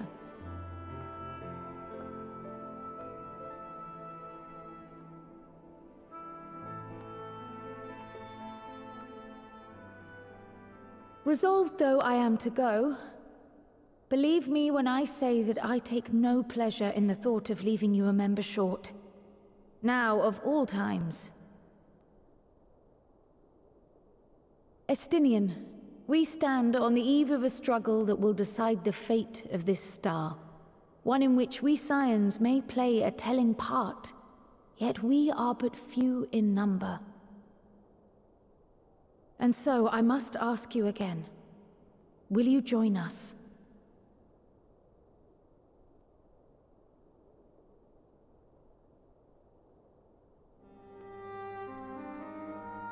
You see the world the way you want it to be. I see the world the way it is. You are idealistic to a fault. But I know you would never turn your back on those in need. Never close your eyes to their suffering. And somehow, your deeds lend truth to your words, giving the lie to my doubts in so doing. I have seen others draw strength from your belief. In Ishgard, in Alamigo. You inspired them to stand up and fight. To win, no less. And even when you lost those you held dear, you carried their spirit with you, and made their memory your guiding light. The burden of so many hopes and dreams would be too heavy for most to bear.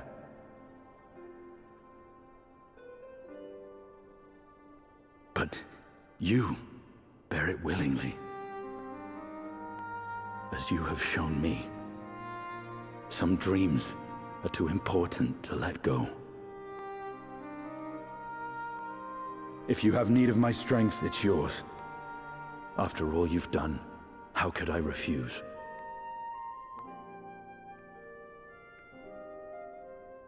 Thank you, Estinian.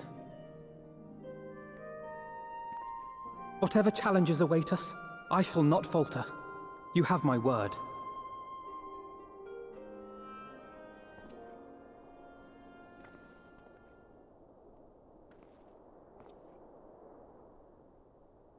And now, I may bid you farewell.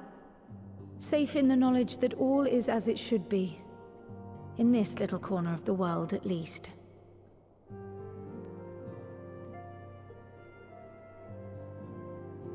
You will be sorely missed.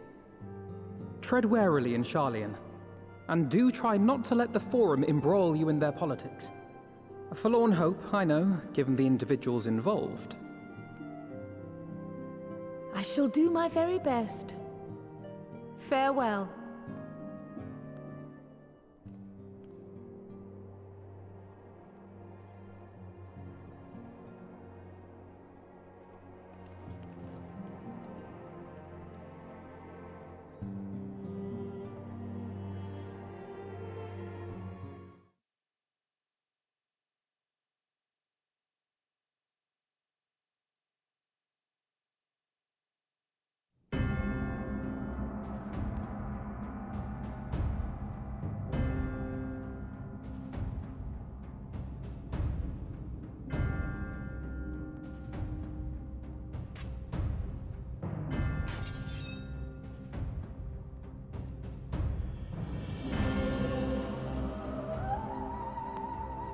Well, does this one meet with your approval?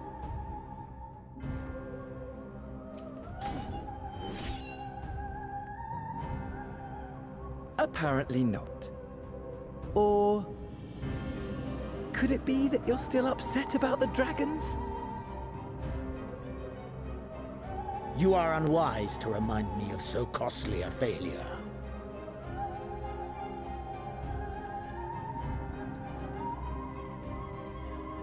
It will not affect our plans, I trust. Oh, hardly at all. Though, admittedly, the chances of us being able to procure any more Mericidian dragons are rather slimmer following Tiamat's reappearance.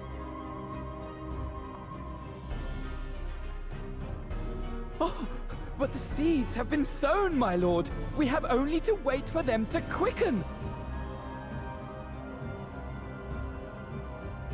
Speaking of preparations, is it safe to assume that you will be ready to control you-know-what? The hour draws nigh. This nation, forged for Ascian ends, will finally prove its worth.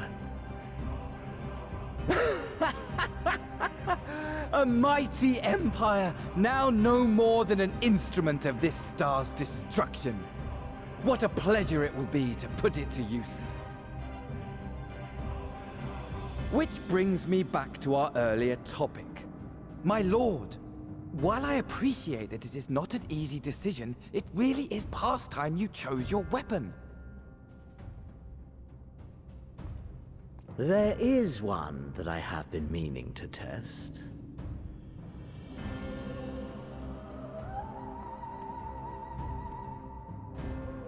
Well, well, not quite what I was expecting, though I will say, it does seem rather apt.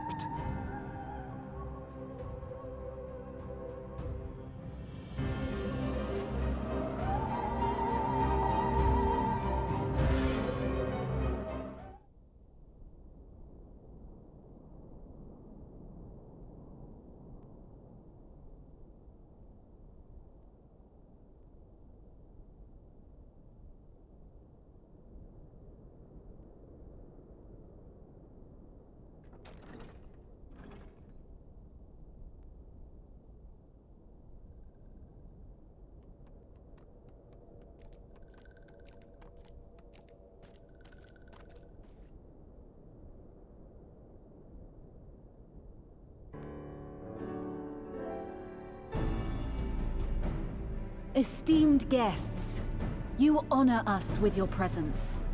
As there is much to discuss, let us begin. Information on our taken brethren you have, yes? Hear it we would!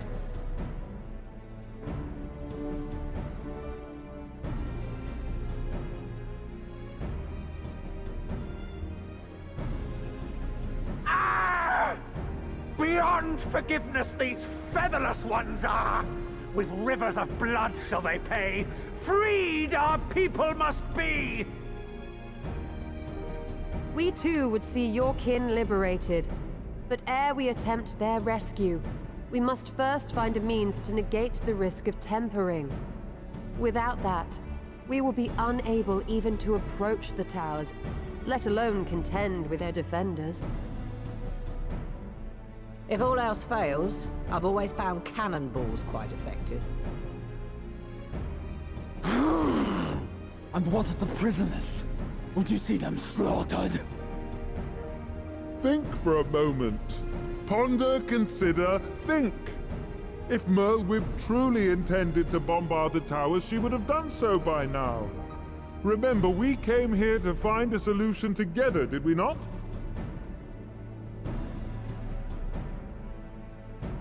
Y'Stola spoke of defenders. I but offered a means to clear a path, should you require it. Given the enemy's capabilities, we will all need to play our part if we are to have any chance of success. For if any here should give less than their best, it will be to the cost of every living being on this star. A paragon, the Empire, our very gods. How can we hope to prevail against such odds? That our foe is formidable, none would deny. But our strengths are many and varied. In this chamber, I see masters of strategy, masters of magic, masters of the land, the air, and the sea. And together, there is nothing in creation we cannot overcome.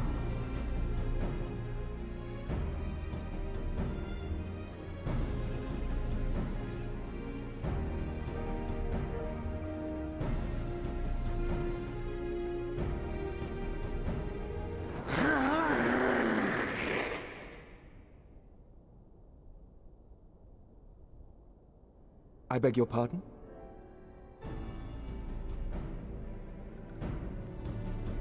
What is it, Soulwalker? Do not express your passion thus. A little tricky without gills, perhaps? Suffice it to say, I am proud to be counted amongst Eorzea's finest. We Sahagin will play our part.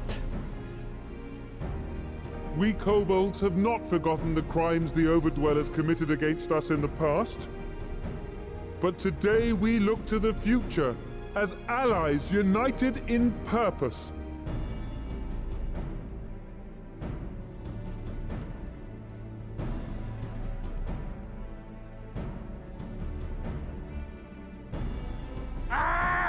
Make mock of the Ixal, the Paragon does! Turns kin into puppets! Pits brother against brother! Free them from his grasp, we shall!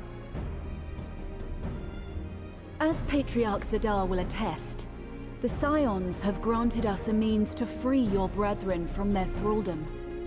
This boon we will gladly share, that your people might never be enslaved again. We accept! We accept! Praise me!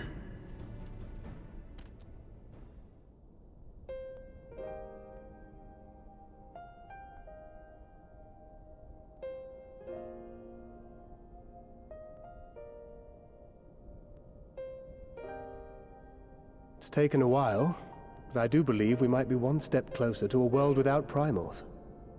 Would that Minfilia were here to see it. We still have a long way to go, and we're going to need a lot more Porksies. But we're moving in the right direction.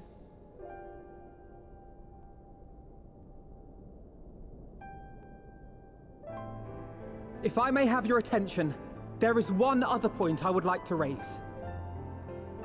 As we can all agree, freeing those held captive must take precedence over every other concern.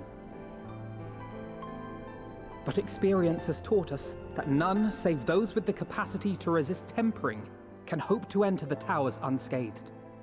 And even once inside, a still greater threat may yet await them, that which we call a primal. Needless to say, if we are to succeed, engaging with such foes can only ever be considered a last resort. And so I move that we seek to prevent them from being summoned in the first place. Yes! Both prayer and ether are needed for the ritual. Should either one be denied, the summoning would fail. Indeed. And so we must endeavor to discover the source of the ether on which the process depends. Do so, and it may present a way to halt the summonings, or perhaps even neutralize the towers entirely. A promising proposal. While you are conducting your investigations, however, we will need to remain vigilant, lest the Telophoroi commit further abductions and summon primals ere we have the means to prevent them. To stand a better chance of keeping our enemy at bay, we would do well to coordinate our defensive efforts, sending reinforcements to assist our neighbors when needed. We Amalja would have been overwhelmed were it not for our newfound allies. But say the word, and we shall come.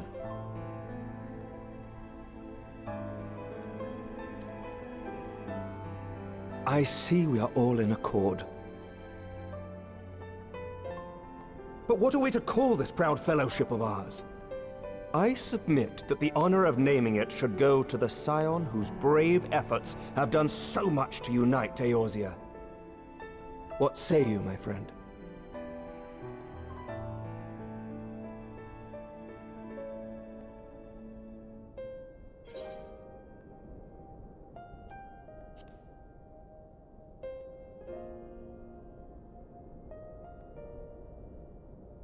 But that's the name I...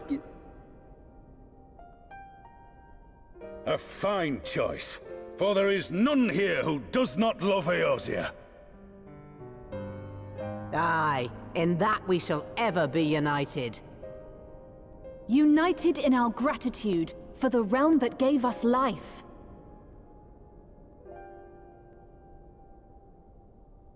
Then let it be recorded that on this day, the Grand Company of Eorzea was born.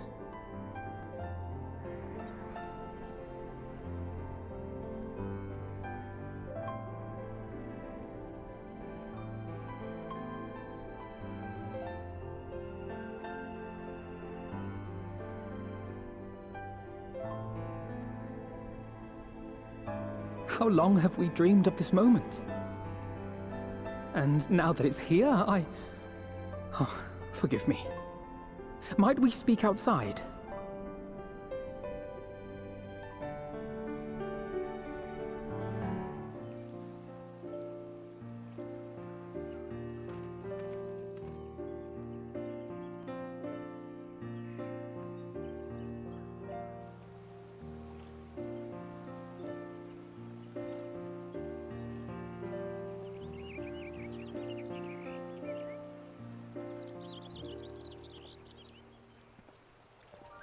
Elder Seedseer, I thank you for granting me this audience. I am Fortuno Leveilleur, here in my capacity as representative of the Forum. It is I who should thank you, Master Fortuno, for journeying so far and so swiftly. Would that our first meeting could have been under happier circumstances.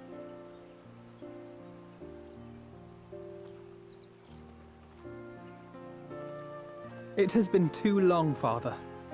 You look well. As do you both. Ameliance will be glad to hear that you are taking care of yourselves. How is Mother? She misses you terribly, of course, but is otherwise a picture of health.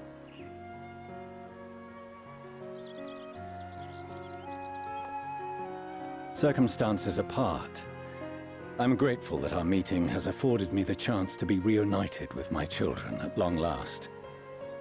And I believe I also owe you thanks for the hospitality you showed my father, Louisoix, during his sojourn in Eorzea.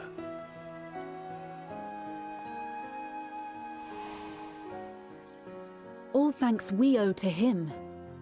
In the days prior to the 7th Umbral Calamity, it was your father's tireless efforts which granted us a means to vanquish the primals. Were it not for him, our strength would have been quite spent by the time the Empire arrived. That Gridania still stands is in large part his achievement. He was a great man.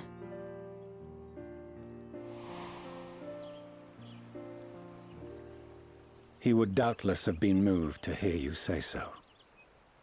I must confess, however, that I opposed his decision to intervene. And my position remains unchanged.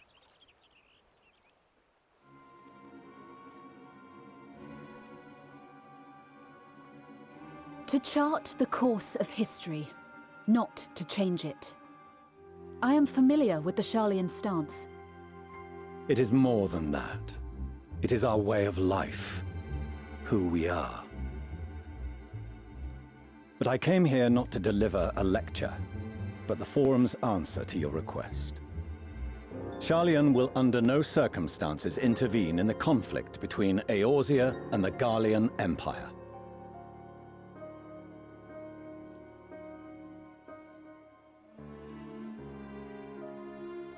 May I ask for what reason the Forum has come to this decision? The final days spell the end not only for Eorzea, but the entire world. The final days? Pray spare me your hyperbole. This conflict is no more than the latest in a series of petty squabbles between yourselves and Garlemald. One in which Sharlayan will take no part. If the final days were truly upon us, we would know. Father, you must ask the Forum to reconsider. You may feel safe on your little island across the waves, but if you imagine the Telophoroi will leave you be, you are mistaken. They mean to kill us all, themselves included. Alphino is right. We have seen what the enemy is capable of, the lengths to which they'll go. This is no time to turn a blind eye. If Eorzea falls, so too will Sharlayan. So if you truly love our homeland, you will join us. Now, before it's too late.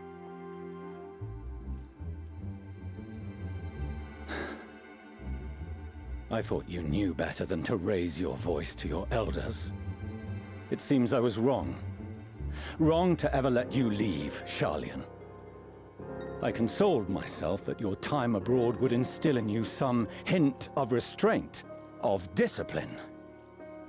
But I see now that Eorzea has made fools of you both.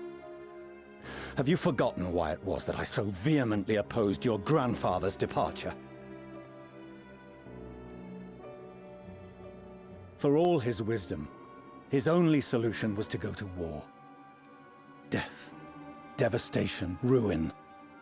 Even those who claim victory are scarred for life. What prize could ever justify such sacrifice? It is the duty of the learned to avert such tragedy. By fanning the flames of war, you forsake all you once held dear.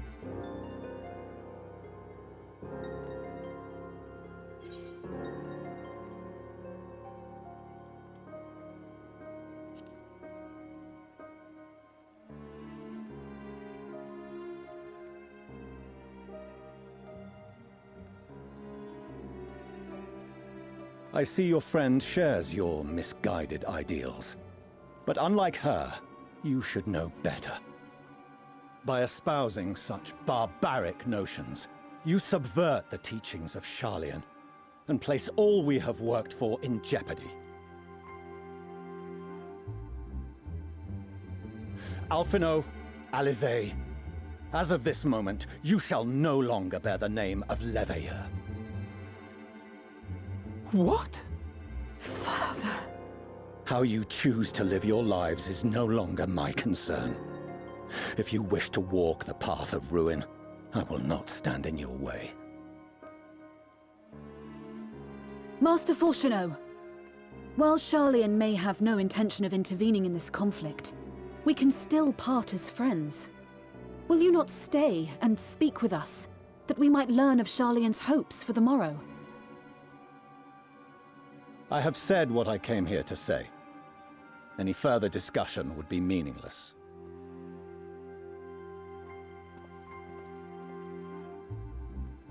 Father, wait! Don't bother, Alisaie! How can you stand there and watch him walk away? How can you let this happen?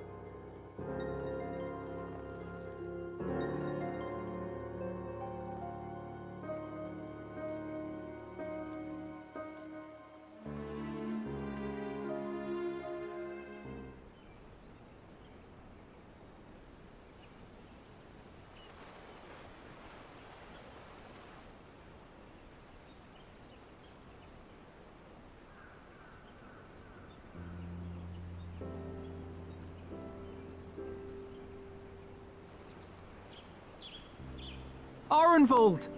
I can't tell you how good it is to see you.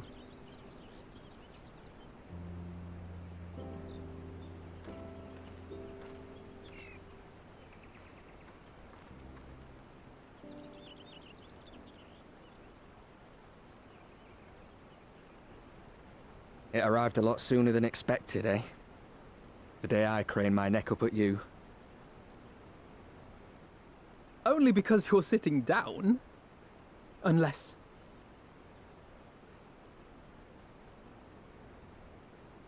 Afraid so. The chirurgeons say I may never walk again.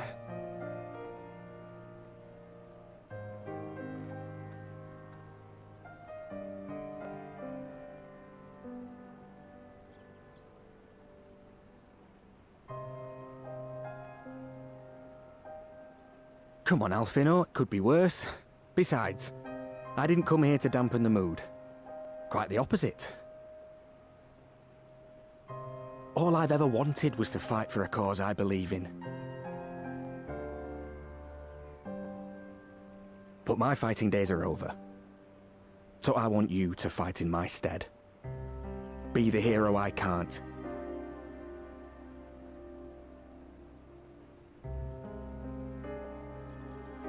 I am no hero. That's what they all say, though. No one ever calls themselves a hero. Even the ones who eat primals for breakfast. It's for others to decide.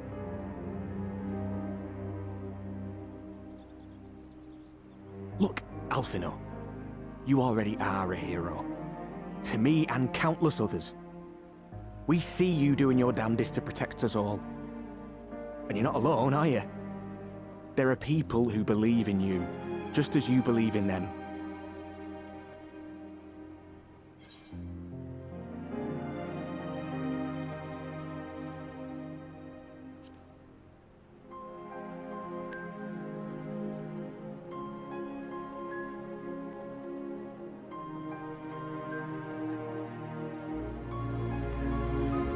I know what's at stake, and how many people are depending on you.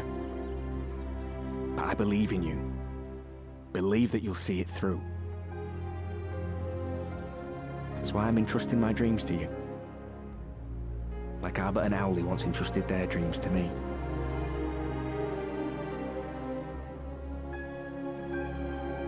There was a time when I would have borne the weight of such expectations without a second thought. But now, I know just how heavy that burden can be. To tell the truth, I'm beginning to wonder if I chose the right path. Sacrifices will inevitably be made for the sake of the ideals I uphold. Maybe I am not the person I thought I was. The person you think I am. I wouldn't presume to tell you. But I will say this. In spite of everything, you've come this far. The road ahead might not always be clear, but you've never been one to give up or take the easy way out. And everything you do for others. For a brighter future. I'm proud to call you my friend. Well, I've said my piece, so I'll let you go. I know you've got more important things to be doing. Just give what I've said some thought, all right?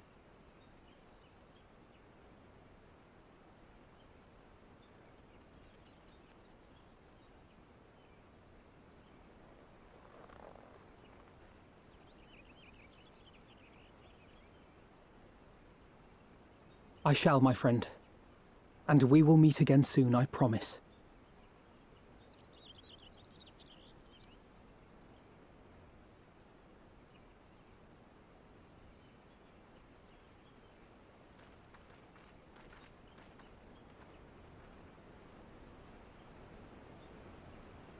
Nothing left for me to do but wave and smile.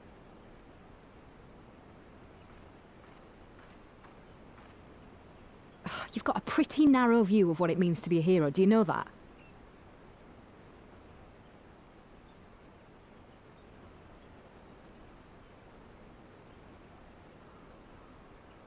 You think they're all forged in the fires of battle? That it's all about being brave and killing villains? Alphino and the others will carry on their fight. But theirs isn't the only one. There are other ways you can make a difference. If you stop feeling sorry for yourself and put your bloody mind to it.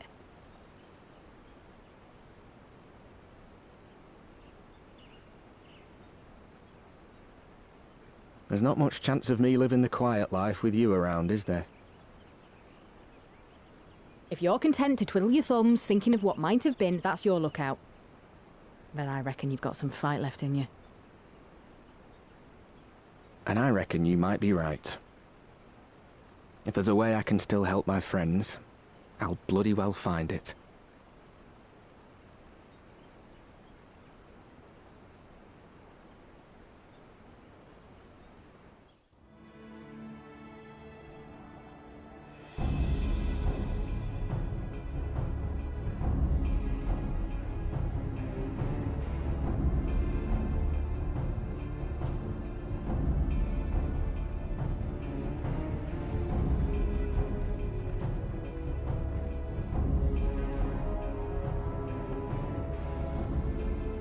My fellow Scions, as I am sure you will have heard, we can expect no help from Sharlayan, nor are we any closer to discerning the Telophoroi's grand design.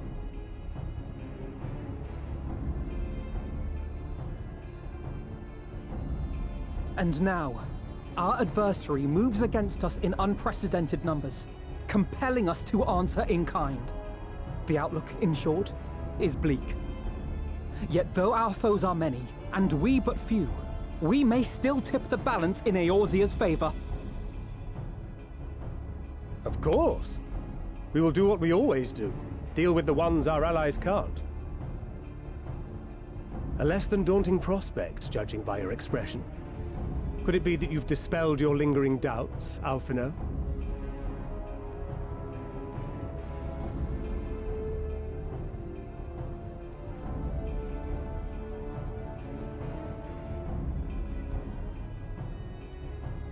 Oh, I doubt I ever will. But as my friends have kindly reminded me, I have come this far, and that must count for something. Gods be good, Alphino. That's what we've been trying to tell you all along. For one so bright, you can be remarkably dim at times. There is such a thing as overthinking, you know.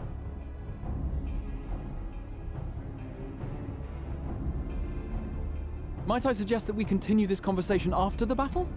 It would appear that Telophoroi have already arrived. I'll do what I can to cure the Tempered, but they'll have to be incapacitated first. Have care, my friends, for none can say wherefore our foe did choose this fateful field to be our battleground. Whatever may transpire, pray grant him not the pleasure of deterring you.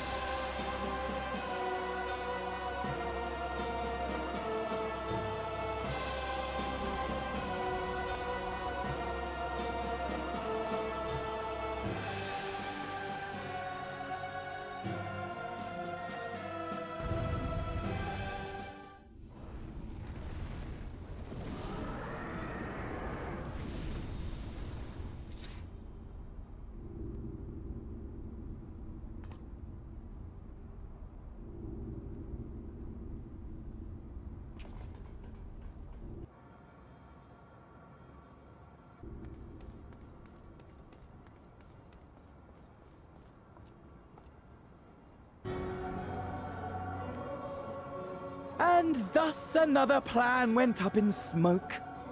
I am beginning to see why Lord Xenos thinks so highly of you. Not that this changes anything, you understand. You have merely earned yourself a stay of execution.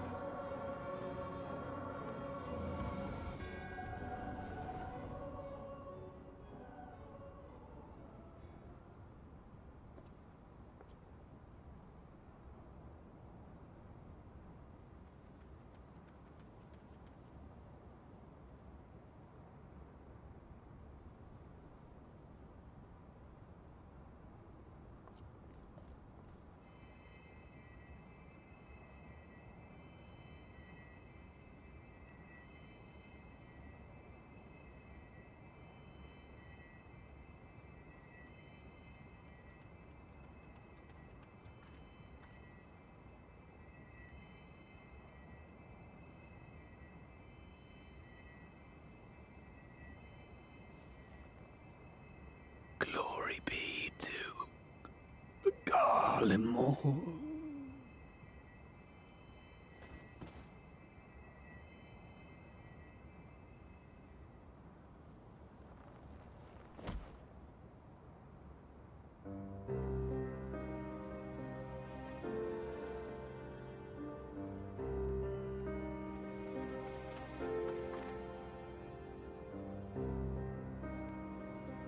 How fare the Tempered? We've treated as many as we can, but some were beyond help.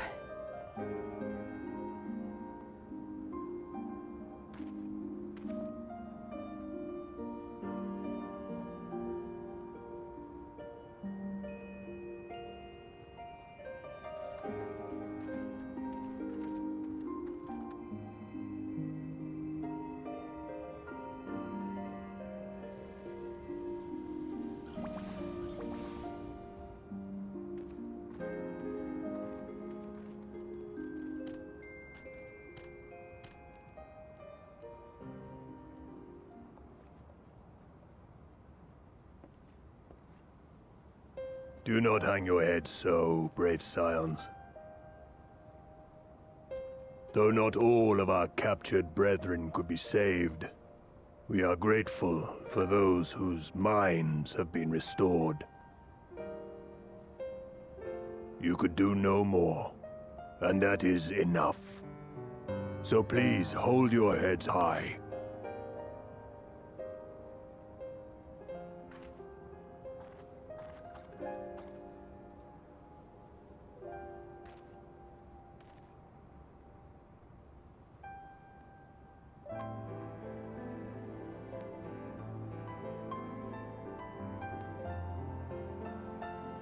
Should have been quicker, but I'll do better next time. Thank you for your kind words. They mean a lot.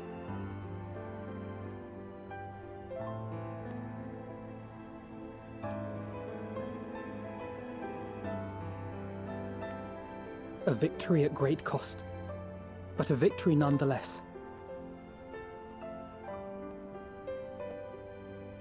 We must stay strong and press on. Isn't that right?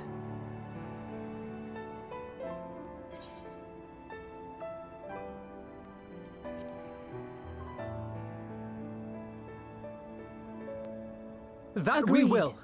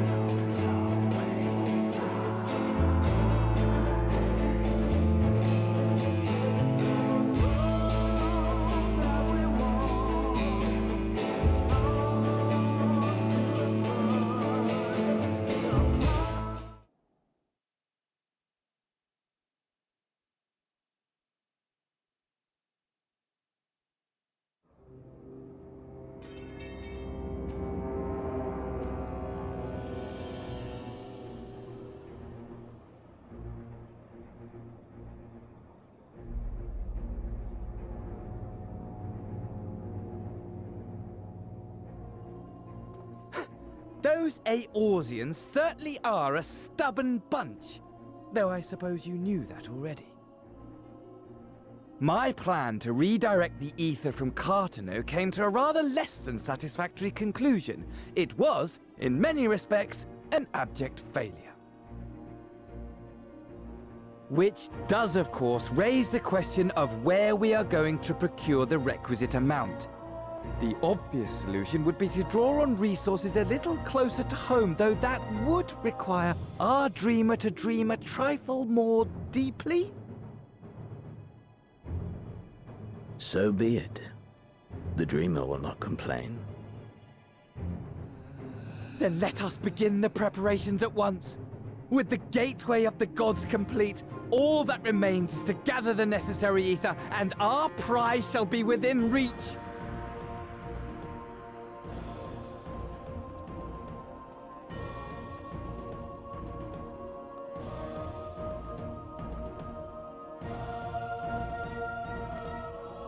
The time has come to fulfill your heart's desire, my desire! To relieve those wretched creatures of their meaningless existence!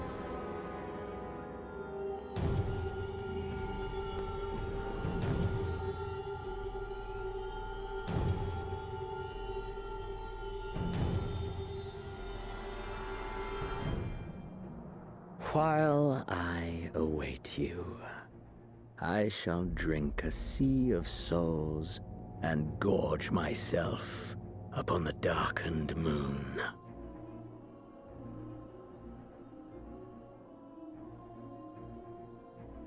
Then you shall come to me, all roiling rage and rancor.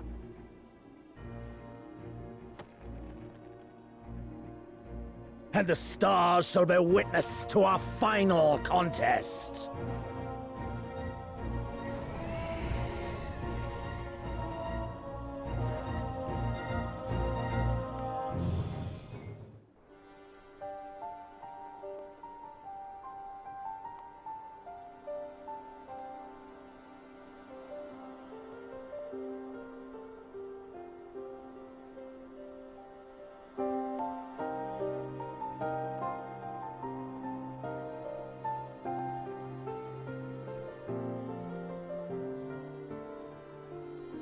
As I thought, the ethereal currents have been disturbed here too.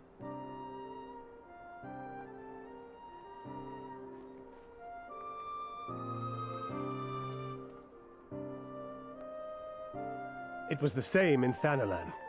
Make that every location we surveyed. And the strength of each current has diminished dramatically, far more than could be attributed to a natural occurrence.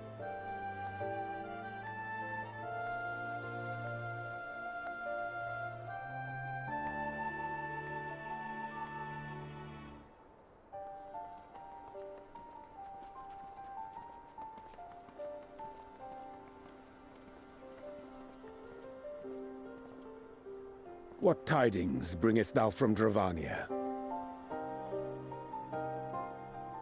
We took a number of readings, and noticed that the closer we were to the tower, the lower the etheric density became. In short, the towers are drawing upon the land's ether, which would explain how they were able to carry out the summonings.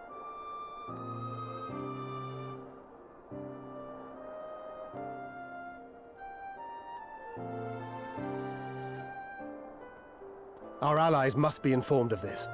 We should return to the Rising Stones and have Tataru relay our findings to them.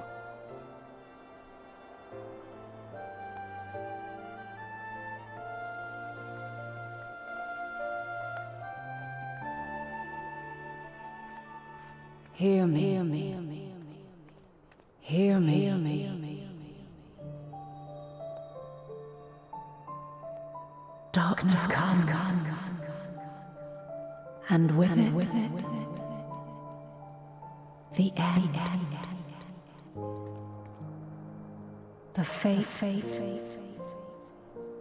of the star is in your hands.